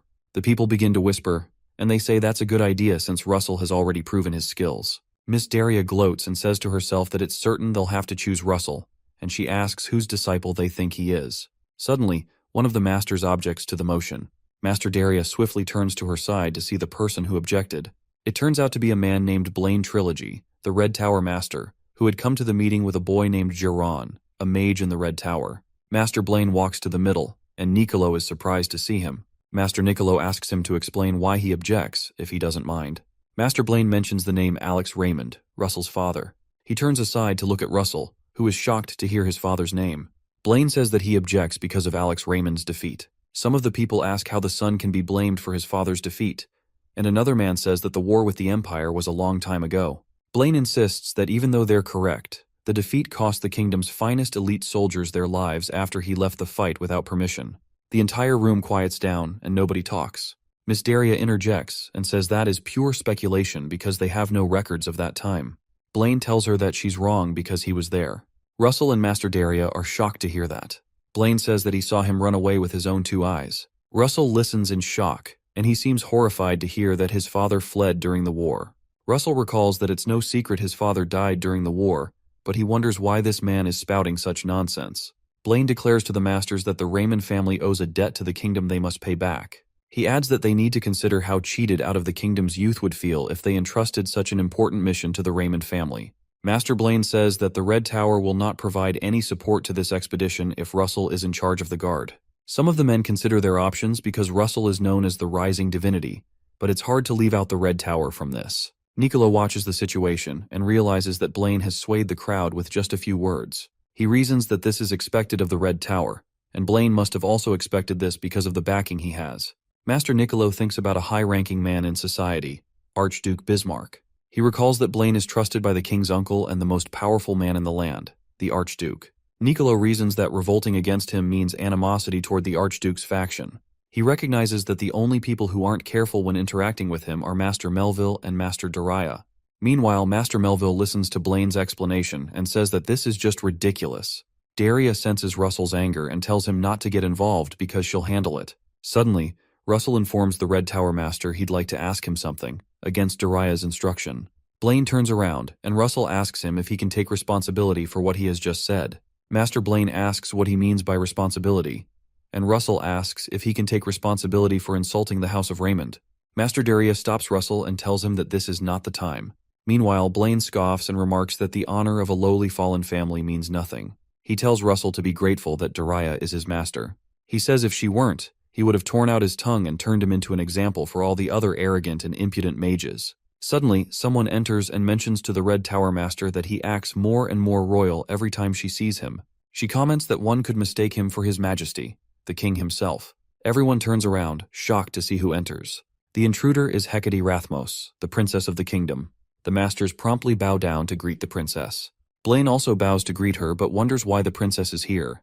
Princess Hecate says she was listening from outside, and she thinks that the Red Tower Master has a point. She says that if someone owes a debt, they have to pay it back. Miss Daria tries to interject, but the princess says there's a but. Princess Hecate says that for the person to pay back, they must be given the chance to do so. Finally, she announces to them that she's ordering that the Spear Tower and the Flame Tower act as guards, along with the Red Tower. Blaine hears her verdict, and he's surprised. Princess Hecate simply smirks at him. Blaine reacts and reminds Her Highness that this is not a matter to be taken so lightly. Princess Hecate calls on Niccolo and asks him who the greatest sponsor of the excavation is. Master Niccolo mentions that she is the great sponsor. The princess smiles and says they're going to proceed as she said. After she makes her statement, she leaves the room. Blaine looks at her and smiles uncomfortably. Niccolo quickly quiets everyone down and announces that the next item on the agenda is the schedule of the excavation. Russell seems dumbfounded by all that just happened and thinks about Princess Hecate. After the meeting, Blaine reasons that this was his chance to nip the Raymond family in the bud, but he can't believe the princess interfered. Suddenly, Geron notices something on the track of their coach, and he jumps to the roof, wielding a crimson sword. The coach rider stops abruptly when he reaches someone blocking their path. Master Blaine comes down and tells Daria that he can see she still has no manners. Daria simply smiles and says he's not the only one who doesn't have manners. Suddenly, Geron points his sword at Daria's neck. She smiles at him and asks if he thinks his sword is enough. Geron just looks at her, not understanding what she means. Master Blaine steps forward and tells Jaren to put his weapon away. Geron is surprised by his master's change in tone, so he bows and leaves. Blaine tells Daria that, from knowing her, he knows she's not here for an apology, so he asks what she wants to say. Daria says she wants to talk about Alex Raymond, and Blaine seems surprised. She asks him if he also witnessed Alex's death, and he informs her that he didn't exactly see it. Miss Daria says that's a shame because she's trying to get to the bottom of his death and thought she'd ask him just in case. Blaine comments that he doesn't believe she'd go to such lengths and asks if she was acquainted with the dead Raymond. Daria angrily rebuffs that it's a matter concerning her youngest disciple, and a disciple's matters are their master's matters. She adds that she's simply trying to help her disciple settle a score, and she's going to find whoever was responsible for his death. She immediately strikes her staff on the ground and disappears, leaving the men surprised. Master Blaine orders the rider to turn the carriage around and head to the Archduke's mansion. He says there is something there he needs to check. Meanwhile, in the Archduke's mansion, a skull is placed in a dark room with a heretic inscription on its forehead. Suddenly the skeleton comes to life, and its eyes burn bright. Sometime later, Master Daria asks Russell if he's still leaving tomorrow. She asks him how he will be able to perform well in the mission when he's so distracted during his training. She asks him if what that old man said is still bothering him. Russell continues his fight against the monsters, and he tells her he's not. Master Daria looks closely at him, and she recalls that people had praised him as divinity, and now suddenly they're slandering his late father as a coward. She wonders if there's a way that he wouldn't be shaken by it. Master Daria comes down to speak to him. She tells him that the truth will eventually come to the surface, and she wishes he would just focus on walking on his path. Russell thinks about what she said about walking his path. Finally, he asks Master Daria to guide him once again.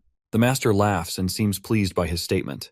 Russell realizes that it's not going to be an easy path, but it's a path that must be walked. He tells himself that children must step out of the shadows of their parents. Meanwhile, Princess Hecate walks out in the public and conceals her identity. As she looks back at the palace, she thinks about how large the shadow of her parents is. She turns away from the house and proceeds to explore the city.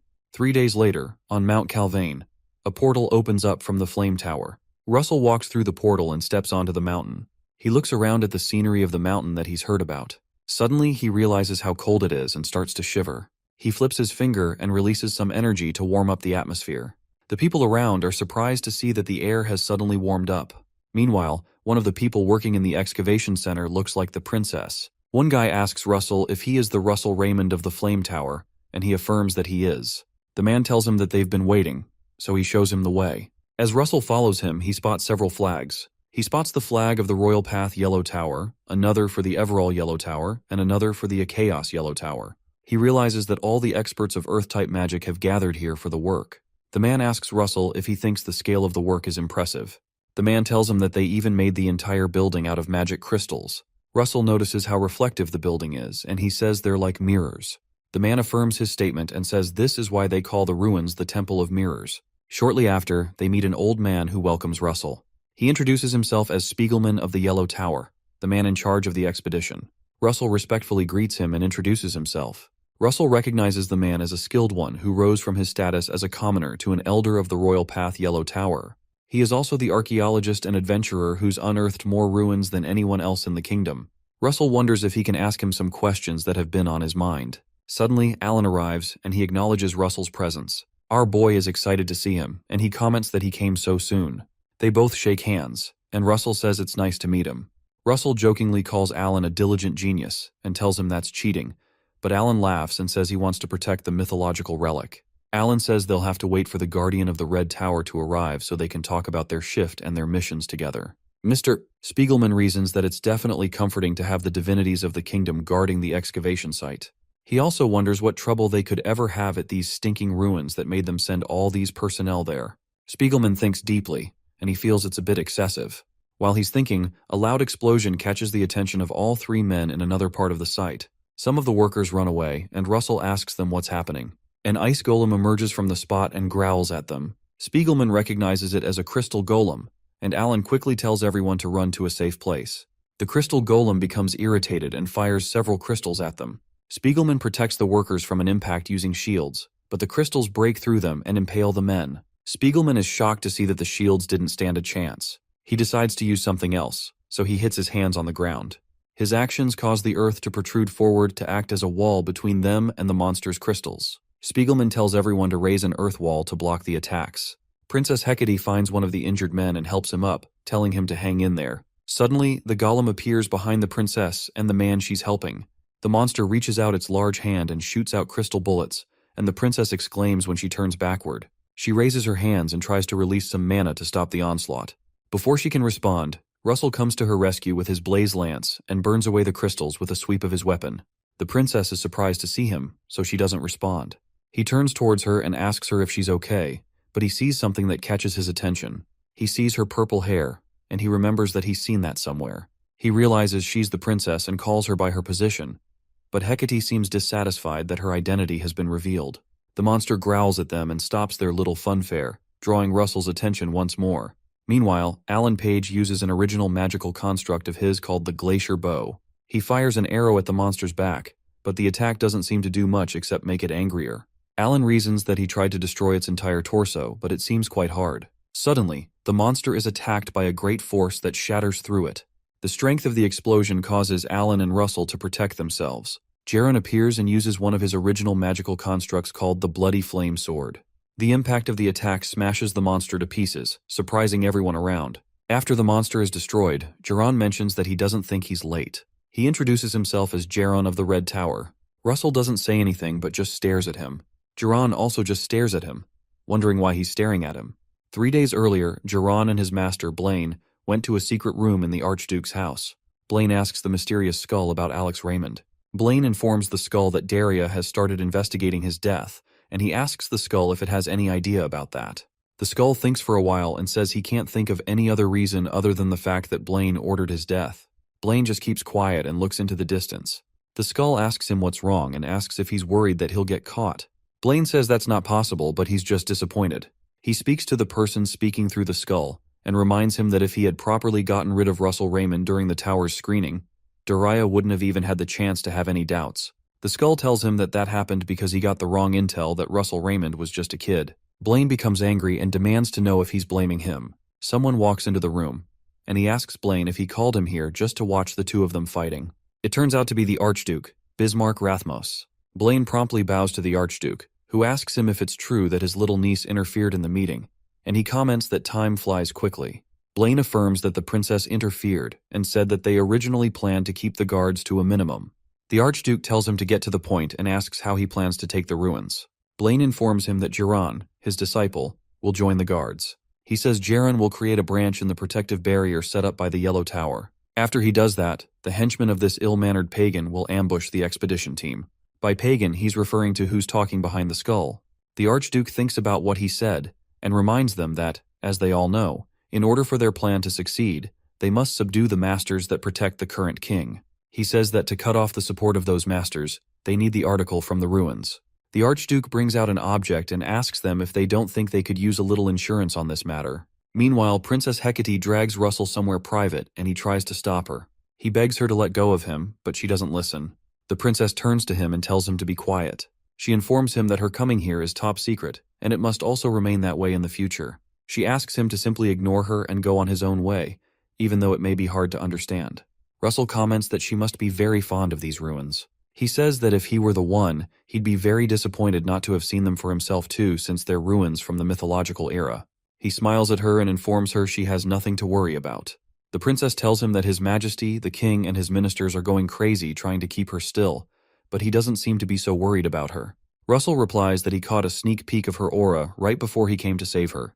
He excitedly says she has such monstrous power that even most knights can't handle, so he thinks there's no need to worry. The princess is shocked to hear him call her power monstrous, so she releases some mana to her hand and taps his head. Russell just stands there with a bump on his head. The princess tells him she'll get going and encourages that they do their best. As she leaves, she reasons that he's got a decent character, but he's still a complete kid. Meanwhile, Russell remembers that he should have asked her for the dragon heart that the system told him to secure in exchange for turning a blind eye. He wonders how he forgot and says he's an idiot.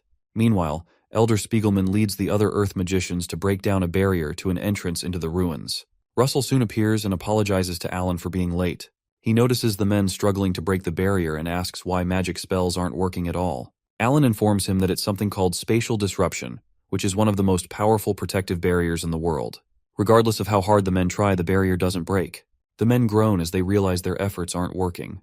Mr. Spiegelman angrily curses and wonders why there is a spatial disruption now of all times when they've finally found the gate to the ruins. Meanwhile, Jaren just stands back and doesn't say anything. Jiran reasons that he needs to send a report to the Archduke. Later on, Elder Spiegelman is shocked to hear that there is a way to breach the barrier. Alan informs him that with the relic from the era of gods in the Spear Tower's possession, they can penetrate through the barrier and pass through. Mr. Spiegelman says that he doubts they'll give up something so precious so easily, and Alan says he plans to go personally to ask for it. Mr. Spiegelman grabs his hand in appreciation. He tells him that if he can sort out this issue this time, he promises to repay him for the favor as a representative of the Yellow Tower. Alan just smiles and says he'll try to get back as soon as he can. Alan goes to meet the other mages and tells them that although it's against his will, he is indebted to both of them for covering for him when he leaves. Russell says it's not like that and assures him that everything will be okay. Jaren doesn't say anything but reasons that with Alan's page gone, that leaves only one war mage here, and that's Russell. Russell suddenly informs Jaren that he'd like to discuss duty rotations with him for the night today. Jaren smirks and tells Russell that he'll go first. He turns back and informs the others that he's tired, so he'll be going first. Russell reasons that he's got such a creepy smile. Later that night, some Yellow Tower magicians sit by one end of the shield to guard the site. While they're warming themselves by a fire, they spot some intruders who are henchmen of the pagans outside the shield. The men order them to stop where they are because this place is under the Yellow Tower's jurisdiction. They are suddenly pierced through by crimson shots and scream in pain. In front of them, Jiran, who is an inside agent, uses his magic to finish them off. He goes to the shield and creates an opening to let the henchmen in. As they enter, he informs them that there's been a change of plans. He informs them that a spatial disruption appeared in the area where the ruins are being guarded. He says that to bring the artifact that can break it down, Alan Page is headed for the Spear Tower. The masked guy amidst the henchmen takes a whiff of the smell of burning corpses and says it's lovingly nasty. Jiran continues by saying that to blackmail Alan, they simply need to take Spiegelman as a hostage. The masked guy asks him about the guy who's called the divinity of the Flame Tower and says kidnapping is lame. Jaren tells them to kill him. He reminds them that he won't tolerate mistakes like the last time. One really big guy in the knight's armor amidst the henchmen walks up to him and says, "That's a lot of nagging coming from an onlooker," referring to Jiran. Jiran becomes angry, and it looks like they're about to fight. The masked guy stops the big guy and tells them that they're on the same side and they can't be doing this. The masked guy adds that Jaren is Sir Blaine's cherished illegitimate child, so he can't get hurt. Jiran hears what he says and gets angry. He brings out his sword and stabs the guy, but the masked guy creates a portal in front of him to deflect the attack. Jaren angrily asks him what he said, and the masked guy says he was just making a joke. He tells Jiran to calm down and open up his heart a bit.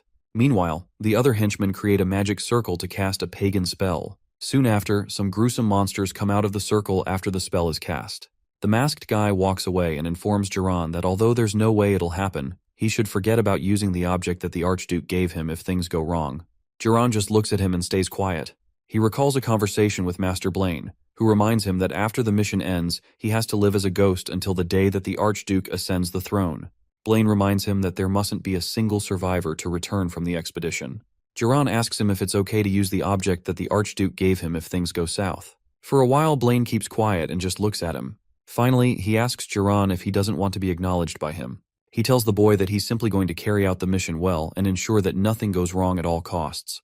Back in the present, Jiran concludes to do as his master pleases. As he watches the fiery monsters come out, he decides that he'll become a ghost after the mission ends. He says he won't just become a ghost, but one that spreads fear and despair.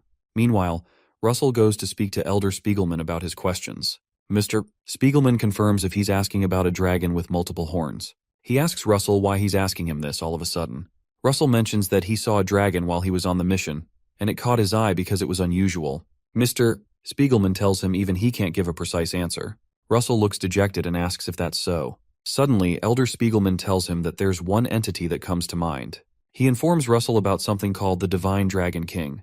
Russell wonders what the Divine Dragon King is and wonders if there's such a thing in existence. Elder Spiegelman says that, however, due to the lack of historical records, very little is known about its achievements. He says that it's said to have raised those worthy to face some great evil. Russell remembers the image he saw of the black-haired warrior. Suddenly, Pepper appears over his head, startling Russell. Elder Spiegelman sees Pepper and is surprised to see that Russell can summon spirits too. Pepper completely ignores them and just moves toward the door. He stands in front of the tent door and growls at something they can't see. Suddenly, something starts to push against the tent covering. It turns out to be the fiery beasts that the henchmen summoned. Russell and Elder Spiegelman are shocked to see the monster. The monster appears to have several boils on its body, and the boils release a great deal of explosion in the tent. Meanwhile, the Yellow Tower magicians outside scream out that they're being ambushed. The big knight advances towards them, and the magicians see him. They decide to join hands to subdue the enemy together. Oddly, the knight doesn't move an inch as they direct earth magic attacks at him. After they finish their attack, he scoffs and calls their skills pathetic. The magicians are shocked that he's still fine after they hit him with their attacks, and they look horrified. The big guy decides to return the favor by hitting them with his large hammer. He hits his hammer on the ground and shatters the ground under him. The hammer releases dark purple light that crawls along the earth and consumes the men, who scream in terror.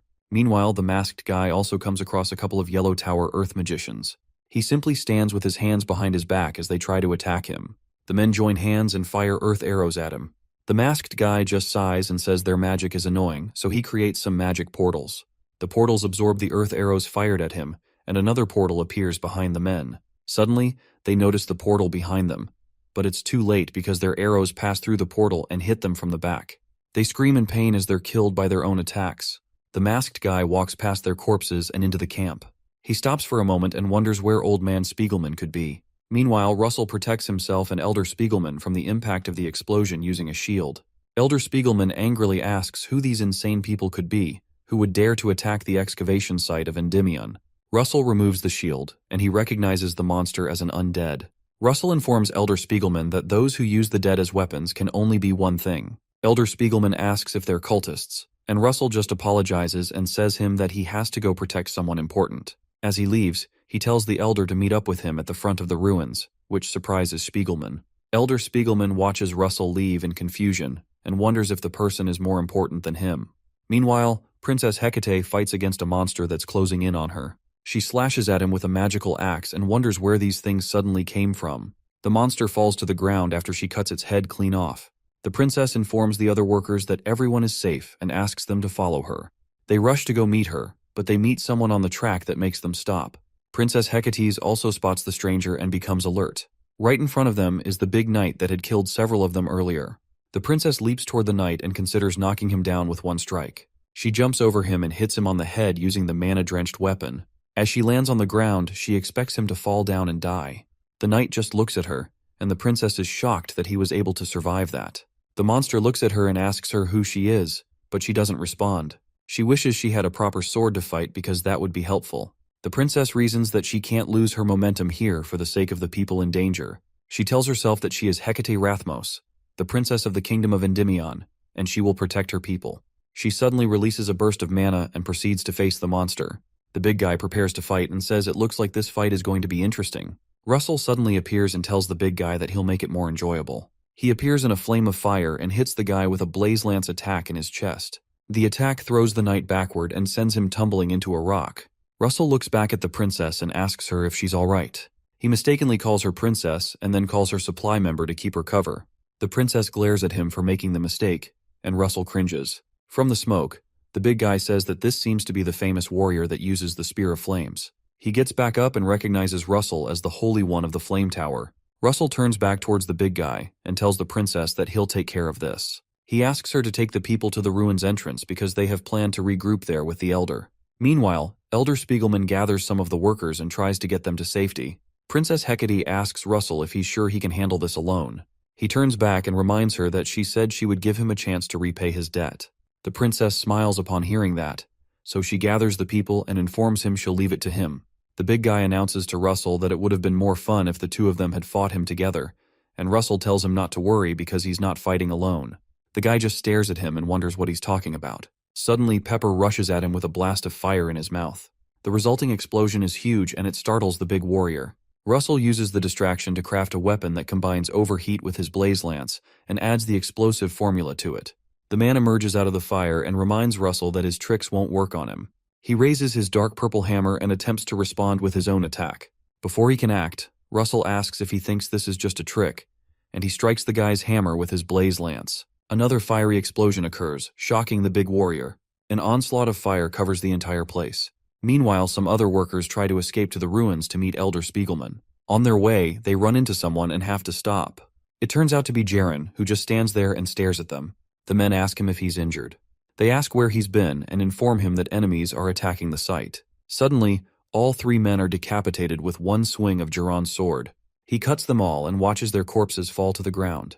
Immediately after, he looks near him and sees Elder Spiegelman gathering with the workers in front of the ruins. Jaron is shocked and wonders what their plan is. When he looks closer, he sees someone familiar among them and recognizes the person as Princess Hecate. Nearby, a great fiery explosion occurs.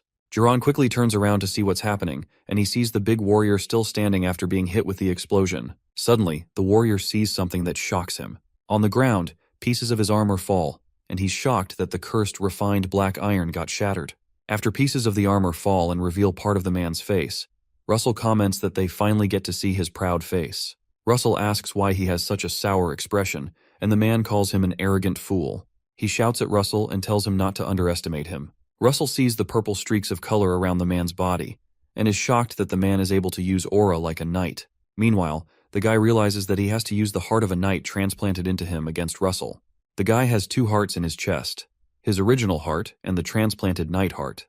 The big warrior prepares his weapon and tells Russell that he'll cut him to shreds. As he jumps forward to hit Russell with his hammer, Russell jumps out of the way to avoid the hit. He's surprised that the big guy is able to move so fast. The big guy angrily turns toward him to pursue, but Russell just smiles. Russell recalls his fight with Spandam and reasons that Spandam is much faster than him, so there's nothing to worry about.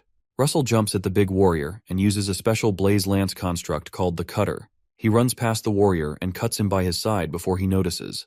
The warrior raises his weapon to attack Russell, but he soon realizes he's been wounded. Russell stands behind him, ready to finish him off, and tells the man that it's time to end this. Before he can hit him, a portal appears between them. Out of the portal, water suddenly begins to gush out. The rush of water sweeps Russell away and knocks him backward. Russell manages to jump back to the ground, and he wonders what just happened.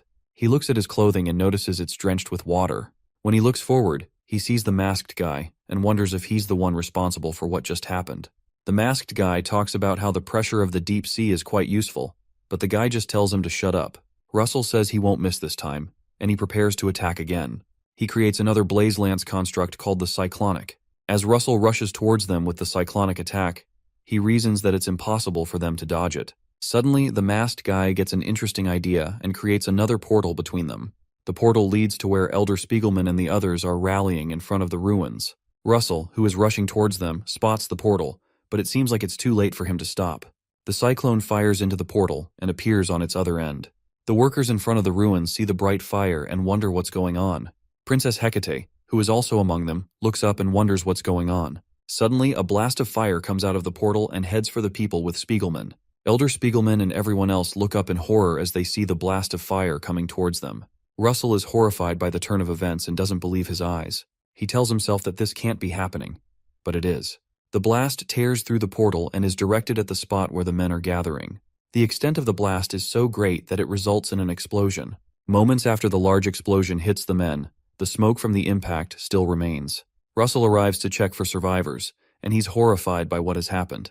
He calls out to the princess and Elder Spiegelman, but doesn't get a response. Suddenly, a hand emerges from the smoke, and the elder signals to him. Russell finds Elder Spiegelman amidst some of the rubble. He rushes to him and asks if he's okay, but Elder Spiegelman asks about the others. Russell turns around and sees some corpses, and he tells the elder that he's sorry. They suddenly hear a sound, and they both turn around to see who it is. They see Jiran carrying the unconscious princess towards them. Russell loudly calls out the princess's name, worried that something had happened to her. Elder Spiegelman is shocked to see that Princess Hecate is present on their sight. Russell finds out she's still alive, and he thanks God that she's safe.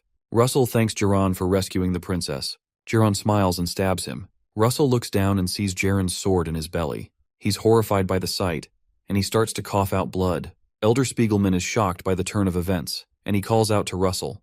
Pepper appears to attack Jiran, and Jiran is shocked since he didn't expect it.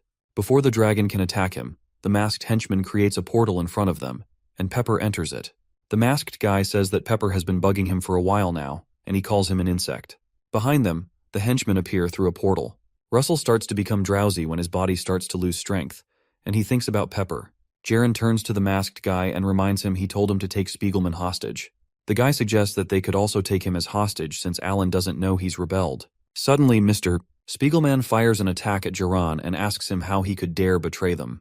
The big warrior orders Spiegelman to shut up, and he smashes him into the ground using his weapon. Spiegelman passes out immediately under the weight of the hammer. The masked guy asks Jiran who the woman he's holding is, and Jiran informs him that she's Princess Hecate. He says having her is synonymous with controlling the Endymion kingdom. Jiran tells the guy that his foolish actions almost made the mission fail, and the guy retorts that it's all good as long as the princess isn't dead. While they're talking, Russell declares to them that he can't let that happen. They turn towards him, and he tells them that they're not going to get away. Meanwhile, he staggers to his feet and tries to stop the bleeding. The big guy informs the others that they'll take care of Russell, so he walks toward him with his hammer. Russell uses his cloudy ring and summons a mist to cover the area. The big guy reminds Russell that this is revenge for what he did to him earlier and attempts to hit him. Suddenly, a mist covers the area, and the masked guy notices it. As the big guy is about to break Russell's head, he excitedly says it's time for him to die. Russell just looks at him and activates his draconification. The guy notices a sudden outburst of fire from Russell, but it's too late. A great outburst of fire envelopes the spot where Russell and the man are standing, and it looks like game over for the big guy. The masked guy notices the fire, and he wonders if the mist was supposed to block their vision. Moments later, Jiran and the masked guy hear the screams of the other henchmen through the mist. When they look closely, they see their corpses on the floor. The masked guy quickly creates several portals around himself, and he reasons that this must be why those who came before them were defeated. He senses a rapid increase in mana that goes beyond common sense. Through the mist, he sees a bright pair of eyes and wonders what on earth is going on. Suddenly, Russell appears under him and impales him with the blaze lance. The masked guy looks into Russell's dragon-like eyes, and he tells him that he's basically a monster as he begins to cough out blood. Russell ignores him and just discards his injured body to face his next opponent. Jiran drops the princess to join in the fight because he can't afford to leave any survivors, so the mission doesn't fail. He uses double casting and casts 2 bloody flame swords. With the swords in hand, he asks Russell to come at him. Russell spots him, but he realizes that his draconification timer is about to run out. He wields his blaze lance again and prepares for a fight. Jiran leaps toward him with a double attack, and Russell tells himself that he'll have to bet everything on one attack. Suddenly, he fires a huge blast at Jiran, and a huge explosion occurs. Jiran falls to his knees. Russell continues to cough out blood due to the damage to his organs. Jiran looks at his chest and sees a large hole where his heart used to be. He soon collapses and dies. Russell hears a sound nearby and turns around. He sees the masked guy still standing, and he looks healed of his injuries. The guy asks Russell that he hopes he didn't think that it was only the big guy who has 2 hearts and calls him a simpleton. The masked guy points to Jiran and says that they're the same. Russell stares in horror as he sees a sudden outburst of green light where Jiran fell. The masked guy mentions that Jiran is the possessor of power rivaling a dragon. Much to Russell's shock, Jiran transforms into a monster. The masked guy tells him that the monster is called Chimera's Heart. This must be from the object that the Archduke gave him. Jiran lands back on the ground, and Russell is shocked by the sight. He notices that the scale of his mana is so great that it's almost immeasurable. Jiran reaches out and uses his power to apprehend the masked guy. He chokes him and lifts him off the ground. Jiran asks him if he was hiding his powers on purpose just so that he'd use his heart. The guy laughs and says he knows he wanted to use it. The masked guy reminds him that he gets to jump a few circles thanks to the heart. He also reminds Jiran that he didn't pressure him into losing to Russell, so he can't be blamed. Jiran drops the guy to the ground.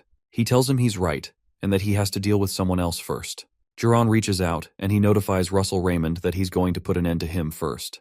A phantom hand grabs Russell and pulls him closer. Jiran wraps his hand around Russell's throat and jokes that he left quite an impression just moments ago. He says that, in the end, he couldn't protect anything. He informs Russell that it's over, and he strikes the spatial disruption barrier with his newfound strength. The barrier is suddenly broken, exposing a small opening into the ruins. The masked guy is shocked to see that Jiran was able to create a rift in the spatial disruption, and reasons that Jiran must be enjoying himself. Russell tells Jiran that it's not over, and he fires an overheat attack at his face. The attack barely scratches Jiran, who just smiles and says that he's changed his mind. He throws Russell away and says that he'll grant him the death he deserves. Russell is thrown into the broken barrier, and he groans upon impact. Jiran informs him that he'll feel the pain of his soul being torn into pieces inside the rift of the barrier. The barrier slowly swallows Russell until it totally consumes him. Jiran tells him to die and curse his incompetence for the rest of the remaining time he has. Russell screams as he is thrown into the barrier. He continues to scream until he wakes up in a hospital, where a nurse asks him if he can hear her. Russell jumps up, panting profusely, and he asks her where he is.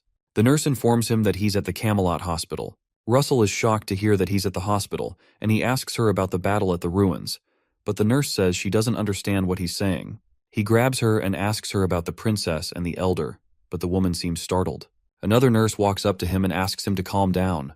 The man notifies him that he was admitted here because he suddenly showed symptoms of a seizure while cleaning the Louvre Museum. Russell looks at him, bewildered, and he asks the man what he's talking about. Russell starts to shout out Pepper's name, and he asks where he is. The nurses suddenly subdue him because they think he's losing his mind. Russell wonders if he's really back to the time before he regressed. He remembers falling into the barrier, and he tells himself that he's sure it happened. Suddenly, a doctor appears behind them and subdues Russell with a magical chain. The doctor asks him to calm down so they can discuss this somewhere else. Later, in the doctor's office, the doctor informs him that he fainted in the museum and showed extreme signs of hallucination. Russell says that he's never hallucinated, and the doctor tells him that she understands. She asks if he's heard about something called the nightmare tree, and Russell seems puzzled. She says it's a wicked tree that deludes people with the sweetest hallucinations and makes them starve under them, using their corpse as nutrition.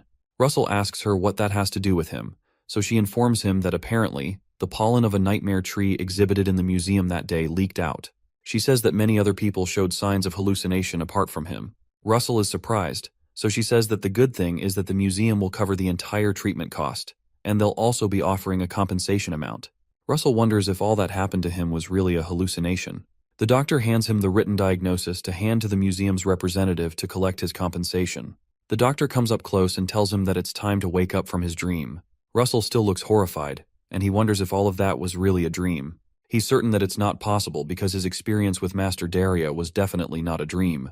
Later, Russell goes to Miss Daria's mansion. He assures himself that the realistic sensations cannot be a dream, but guards at the entrance order him to stop where he is. Russell informs them that he's here to see Miss Daria, and he assures himself that the master will recognize him. The guards turn to one another and ask themselves who he is. Russell prays that all that he has experienced is not a dream. He informs the men that his name is Russell Raymond and he was a disciple of Miss Daria. The guards are surprised to hear that, and one of them says he's never heard that name before. One of the guards says he's clearly a lunatic and orders the other guy to get him out of here. Russell gets angry, and he tries to run inside. He begs them to let him in for a while so he can see her just this once. One of the guards gets angry and pushes him to the ground. Suddenly a carriage carrying Miss Daria stops by, and Russell sees Miss Daria. The master asks what's going on, and the guard goes to bow to the master. He tells her that this guy keeps saying that he's her disciple. Miss Daria is surprised to hear that, so she turns to see the person. She looks at him for a while and doesn't seem to recognize him. After a short pause, she asks him if she knows him. Russell looks at her horrified. Russell stares at the master speechless, and she just stares back at him. After a short while, she tells the coach rider to keep moving, and Russell just remains in the rain. Later, Russell breaks into the Louvre Museum. He goes to where he saw the dragon heart, and he wonders if all that happened was really a hallucination from the nightmare tree's pollen. Out of anger, he punches the glass encasement of the dragon heart and says that this is crap. He prays that someone wakes him up if what's going on is a dream, because there's no way that him returning to his normal life is real. Suddenly, an alarm goes off in the museum, and the guards find Russell. The guards subdue him and demand to know who he is. The head guard tells the others to drag him out, but Russell keeps screaming that there's no way this is happening. After that time, Russell says he tries to prove that his life wasn't a dream, but all of it was useless. Eventually, a few years passed, and he tried desperately to resist the utterly incomprehensible reality, but the years slowly dulled him. Eventually, while sitting with other mercenaries, one guy passes him a newspaper. He reads it and sees Alan Page on the front cover, and the paper calls him the youngest Spear Tower Master. As he reads it, Russell reasons that there's no way someone like him could have been given a golden chance by a dragon god in the first place. Meanwhile, at the Walker Hill Academy, Russell does some menial cleaning job, and he reasons that he didn't expect to end up in this place. He recalls that he emptied his mind. He abandoned his ambition. And in the end, he abandoned himself. Russell thinks about it and says this life isn't half bad either. He reasons that it might, in fact, be the right job for the person he currently is. While he's cleaning, he hears some noise nearby and goes to investigate. He sees some bullies asking a kid named Spiegel what makes him think he can act the way he does, and reminding him to know his place. They tell him not to think they're on the same level. Russell continues cleaning, and he says that this has nothing to do with him, so he chooses to ignore them. The kid tells the bullies that no matter what they say, he's going to become a mage. The leader of the bullies scoffs, asking how someone who has mana vein narrowing can be so chatty. Russell overhears them and is shocked. The bully reminds the boy about the crimes his family committed, and he says that he's going to leave a mark on him that he'll never forget. As the bully is about to hurt Spiegel, Spiegel closes his eyes, and he hears a loud noise. When he finally opens his eyes, he sees the bullies passed out on the ground. Nearby, Russell continues cleaning the environment, and he asks why the spot he's cleaning is so dirty. Spiegel figures out that he was the one who helped him. Later on, Russell sits down on a bench to have his lunch. He notices Spiegel sitting next to him, and he asks him why he's following him around. Spiegel smiles at him and claims that he's just reading a book and the bench is a good place for him to focus. Russell notices something nearby, and the bullies, who were spying on them, hide in a corner. Our guy decides to speak with the little boy, and he asks him about his mana vein narrowing. He informs the kid that he knows someone like him who used to attend this academy, and Spiegel asks him what happened to him. Russell tells him that the boy was expelled because he couldn't overcome his limits, like trash that's determined to be worthless. He says that for a mage, mana vein narrowing is no different from a death notice. Russell says that sometimes giving up is courage, but Spiegel promptly says he can't do that. Spiegel gets up to leave and says he can't give up. Russell watches him walk away, and suddenly his boss calls him. Russell goes to meet the chief, and the man asks to be careful with the boy he's hanging out with. The chief mentions that he could get in trouble if things go wrong, and Russell says he doesn't understand what he means. The chief says that Spiegel is the son of the traitor that the Red Tower Master expelled, and Russell is shocked. This means that Spiegel is linked to the fallen family. Meanwhile, the pagans gather before the skeleton that Master Blaine was speaking with earlier. The skull announces that the world of the Guardians is coming to an end. It orders them to walk to the Walker Hill Academy and announce their return. Sometime later, Spiegel goes to a river to practice crystal magic. The amount of mana he releases is quite small, so he tries to release a little bit more. Instead of releasing more mana, the crystal breaks, and he strains his hand. Russell walks up to him and asks why he can't let go of the path of being a mage. Spiegel turns around, shocked, and Russell asks him once again why he doesn't give up. Spiegel tells him that he made a promise to his mother. Russell looks at him closely and doesn't say anything. Suddenly, they're ambushed by the bullies from the school. Spiegel's bullies carry some weapons and are glad to have found them. They say they were careless the last time but won't be careless today. Russell activates his aura and tells Spiegel to look carefully. He says this is the only way he can become a mage. Spiegel is shocked to see his aura, and they get ready to fight. Russell directs his energy to his hands and hits them with a destructive attack. Sometime later, in the winter, Russell takes Spiegel out to train an overload and wizard body, just as he learned from the scrolls. Russell tells him to run fast because his life directly depends on the distance from his enemy. This type of magic substitutes mana veins with a trained muscular body. Unlike an adult with a completely developed body, its effect will be maximized if a child in their growth years uses it. Later, Russell trains Spiegel in some martial arts, and he reasons that the speed of his progress is miserable. Russell asks him if this is all he's got when he made his mother a promise, and Spiegel tries to breathe properly. Spiegel gets back up and begs to train one more time. Later, in spring, Spiegel competes in the Academy's practical magic combat studies against his bully. The boy fires an ice arrow at his opponent and subdues him. The professor announces that Spiegel is the winner, and the audience is excited. One boy is shocked that a boy with mana vein narrowing won, and another person says the gap in skill was amazing. The bully curses them all and tells them to wait for his comeback. Spiegel looks happy and glances back at Russell. He reasons that, thanks to his new uncle, he's become a second circle. Russell looks at him from the shadows and smiles at his performance. Suddenly, someone calls out Russell's name, and he turns around to see the person. The man says it's been a long time and calls him an insect. Russell looks closer and realizes it's his own high school bully, Coma Frederick. Later, Russell is badly beaten up by Coma's guards, and he struggles to breathe. The chief cleaner reminds him that he told him not to get mixed up with Spiegel. Coma informs Russell that because of him, his son was humiliated so many times. Russell smiles when he realizes the bully that Spiegel beat is Coma's son. He mentions that it's no wonder the boy did the same crap that he did. Coma crouches and notifies him that it seems he's not aware of the situation he's in. He informs him he can use his connections to get him thrown out of the academy, along with the kid he adores so much. Russell glares at him and suddenly begins to laugh, much to Coma's surprise. Our guy asks if he really thinks he adores the kid.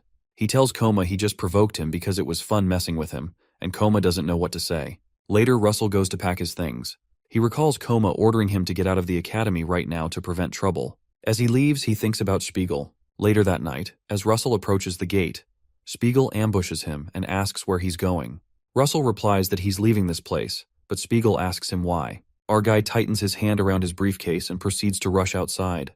Spiegel finds a way to get in front of him and tells him to stop right where he is. Spiegel sees Russell's face, and he's shocked. He asks him what happened to his face, and Russell asks him what he expected from someone like him. He asks Spiegel if he really thought he was his teacher. Russell walks past him and forces his way through. He tells Spiegel not to be delusional and walks away. The boy begins to cry. Meanwhile, Coma watches the entire thing from his coach parked nearby. He says this is the reason he loves money and power, because you can make anything go away with it. He decides to leave the academy, but his chariot suddenly stops. Coma sees some of the pagans in front of his chariot, and he asks how they dare block the way of the House of Frederick. The pagans release a huge green explosion that spreads through the area. Russell notices the explosion and turns back. When he returns to the academy, he sees it ablaze. He opens his mouth in surprise, wondering what has become of the academy. Meanwhile, the pagan leading the attack pronounces that this attack will announce the revival of their cult into the world. He orders the others to spread out and cause horror and despair everywhere. He orders them to create a sea of blood as they fight with the students. Meanwhile, another cultist who uses demonic claw power fights with some other students. Meanwhile, Spiegel fires an ice arrow at one of the pagans and pins the person to a wall. The man using the demonic claw spots him and starts to cackle. He faces him to fight, and she laughs that one small fly is still alive. Eventually, Russell arrives, but he hides near a wall to watch the fight. He sees the carnage, and he spots Spiegel on his knees after the man has dealt with him. The man casts another demonic claw to finish him, and he mentions that he's amusing. Russell keeps watching and wonders why Spiegel isn't running away. The man asks Spiegel if he's scared of death, and he tells her that he bought enough time for others to run away, so he's satisfied. Russell says to himself that he can feel the man's tremendous magical power. The man is so powerful that the professors couldn't handle him.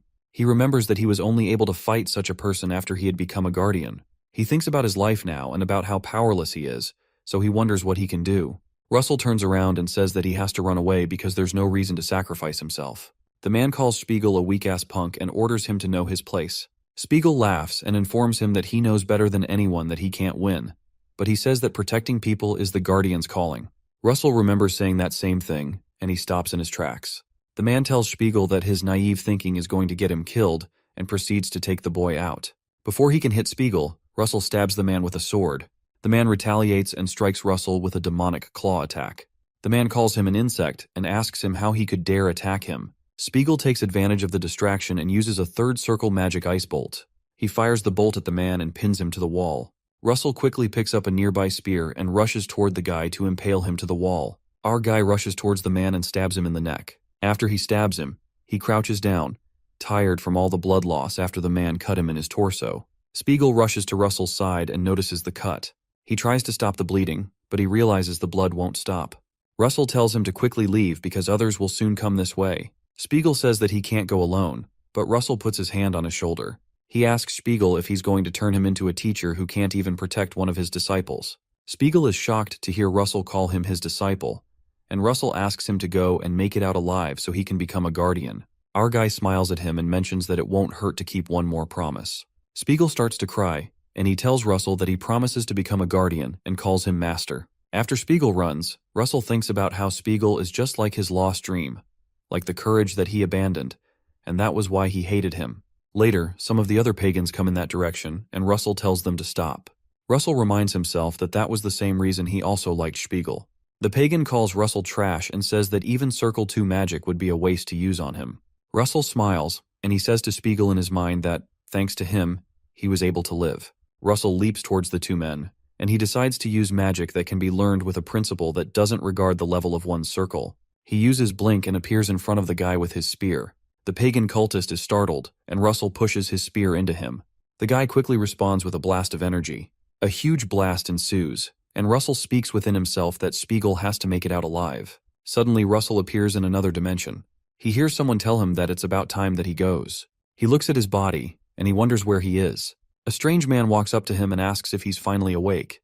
The man asks him how the world he was in was. Russell informs him that he lost his dream that he persistently held on to, but he found it again and protected it. Suddenly, someone appears in front of him that shocks him. He sees Spiegel in this dimension, and he asks him if he was unable to run away. Russell rushes to meet him, but he's stopped by a transparent wall. Russell hits the wall in despair, and he realizes that in the end, he wasn't able to protect anything. The man behind him informs him that he's wrong. The man calls his name and calls him the heir to the dragon power. Russell turns towards the man and asks him who he is. The man informs him that he's the master of this wicked world. He said those people call him by another name. He tells Russell that he's called the Temple of Mirrors. Russell looks at him in shock and wonders why he's named that. The man says that this place reflects the deepest fears in one's heart. He says that in his case, his deepest fear is qualification. He reminds him of when he told himself he's just a third-rate magician and says he always wonders why such a power was given to him.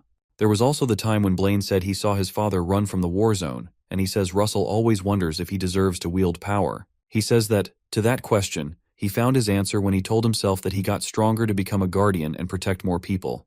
Russell collapses to his knees, asking if this long period was a test. The being replies that it indeed was, and that he has surpassed his own answer by showing that even without power, he can be a guardian by choosing to protect a boy.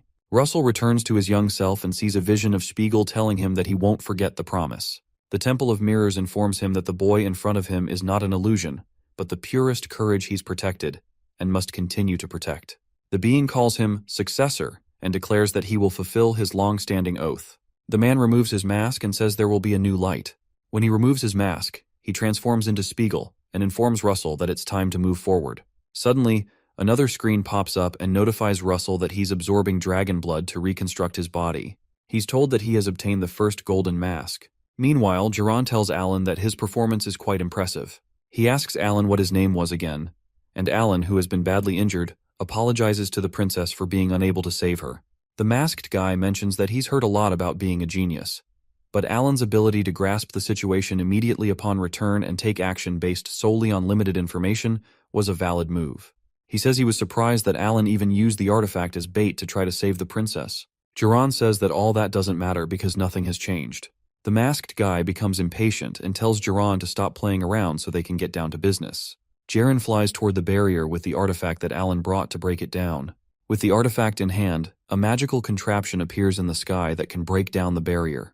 Mr. Spiegelman recognizes the artifact as the artifact of the divines. The princess wonders if the artifact can be blocked. Jiran concludes that once he finds the item, he won't hand it over to any of these scoundrels, referring to the Archduke or the pagans. He says that he'll show the world that he's superior to them. Jiran orders the artifact to break through the barrier. The contraption fires a shot at the barrier, but the impact is suddenly stopped when a hand comes out of the rift. The weight of the power that comes out of the rift shatters the contraption. Jiran watches in confusion as the contraption is broken. The other onlookers are also shocked that the artifact of the divines was easily blocked. Alan also notices that the contraption was blocked, and he sees someone there. Suddenly, Russell comes out of the barrier with the blaze lance in his hand. The masked guy and Jiran spot the mask on him and wonder if the mask could be the thing they're looking for. Russell flies towards the masked guy and tries to attack him. The guy quickly creates a portal to block the attack. Russell tries to cut him with the weapon, but it is stopped by the portal. Suddenly, something unusual happens that shocks the masked guy. Russell manages to cut through the portal and trashes the man. After he's done with him, Russell jumps away, and even Jaren is shocked that someone can cut through a portal. Russell goes to untie Mr. Spiegelman and the princess and tries to communicate with them. When he unties them, Mr. Spiegelman asks him what he said since they couldn't hear him over the mask. Russell removes the mask and says that he's relieved that they're safe. Mr. Spiegelman and the princess are both shocked to see that it's Russell, and they ask him how he made it. Alan smiles and concludes that it seems the bet his master made won't be an easy one. The princess reaches out to Russell and tells him she's glad that he returned alive. Russell grabs her hand and stops her when he sees Jiran advancing toward them. He suggests that they can talk about the details later because he has to handle this. Jiran comes closer and calls Russell an inferior one, saying he is becoming an annoyance. He informs Russell that just because he returned doesn't mean anything changes. He says that he'll kill him and take the artifact for himself. Moments later, a great explosion occurs in the air as Russell flies up and takes the fight to Jaren. Jiran insists that the mask belongs to him. Russell asks if Blaine schemed all this, but Jaren tells him to shut up. Russell flies into the sky and teleports behind him. He asks him to stop right now and admit that he is Blaine's shadow. Russell hits him with the blaze lance, knocking him hundreds of feet to the ground. The impact is so strong that Jiran keeps flying from one spot to another. Russell flies down to join him. Jiran replies that the truth is simple and he's not Blaine's shadow. He casts one of his original magical constructs called the Grammar. Jaren hits the ground with his sword, and a great explosive power rips through the earth toward Russell. The explosion causes smoke to cover the entire area for a short while. After the smoke clears, Russell seems unscathed, but he wields 2 blaze lances and is in his dragonification mode. Jiran declares that if only he had the mask, Blaine would become his shadow. Jiran screams that power makes everything possible. Russell reaches into his compartment, pulls something out, and informs Jaren that he seems obsessed with power. Russell brings out the mask to put it on, and tells Jaren that power isn't the most important thing. A screen pops up before him and notifies him that the mask assists thinking and induces the manifestation of dragon blood. The system notifies him that the second draconification has become possible and asks if he would like to use the mask. Russell confirms that he'll use it, and his second draconification is activated. A great pool of fire surrounds him, and Russell tells Jaren that courage comes before power. Suddenly, the mask merges with his face, and his dragon-like eyes become more defined. Jiran scoffs at what he says and retorts that it's just bull coming from someone who has never fallen into darkness. Russell looks at him for a while and stays quiet. Finally, he informs Jiran that that's not true.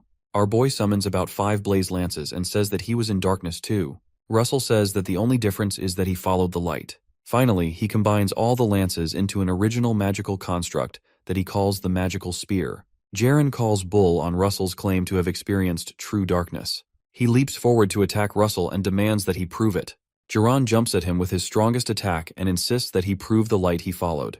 Russell counters with the magical spear. The strength of the collision releases a huge explosion that covers the area. It takes some time for the smoke to clear up, and both of them survive the explosion, but Jiran collapses to his knees. He looks to his side when he feels a sharp pain. It turns out that the impact of the spear tore off his right arm, and he's shocked. He looks at his hand on the ground and wonders how this could have happened when he has a chimera's heart. Russell, still standing, walks toward him to continue the fight. Jaren wonders why he's unable to reach Russell even with all the power of the chimera's heart. Russell tells him to give up since it's clear he can't win. Those words provoke Jaren and he tells Russell to shut up. He suddenly grows several other arms in place of the one that was cut off and loudly declares that he can't lose. He releases a great deal of mana, but starts to cough blood since he seems to have suffered some internal damage. Meanwhile, the system notifies Russell that he has 10 seconds left to use the second draconification. Russell looks at the screen and replies to Jaren that, just like him, he can't lose either. Our boy prepares the magical spear to land his final attack within the 10 seconds. He patiently waits for Jiran to make the next move so he can strike. Jaren launches at him and tells Russell it's time for him to die. Russell doesn't move at all and waits for him to get close enough to land a decisive blow. Our boy cranks up the power in the spear and directs all the energy to one spot using overheat. With one swing, he pushes the spear into Jaren, who was hoping to tear him to pieces. Jaren is shocked as the spear pierces him.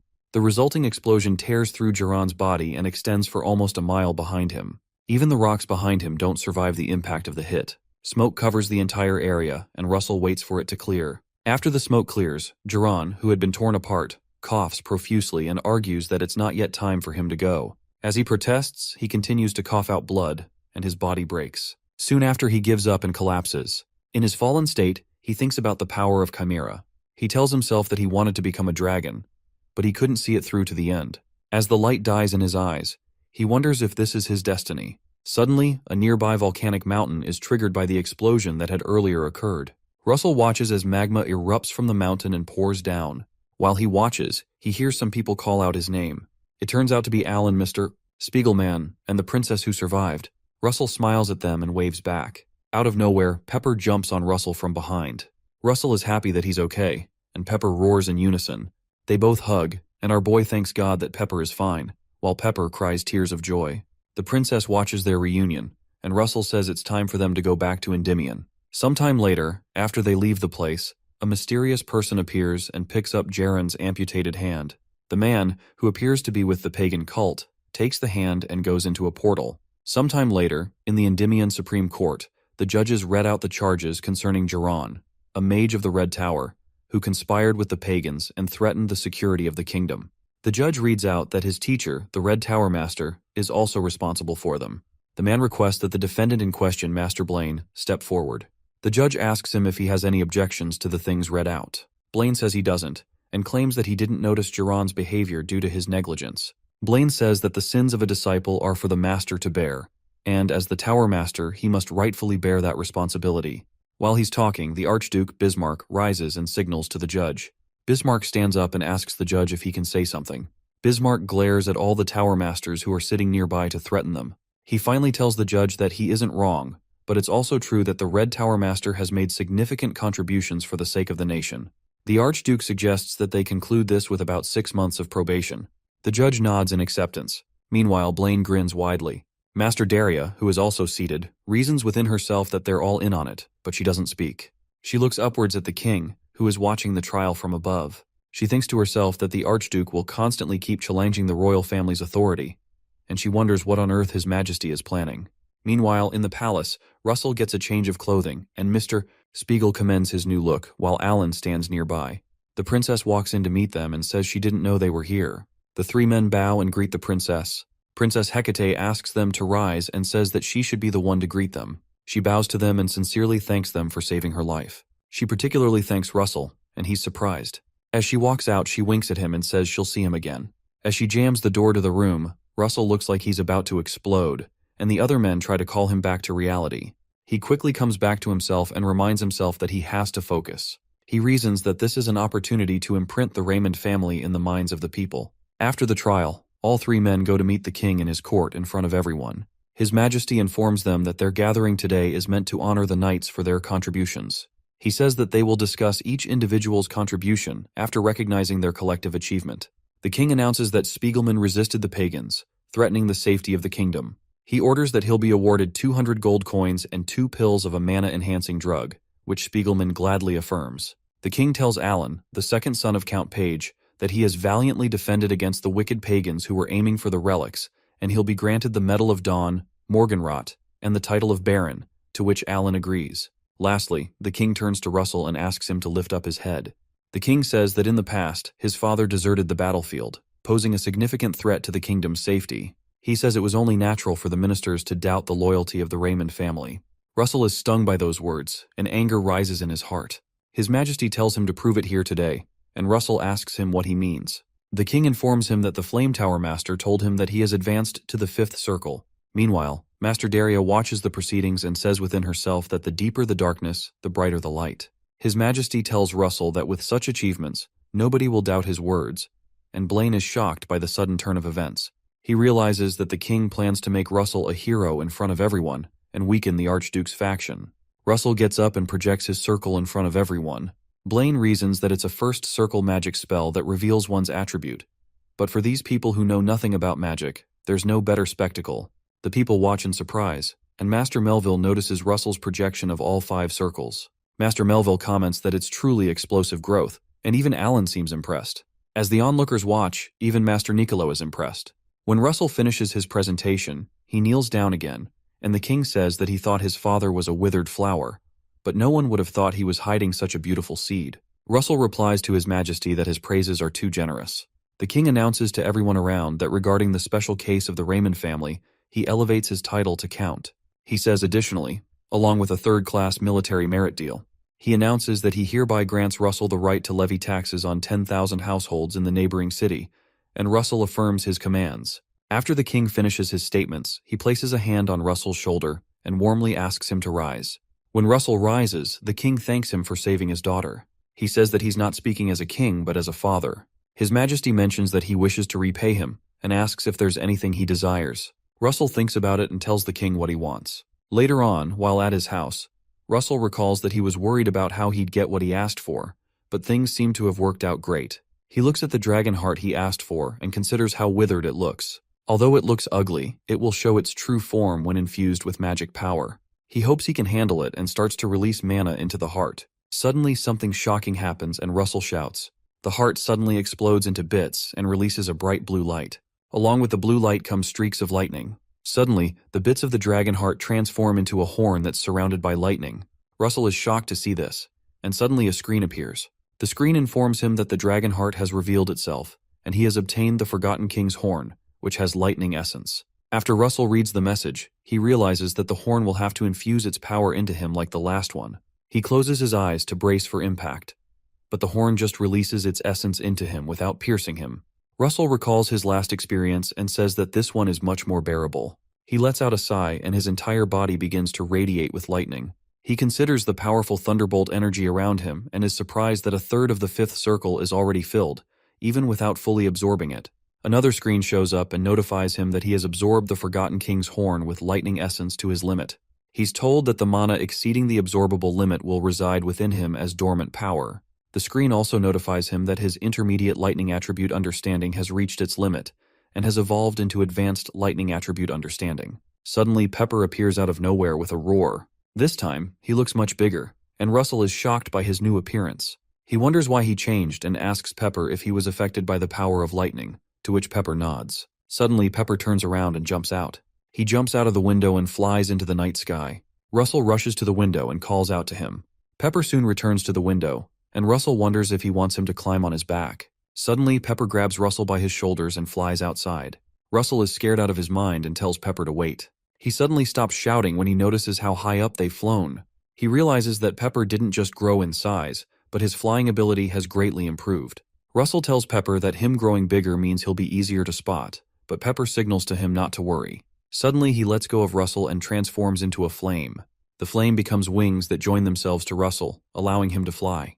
Our boy comments that he now has swift wings made from spirit flames. He asks Pepper if he should call these spirit wings, to which Pepper excitedly roars. Russell considers the fact that he's gotten the Kinghorn's lightning essence, intermediate fifth circle mana, and now spirit wings. He says that he feels like he can face any opponent without fear with this power. Meanwhile, Brother Hubert goes to the Master when he hears she has a mission for him. Master Daria informs him that the mission is to escort Count Kimberly, the special envoy of the Keel Kingdom. She says that although the Keel Kingdom's national force is weak, they maintain their position as a neutral nation because of their abundant mana stone production. She adds that apparently Marquis Jorio Comanche of the pro-Empire faction tried to bring the Empire in there.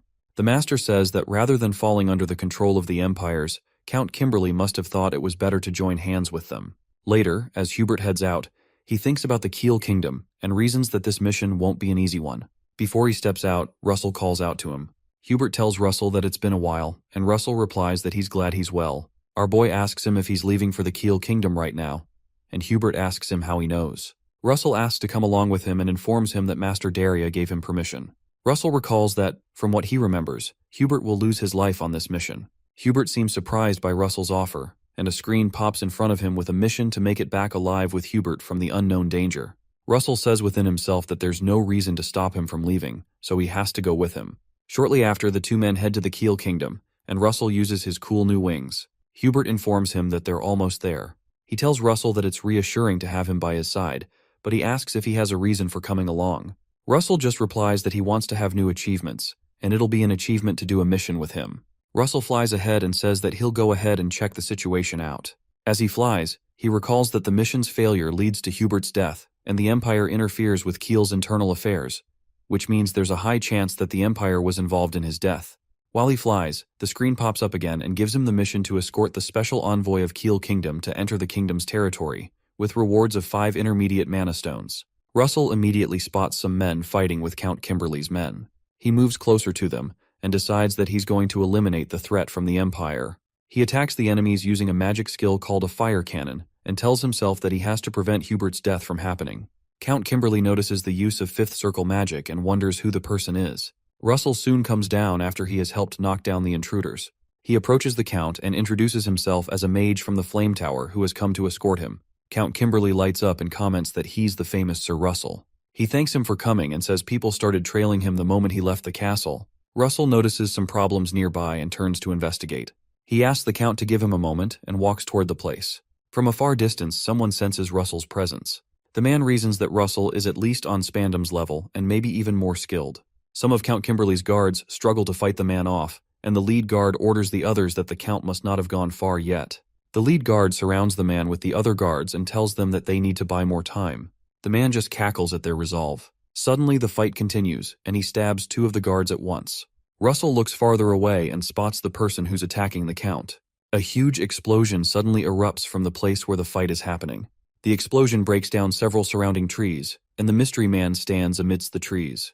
Russell realizes this man is the one who killed Hubert in his past life, and he recognizes him as McRae Hughes, the swordmaster of the Empire and the late Spandam's master. Shortly after, Hubert arrives on the scene and meets Russell with the Count. He tells them that he's glad to see they're safe and introduces himself to Count Kimberly. The Count introduces himself too and thanks him for coming to help. Hubert looks down at the dead guard and informs them that the people tailing the Count are part of the Imperial Army, based on the scent he picked up. Russell comments that it looks like they weren't trying to hide their identities. He says they either don't feel the need to, or things were just too urgent for them to bother concealing themselves. The Count is shocked by his words, and Russell turns to him to confirm. Suddenly, the Princess of the Keel Kingdom steps out of the carriage. She removes her cloak and informs Russell that he's as extraordinary as the rumors say because he was able to quickly uncover the situation. She formally introduces herself as Princess Camilla of the Keel Kingdom.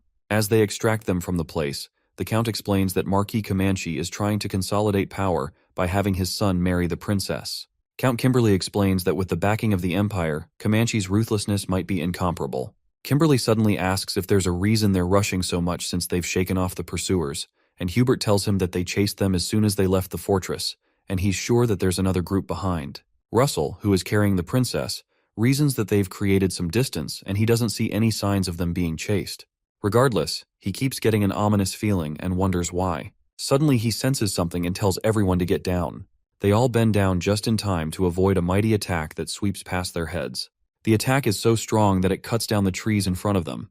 The attack on the trees causes them to catch fire, and a blaze starts. Hubert tells their friends from the Keel Kingdom to run and assures him they'll handle things. While they run, Hughes shows up and the 2 mages stand in the gap. Hubert sees the man and recognizes him. He recalls that the man is a disaster in the form of a human and the Empire's great sword tiger. He notices his distinct features and recognizes him as McRae Hughes. Hughes looks at Russell and announces that he must be the famous disciple. A red screen suddenly pops up and notifies Russell that his mission is to make it back alive with Hubert from the danger, with rewards of 5 advanced grade mana stones and 7 intermediate mana stones. Russell reasons that the pressure the man emits just from looking at them is insane. Meanwhile, Hughes declares that he'll make him pay the price for taking his disciple's life. Hughes suddenly sends a crimson wave attack at them called the Sword Cremisi. Master Hubert quickly creates an earthquake, and Russell casts double shields to protect himself and Hubert from Hughes's attacks. The shield rips through the ground under Hughes's feet, and he cuts through some of the rocks with his sword and jumps to avoid the earthquake. When Hubert notices that Hughes avoided the first attack, he quickly responds with another. Hands come out of the ground and grab all of Hughes's limbs, and Hubert orders Russell to attack. In a split second, Russell closes in on Hughes with his blaze lance hand. The explosion from the hit is so strong that it sends rocks flying everywhere and blocks Hubert's field of vision. Russell jumps back into position to create some distance and see what happened to Hughes. From within the smoke, Hughes tells Russell that it seems he only learned tricks from his cursed master, referring to Daria. Russell notices that Hughes wrapped his body in aura. Hughes puts his sword down and says he'll show them something interesting in return. He brings out a small crimson sword called Sword Fuchsia. Suddenly, energy bursts out from the sword and pierces Hubert in the chest. Hughes explains that it's a sword made from the bones of a dragon and corrupted with the blood of 10 mages. He quickly grabs his sword and runs toward them to finish them off, saying it's a sword perfect for fighting against mages. Russell picks up the wounded Hubert and attempts to fly away as Hubert hits the spot they were just on. As Russell flies into the sky, Hughes comments that his skills are impressive. Russell looks around and spots some stones that look like firebomb stones. Hughes throws another attack of several crimson waves at him and tells him to dodge this if he can.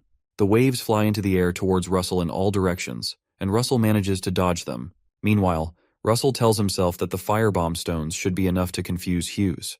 Russell drops Hubert by a tree and lands back on the ground. Hughes asks him if he's trying to buy time for his friend, who had earlier escaped because he can't beat him. Russell doesn't say anything and speaks with Hubert. Russell asks Hubert to run and join the princess and the count when he gives the signal because he plans to buy some time. Hubert asks him if he's asking him to leave him there and run. Russell begs him to trust him and promises to go back with him. Hughes becomes impatient and asks them if they're done talking. Suddenly, Russell generates some lightning in his palms. With his new lightning essence, he fires a chain of lightning at Hughes. He gives Hubert the signal, and Hubert teleports away and runs into the woods. Russell tells himself that the firebomb stones will give Hubert enough time to escape. He reminds himself that he can't take Hughes lightly, so he adds a thunderstorm from his cloudy ring into the attack. Russell also activates the second stage of his draconification and says that he'll give it his all. Finally, he drafts several blaze lances and magical spears at once to land one powerful attack. With all that power, Russell lands an explosive attack on Hughes, whom he had earlier electrocuted. Hubert, who has managed to find the Count and Princess, notices the explosion from where he is.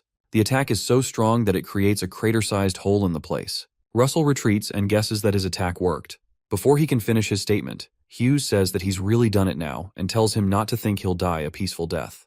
Russell is shocked that he withstood that, and Hughes moves forward to land an attack. Hughes suddenly begins to struggle with his sword and curses, wondering what's wrong with the sword. A voice emerges out of nowhere and asks Hughes how he would dare try to harm the Dragon Lord with the bones of a dragon. Russell recognizes the voice as the one he heard in front of the dragon heart. The voice calls Hughes a ridiculous human, and the face of a huge dragon appears behind Russell. Russell wonders if it's the Dragon King speaking on his behalf.